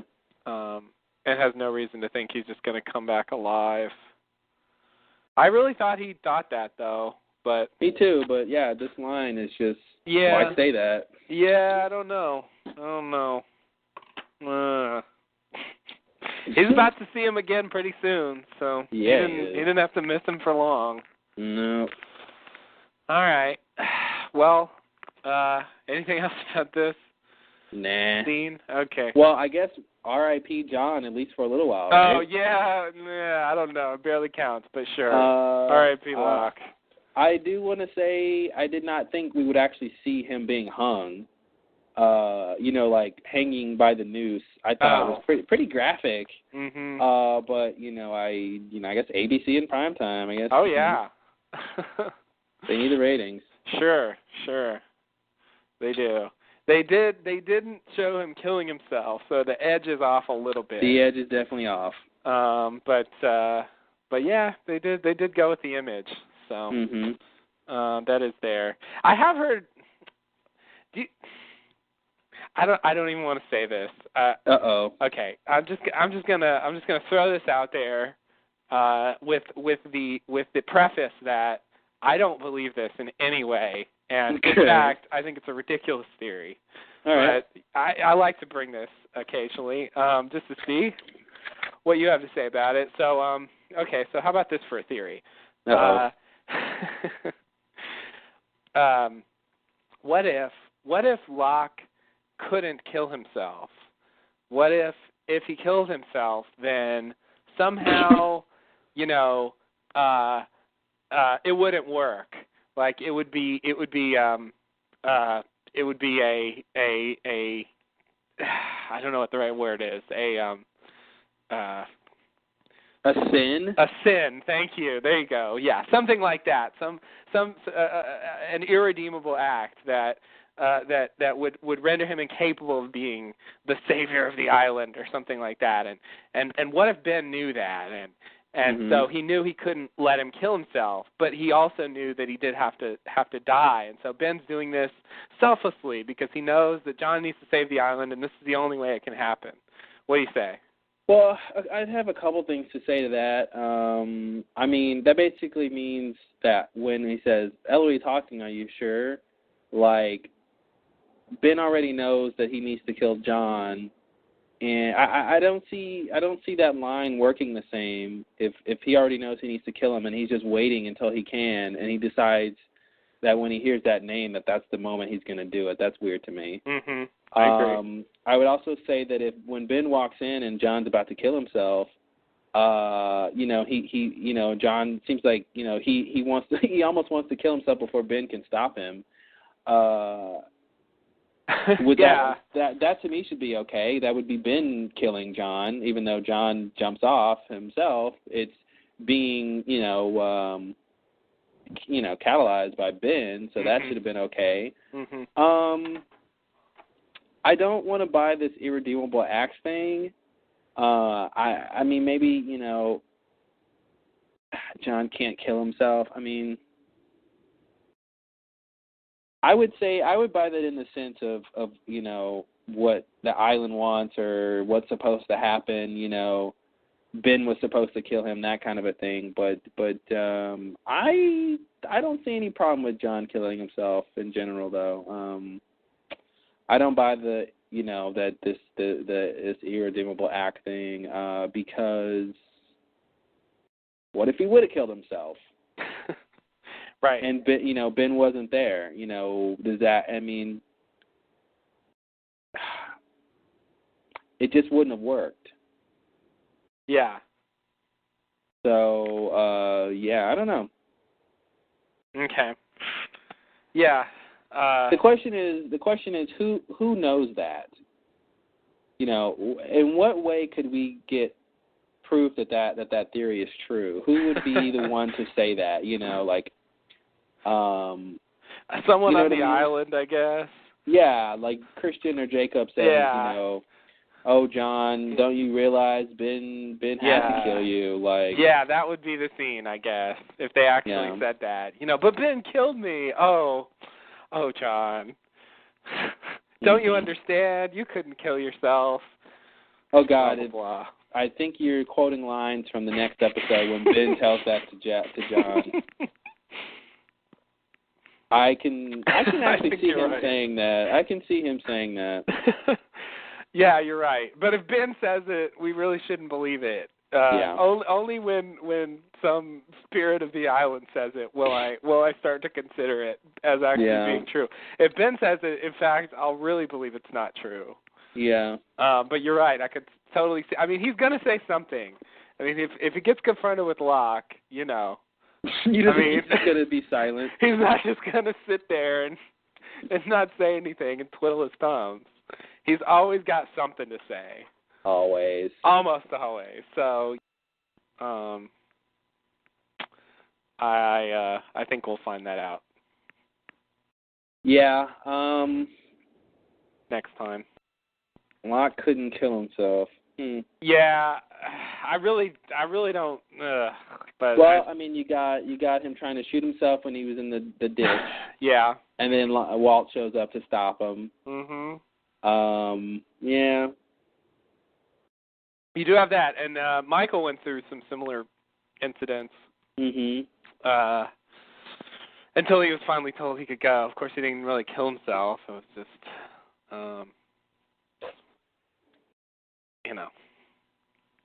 he was just killed. Yeah, but I mean, yeah. So couldn't Christian, if say Ben wasn't going to be around? I know we're speaking hypotheticals, which makes no sense in a show where everything that happens is supposed to happen, except for the stuff that isn't supposed to happen. Right. But I mean, if Ben wasn't there to stop Locke, couldn't Christian have come in and said, hey, don't do this. This is not what I meant, or this is not what Richard meant when he said you have to die and all that. Yeah. You know what I mean? I guess I'm trying to say the universe would have corrected itself. Mhm. And John would have died anyway. Yeah. Somehow. I want to bring up a little minor point of when Ben is cleaning up the evidence in this room. Uh-oh. I just, I'm thinking to myself, if anyone decides that, this murder scene, this suicide scene seems a little suspicious, taking the extension cord, doing a little chemical analysis, seeing that it has cleaning fluid on it. The conference is scheduled to be broken down automatically in 5 minutes. To extend the time by 60 minutes, press star 8. And he wipes things down, and he did a good job in cleaning up after himself, except for the evidence that he left that someone cleaned up after themselves. I see. And even the fact that he broke the door down. I mean, he broke. He busted through the door. I don't know how he fixed any damage there. Yeah. So I don't know. I was just thinking about that. That if someone, that's the thing. I don't think anyone would care to investigate. But if they did, because there was a suicide note already there, which Ben lucked out on. Yeah. All that. So. Yeah, that's the thing. It does look very convincing, and so maybe he's just counting on them not investigating. But it does seem like they could find out, but it works. And another thing is, how did Ben get Locke back up on the table with the noose on his neck? I mean, Locke's a big guy, and Ben is not. Yeah, they conveniently left that scene They didn't out. show us that part. Yeah, that's a good. Yeah, I don't know. I didn't even think about that. That probably would have been tough. Yeah. Maybe that's why they didn't show it. Yeah, I don't see it happening, frankly. Yeah, fair enough. I have a hard time seeing it happening. I have a picture in my head of what it would look like, and it's ridiculous. So yeah. Yeah, he just did it somehow. Much like when Ethan carried Charlie and Claire all by himself. Oh, God. The others just have extraordinary strength. That's what it is. That's it. Yeah. That's the answer. Yeah, I forgot about that. They're super strong. I used to believe that, and then I stopped. But yeah, let's just bring that back. The others are all, they're superhumans. Yep. I'll buy it. We just don't see it very often.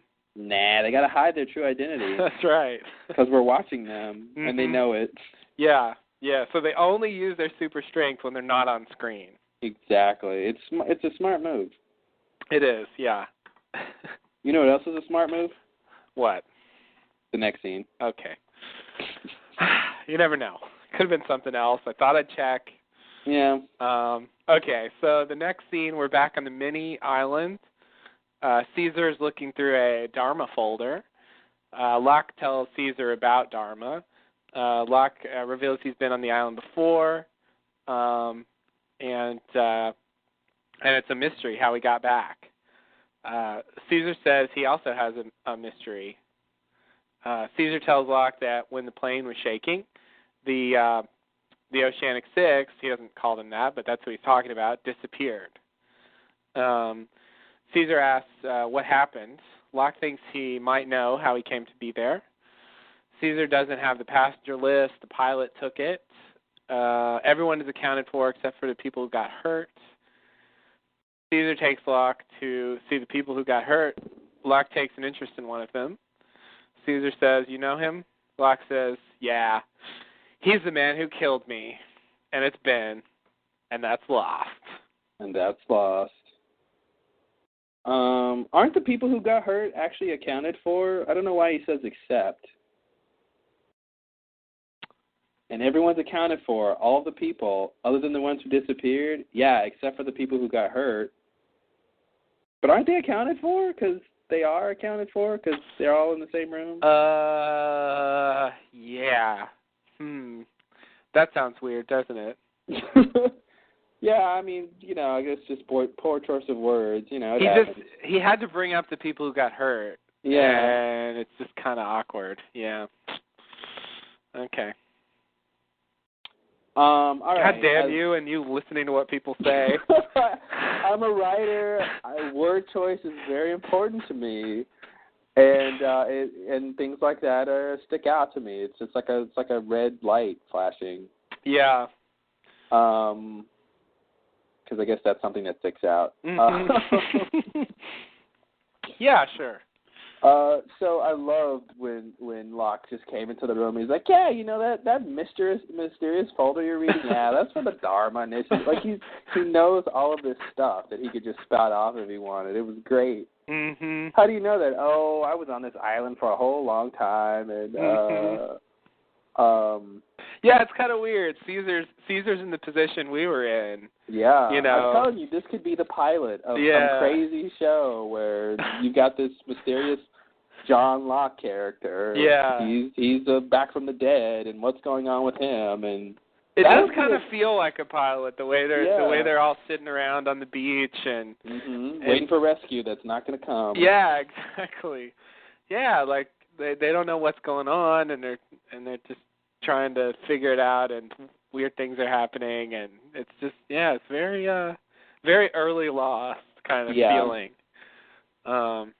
Because they haven't got to the point where they can just like brush off the Dharma initiative and all that. No, they got to figure it out. So that's kind of weird. It's kind of weird. I'm still half wondering if there's something going on with Caesar. Right. I don't know what could possibly be. I mean, he seems fine, but like, I don't know. If anything, I would say Widmore was responsible for him being on that plane, but I don't see at this point what Widmore would gain from that. Yeah. And but that's the only reason. I mean, other than that, who else could know about this flight? Yeah, you're this right. Was gonna happen? Okay. I didn't. For some reason, I want to blame Widmore for everything, but I didn't think of that. Yeah, that's okay. That's what I'll go with. Maybe. I don't necessarily think that's true, but I feel like it's at least possible. There's maybe a little more to him than he was just some random person on the plane. Yeah. I don't know. I mean, unless he's got some strange new motive that we couldn't guess. I can't guess any bad motive for him. Mhm.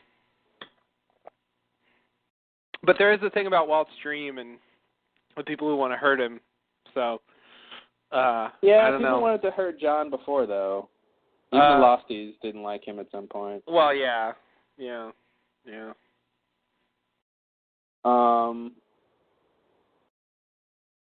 I meant to mention that, and I'm not a gun expert, but right. That we do see that Caesar has that little, I guess it was like a shotgun or something that he finds, and then later we or should I say before we saw a group of people firing at Juliet and Sawyer and all those guys in the outrigger race. So maybe that's the gun he was firing with. If Caesar was the one who was on the other outrigger. I see. Yeah. I didn't think about that. Just the fact that they kind of could have been that could have been a setup for that. Right. It does seem like that's a setup for something. The fact that they took the time to show him getting it and show him concealing it. Mhm. Yeah, I could see that. I mean, that's the thing. If I was a gun expert, I could say, well, the shots that we heard in that scene, that could come from a gun like this, but I don't really know. Yeah, I don't have a clue. Actually, I did read someone say that that's not possible, that this gun shouldn't do what that gun did. It didn't seem like, it seemed like they were shooting with a rifle versus a shotgun, but, Yeah. That's just what I learned in, gun expert school. Right. But I'm not a gun expert. I didn't graduate. Mm-hmm. I see. So I can't officially say it, but... Right. But I did go ahead and put it on my business card. Okay. Well, good. At least you got something out of it. I got a free gun. Yeah, there you go. Free gun with every registration. So. Nice. Yeah. What else is going on in this scene? Well, I don't know. Ben's back, of course, and Ben didn't go with the rest of them, which makes sense. By the rest of them, I mean, the 06. He wasn't a part of that, but once he wakes up, it's going to be weird. I think the tone of the camp's going to change a bit once Ben's in action. They should do themselves a favor and kill him now. Yeah. I was expecting Locke, when Caesar says, "Do you know him?" and I wanted Locke to say something like, "This is the most dangerous man you'll ever meet in your entire life." Yeah. He will lie, and just when you think he's done lying, he will lie some more. Rousseau, you were so right about him. He really did lie a long time. I had a thing when Caesar says that he was sitting on a plane next to a really big guy with curly hair. Mm-hmm. It made me think maybe that's where Hurley got his nickname from. Hurley? Curly Hurley. Curly Hugo, and Hurley and Hugo and Curly, you get Hurley. Right. I see. Yeah, Hugo. Yes. I understand. I can't say it, but I get it.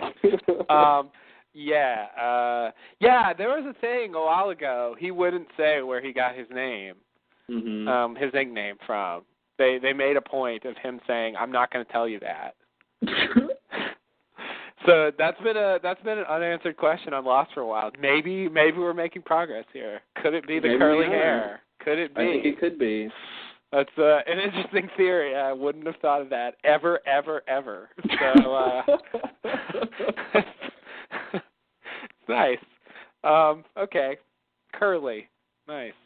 All right. Hugo Curly Hair Reyes. There you go. You shortened that to Hurley. Mhm. Because it was hard to say Hugo Curly Reyes. Yeah.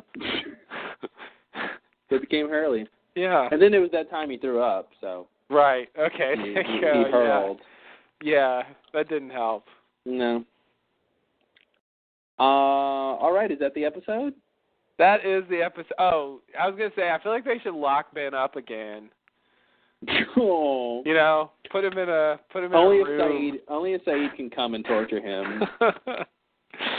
And then he can tell Locke stuff again, and then he can go through all that again. Yeah. I don't think that's going to happen, but I do think Locke should want to do something with Ben. I mean, he has every reason to believe Ben's a threat. Well, does he? Because I really feel like as much as I want Ben to wake up and Locke to just be like so pissed and mad and just be totally anti-Ben from here on out. Mm-hmm. I think Ben is gonna convince Locke that he did it for a reason. He's gonna be like, I don't know what. I know. That's actually this is probably one of the most anticipating scenes ever. Is the guy talking to his murderer after he's been resurrected. It doesn't happen a lot on TV. No. Yeah, that'll be weird. But I agree. That is what Ben will do, and I agree that it'll probably work. Yeah. Even though I really feel like Locke ought to learn at some point. But it probably won't be this soon because this is season 5. Maybe he won't learn to the end of season 6. Yeah, maybe in season 6, right in the last episode, he'll start to figure it out and really begin to maybe not trust Ben. But and the series finale after Ben is just mortally wounded Locke and Locke is dying again in the same ditch, and he's like, maybe I shouldn't have trusted Ben, and then lost. Yeah. Oh God. Yeah. Locke being murdered by Ben just wasn't enough.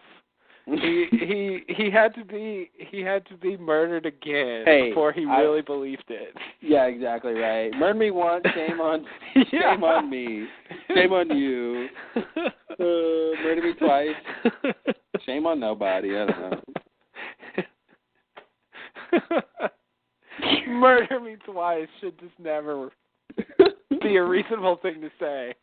But I will bring up the fact that, Locke didn't learn when his dad stole his kidney. He really didn't. He kept going back for more up until the very end. And even then, he still couldn't kill his dad. He had to send Sawyer in to do it. Yeah. I hope Locke at least gets physical with Ben. I think there needs to be some sort of physical exertion of his anger towards Ben. Yeah. Yeah, that'd be nice. Not that I like violence. I just think it would seem appropriate. It would. Jack's beat up Ben a few times. Oh, Jack taking a few shots. Yeah, he did. But Locke, Locke hasn't got much on Ben. What do you think is up with Ben? I mean, how hurt is he? Like, is he really hurt, or is he just sort of hurt from being previously hurt, before the plane crash? I didn't even think about that. He seemed all right, though. I mean, he seemed like he was healing. But that's the thing. Don't you think, if he was sort of conscious and not just sleeping or whatever's going on, if he wasn't really that hurt, that he would be up and about and getting out of there and doing stuff. Yeah, and, like, whatever. I mean, I think he's hurt now. I guess I was just saying, I feel like it's not from the previous injuries. So you think he was actually hurt in the crash? Yeah. Okay. Yeah. I think at least the crash made it worse. Mhm. You know, because he seemed perfectly okay on the plane. Yeah. Relatively, I mean, you know, scratched up and stuff, but. Yeah, well, that's what I was saying, because all we really see of him is the sort of scratches and stuff from before. Yeah. And I'm just wondering if he's got some new real injury, or if he's just kind of laying there and they think he's really hurt because he looks like that. Yeah. Yeah, I could buy that. But I kind of feel like he was hurt, but maybe not. You never know with him. He would do that. He would just lay there for 3 days and not say a word or some ridiculous. If he thought it would be good, he would totally do that. Yeah, I would buy it.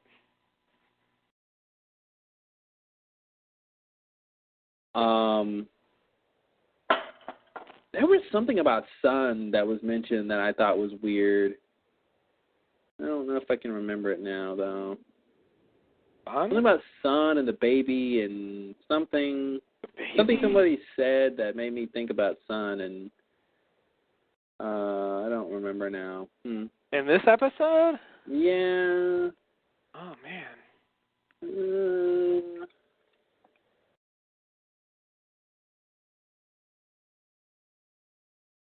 I don't know. I think it looks like her name was mentioned once. Oh, no, maybe it was something else. Okay.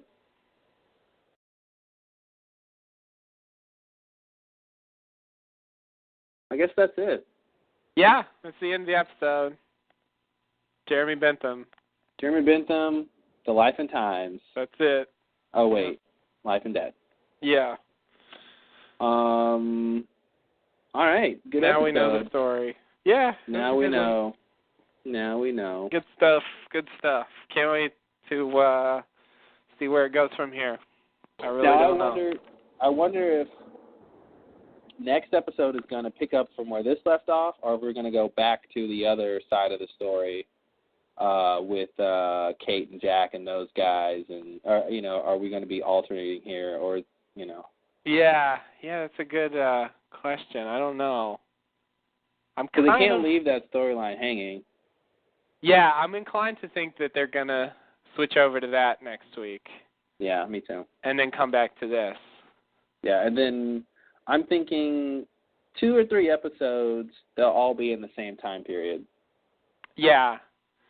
2 or 3, you think? I feel like maybe it'll take a little longer than that. But really? I agree that it won't be that long. Yeah, I don't even... I want to say more like 4 or 5. Really? Yeah. What's there to do for these people, though, for that long? Oh, I don't even know. I don't know what they're going to do. That's the thing. I don't know what they have to do being separated. It seems like Jack and Hurley and Kate and the Jin and Dan and Dharma. It seems like there's stuff there for them to do. I could see that going on for a while. Locke's part of the story, I don't know. But once Ben wakes up, I feel like things will start happening. Yeah. He usually has a way of not just sitting around doing nothing. So I think I can't quite imagine how it's going to work. But yeah, maybe they will. I don't know. I have no idea. But I do feel like it'll be a little bit before they get back together. I wonder what the season finale is going to be about. Yeah, me too. What the big conflict is, what the big crisis is going to be. Yeah, it's really not clear.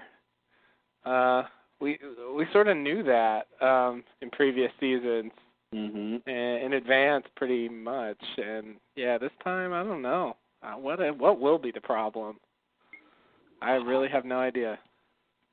I'm going to assume that at the end of the season is when everyone finally gets back who's supposed to be back. And they're going to have to deal with the repercussions of that, whatever that is. Well, aren't they already back? No, there's a ton of people who haven't come back yet. Who didn't come back? Saeed's not back. What's his name? Walt isn't back. Saeed was on the plane. I mean, I bet Saeed. Oh, what am I saying? Saeed is back. Yeah. Wait, Saeed. who's left then? I thought they. Oh, Desmond. They got everybody. Oh, well, Desmond. okay. Desmond, yeah. There were other people who need to come back besides, because they didn't get everyone on the plane. It was, I thought they were missing like 3 people. I mean, they got the Oceanic Six except Aaron. And besides that, yeah, I mean, Desmond, Walt, sure. I guess I didn't necessarily think they had to come back, but maybe they do. Yeah. The island's not done with Desmond yet, apparently. So I think he will go back, whether he has to or not. Yeah. Who? I guess they did get. Oh, I guess I was just thinking of that of when Ben brings everyone there and they're not all there, but they do all end up on the plane. Yeah. Yeah, that's what I was thinking about. Okay, I see. Yeah. I guess this will have to do until later when we get everyone we need. Yeah, I mean, they were really just there for the tutorial. I mean, it wasn't.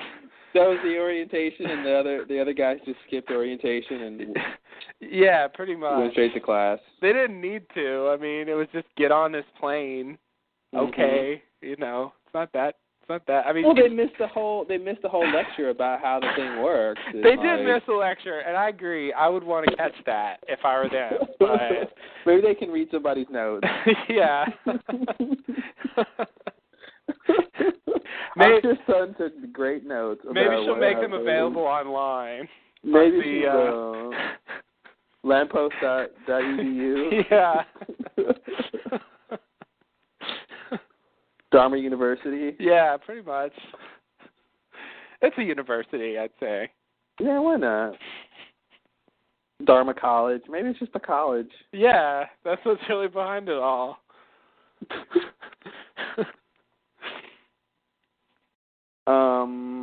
All right, well. Yeah. I think that's all for us. Pretty much it. We went through it. There you go. Enjoy. Great. Thanks for listening again, guys. We are in the middle of a pretty great season, I think. Crazy shit. At the very least, season 5 will not be forgettable. No. Definitely not forgettable. Unlike other seasons, I'm looking at you, season 3. Ouch. Oh, man. Season 3 had its moments, but it also it had its moments. It also had a bad streak.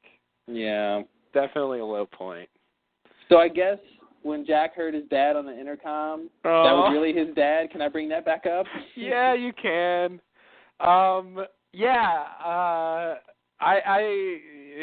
Maybe we're supposed to believe that. I don't know. That's something that they can say now. Mm-hmm. That they meant to do. I'm not 100% convinced that they really had that in mind at the time. Yeah. But we can certainly read it that way now, if we want. Let it go, Jack. God. I was obsessed with that at the time. I really thought that was a big deal.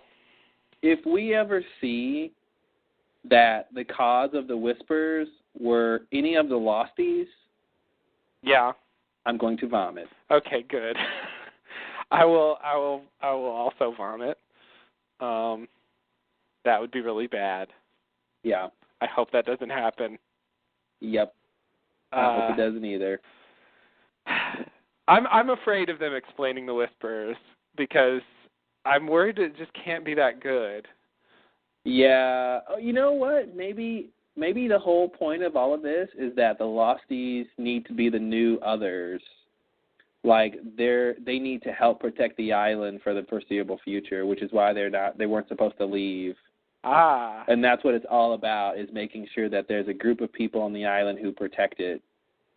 I see. Yeah, I can see him doing that. That sounds plausible. Yeah, lame. Lame, but plausible.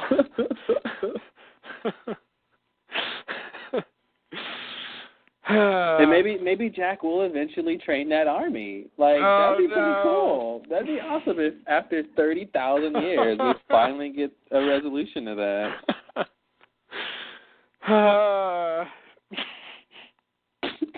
You want to know how long it'll take, Jack? I think it'll 3 seasons. Exactly 3 seasons.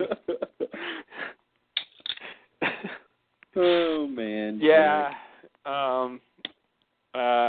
Yeah, that would be crazy if he actually trains an army. If there's really a war, I don't know. Yeah. I guess fight a war without an army, right? I guess that could happen. There's a war coming. Oh God. Fucking lost. I don't know what you're doing. They don't know what they're doing either. We'll see. But I agree. It's definitely good, and it's hard to say that nothing's going on. Yeah, don't ever say that. And I mean, I only say that because it was easy to say that at various points in the past. Yeah, totally. There were periods of time where nothing was going on.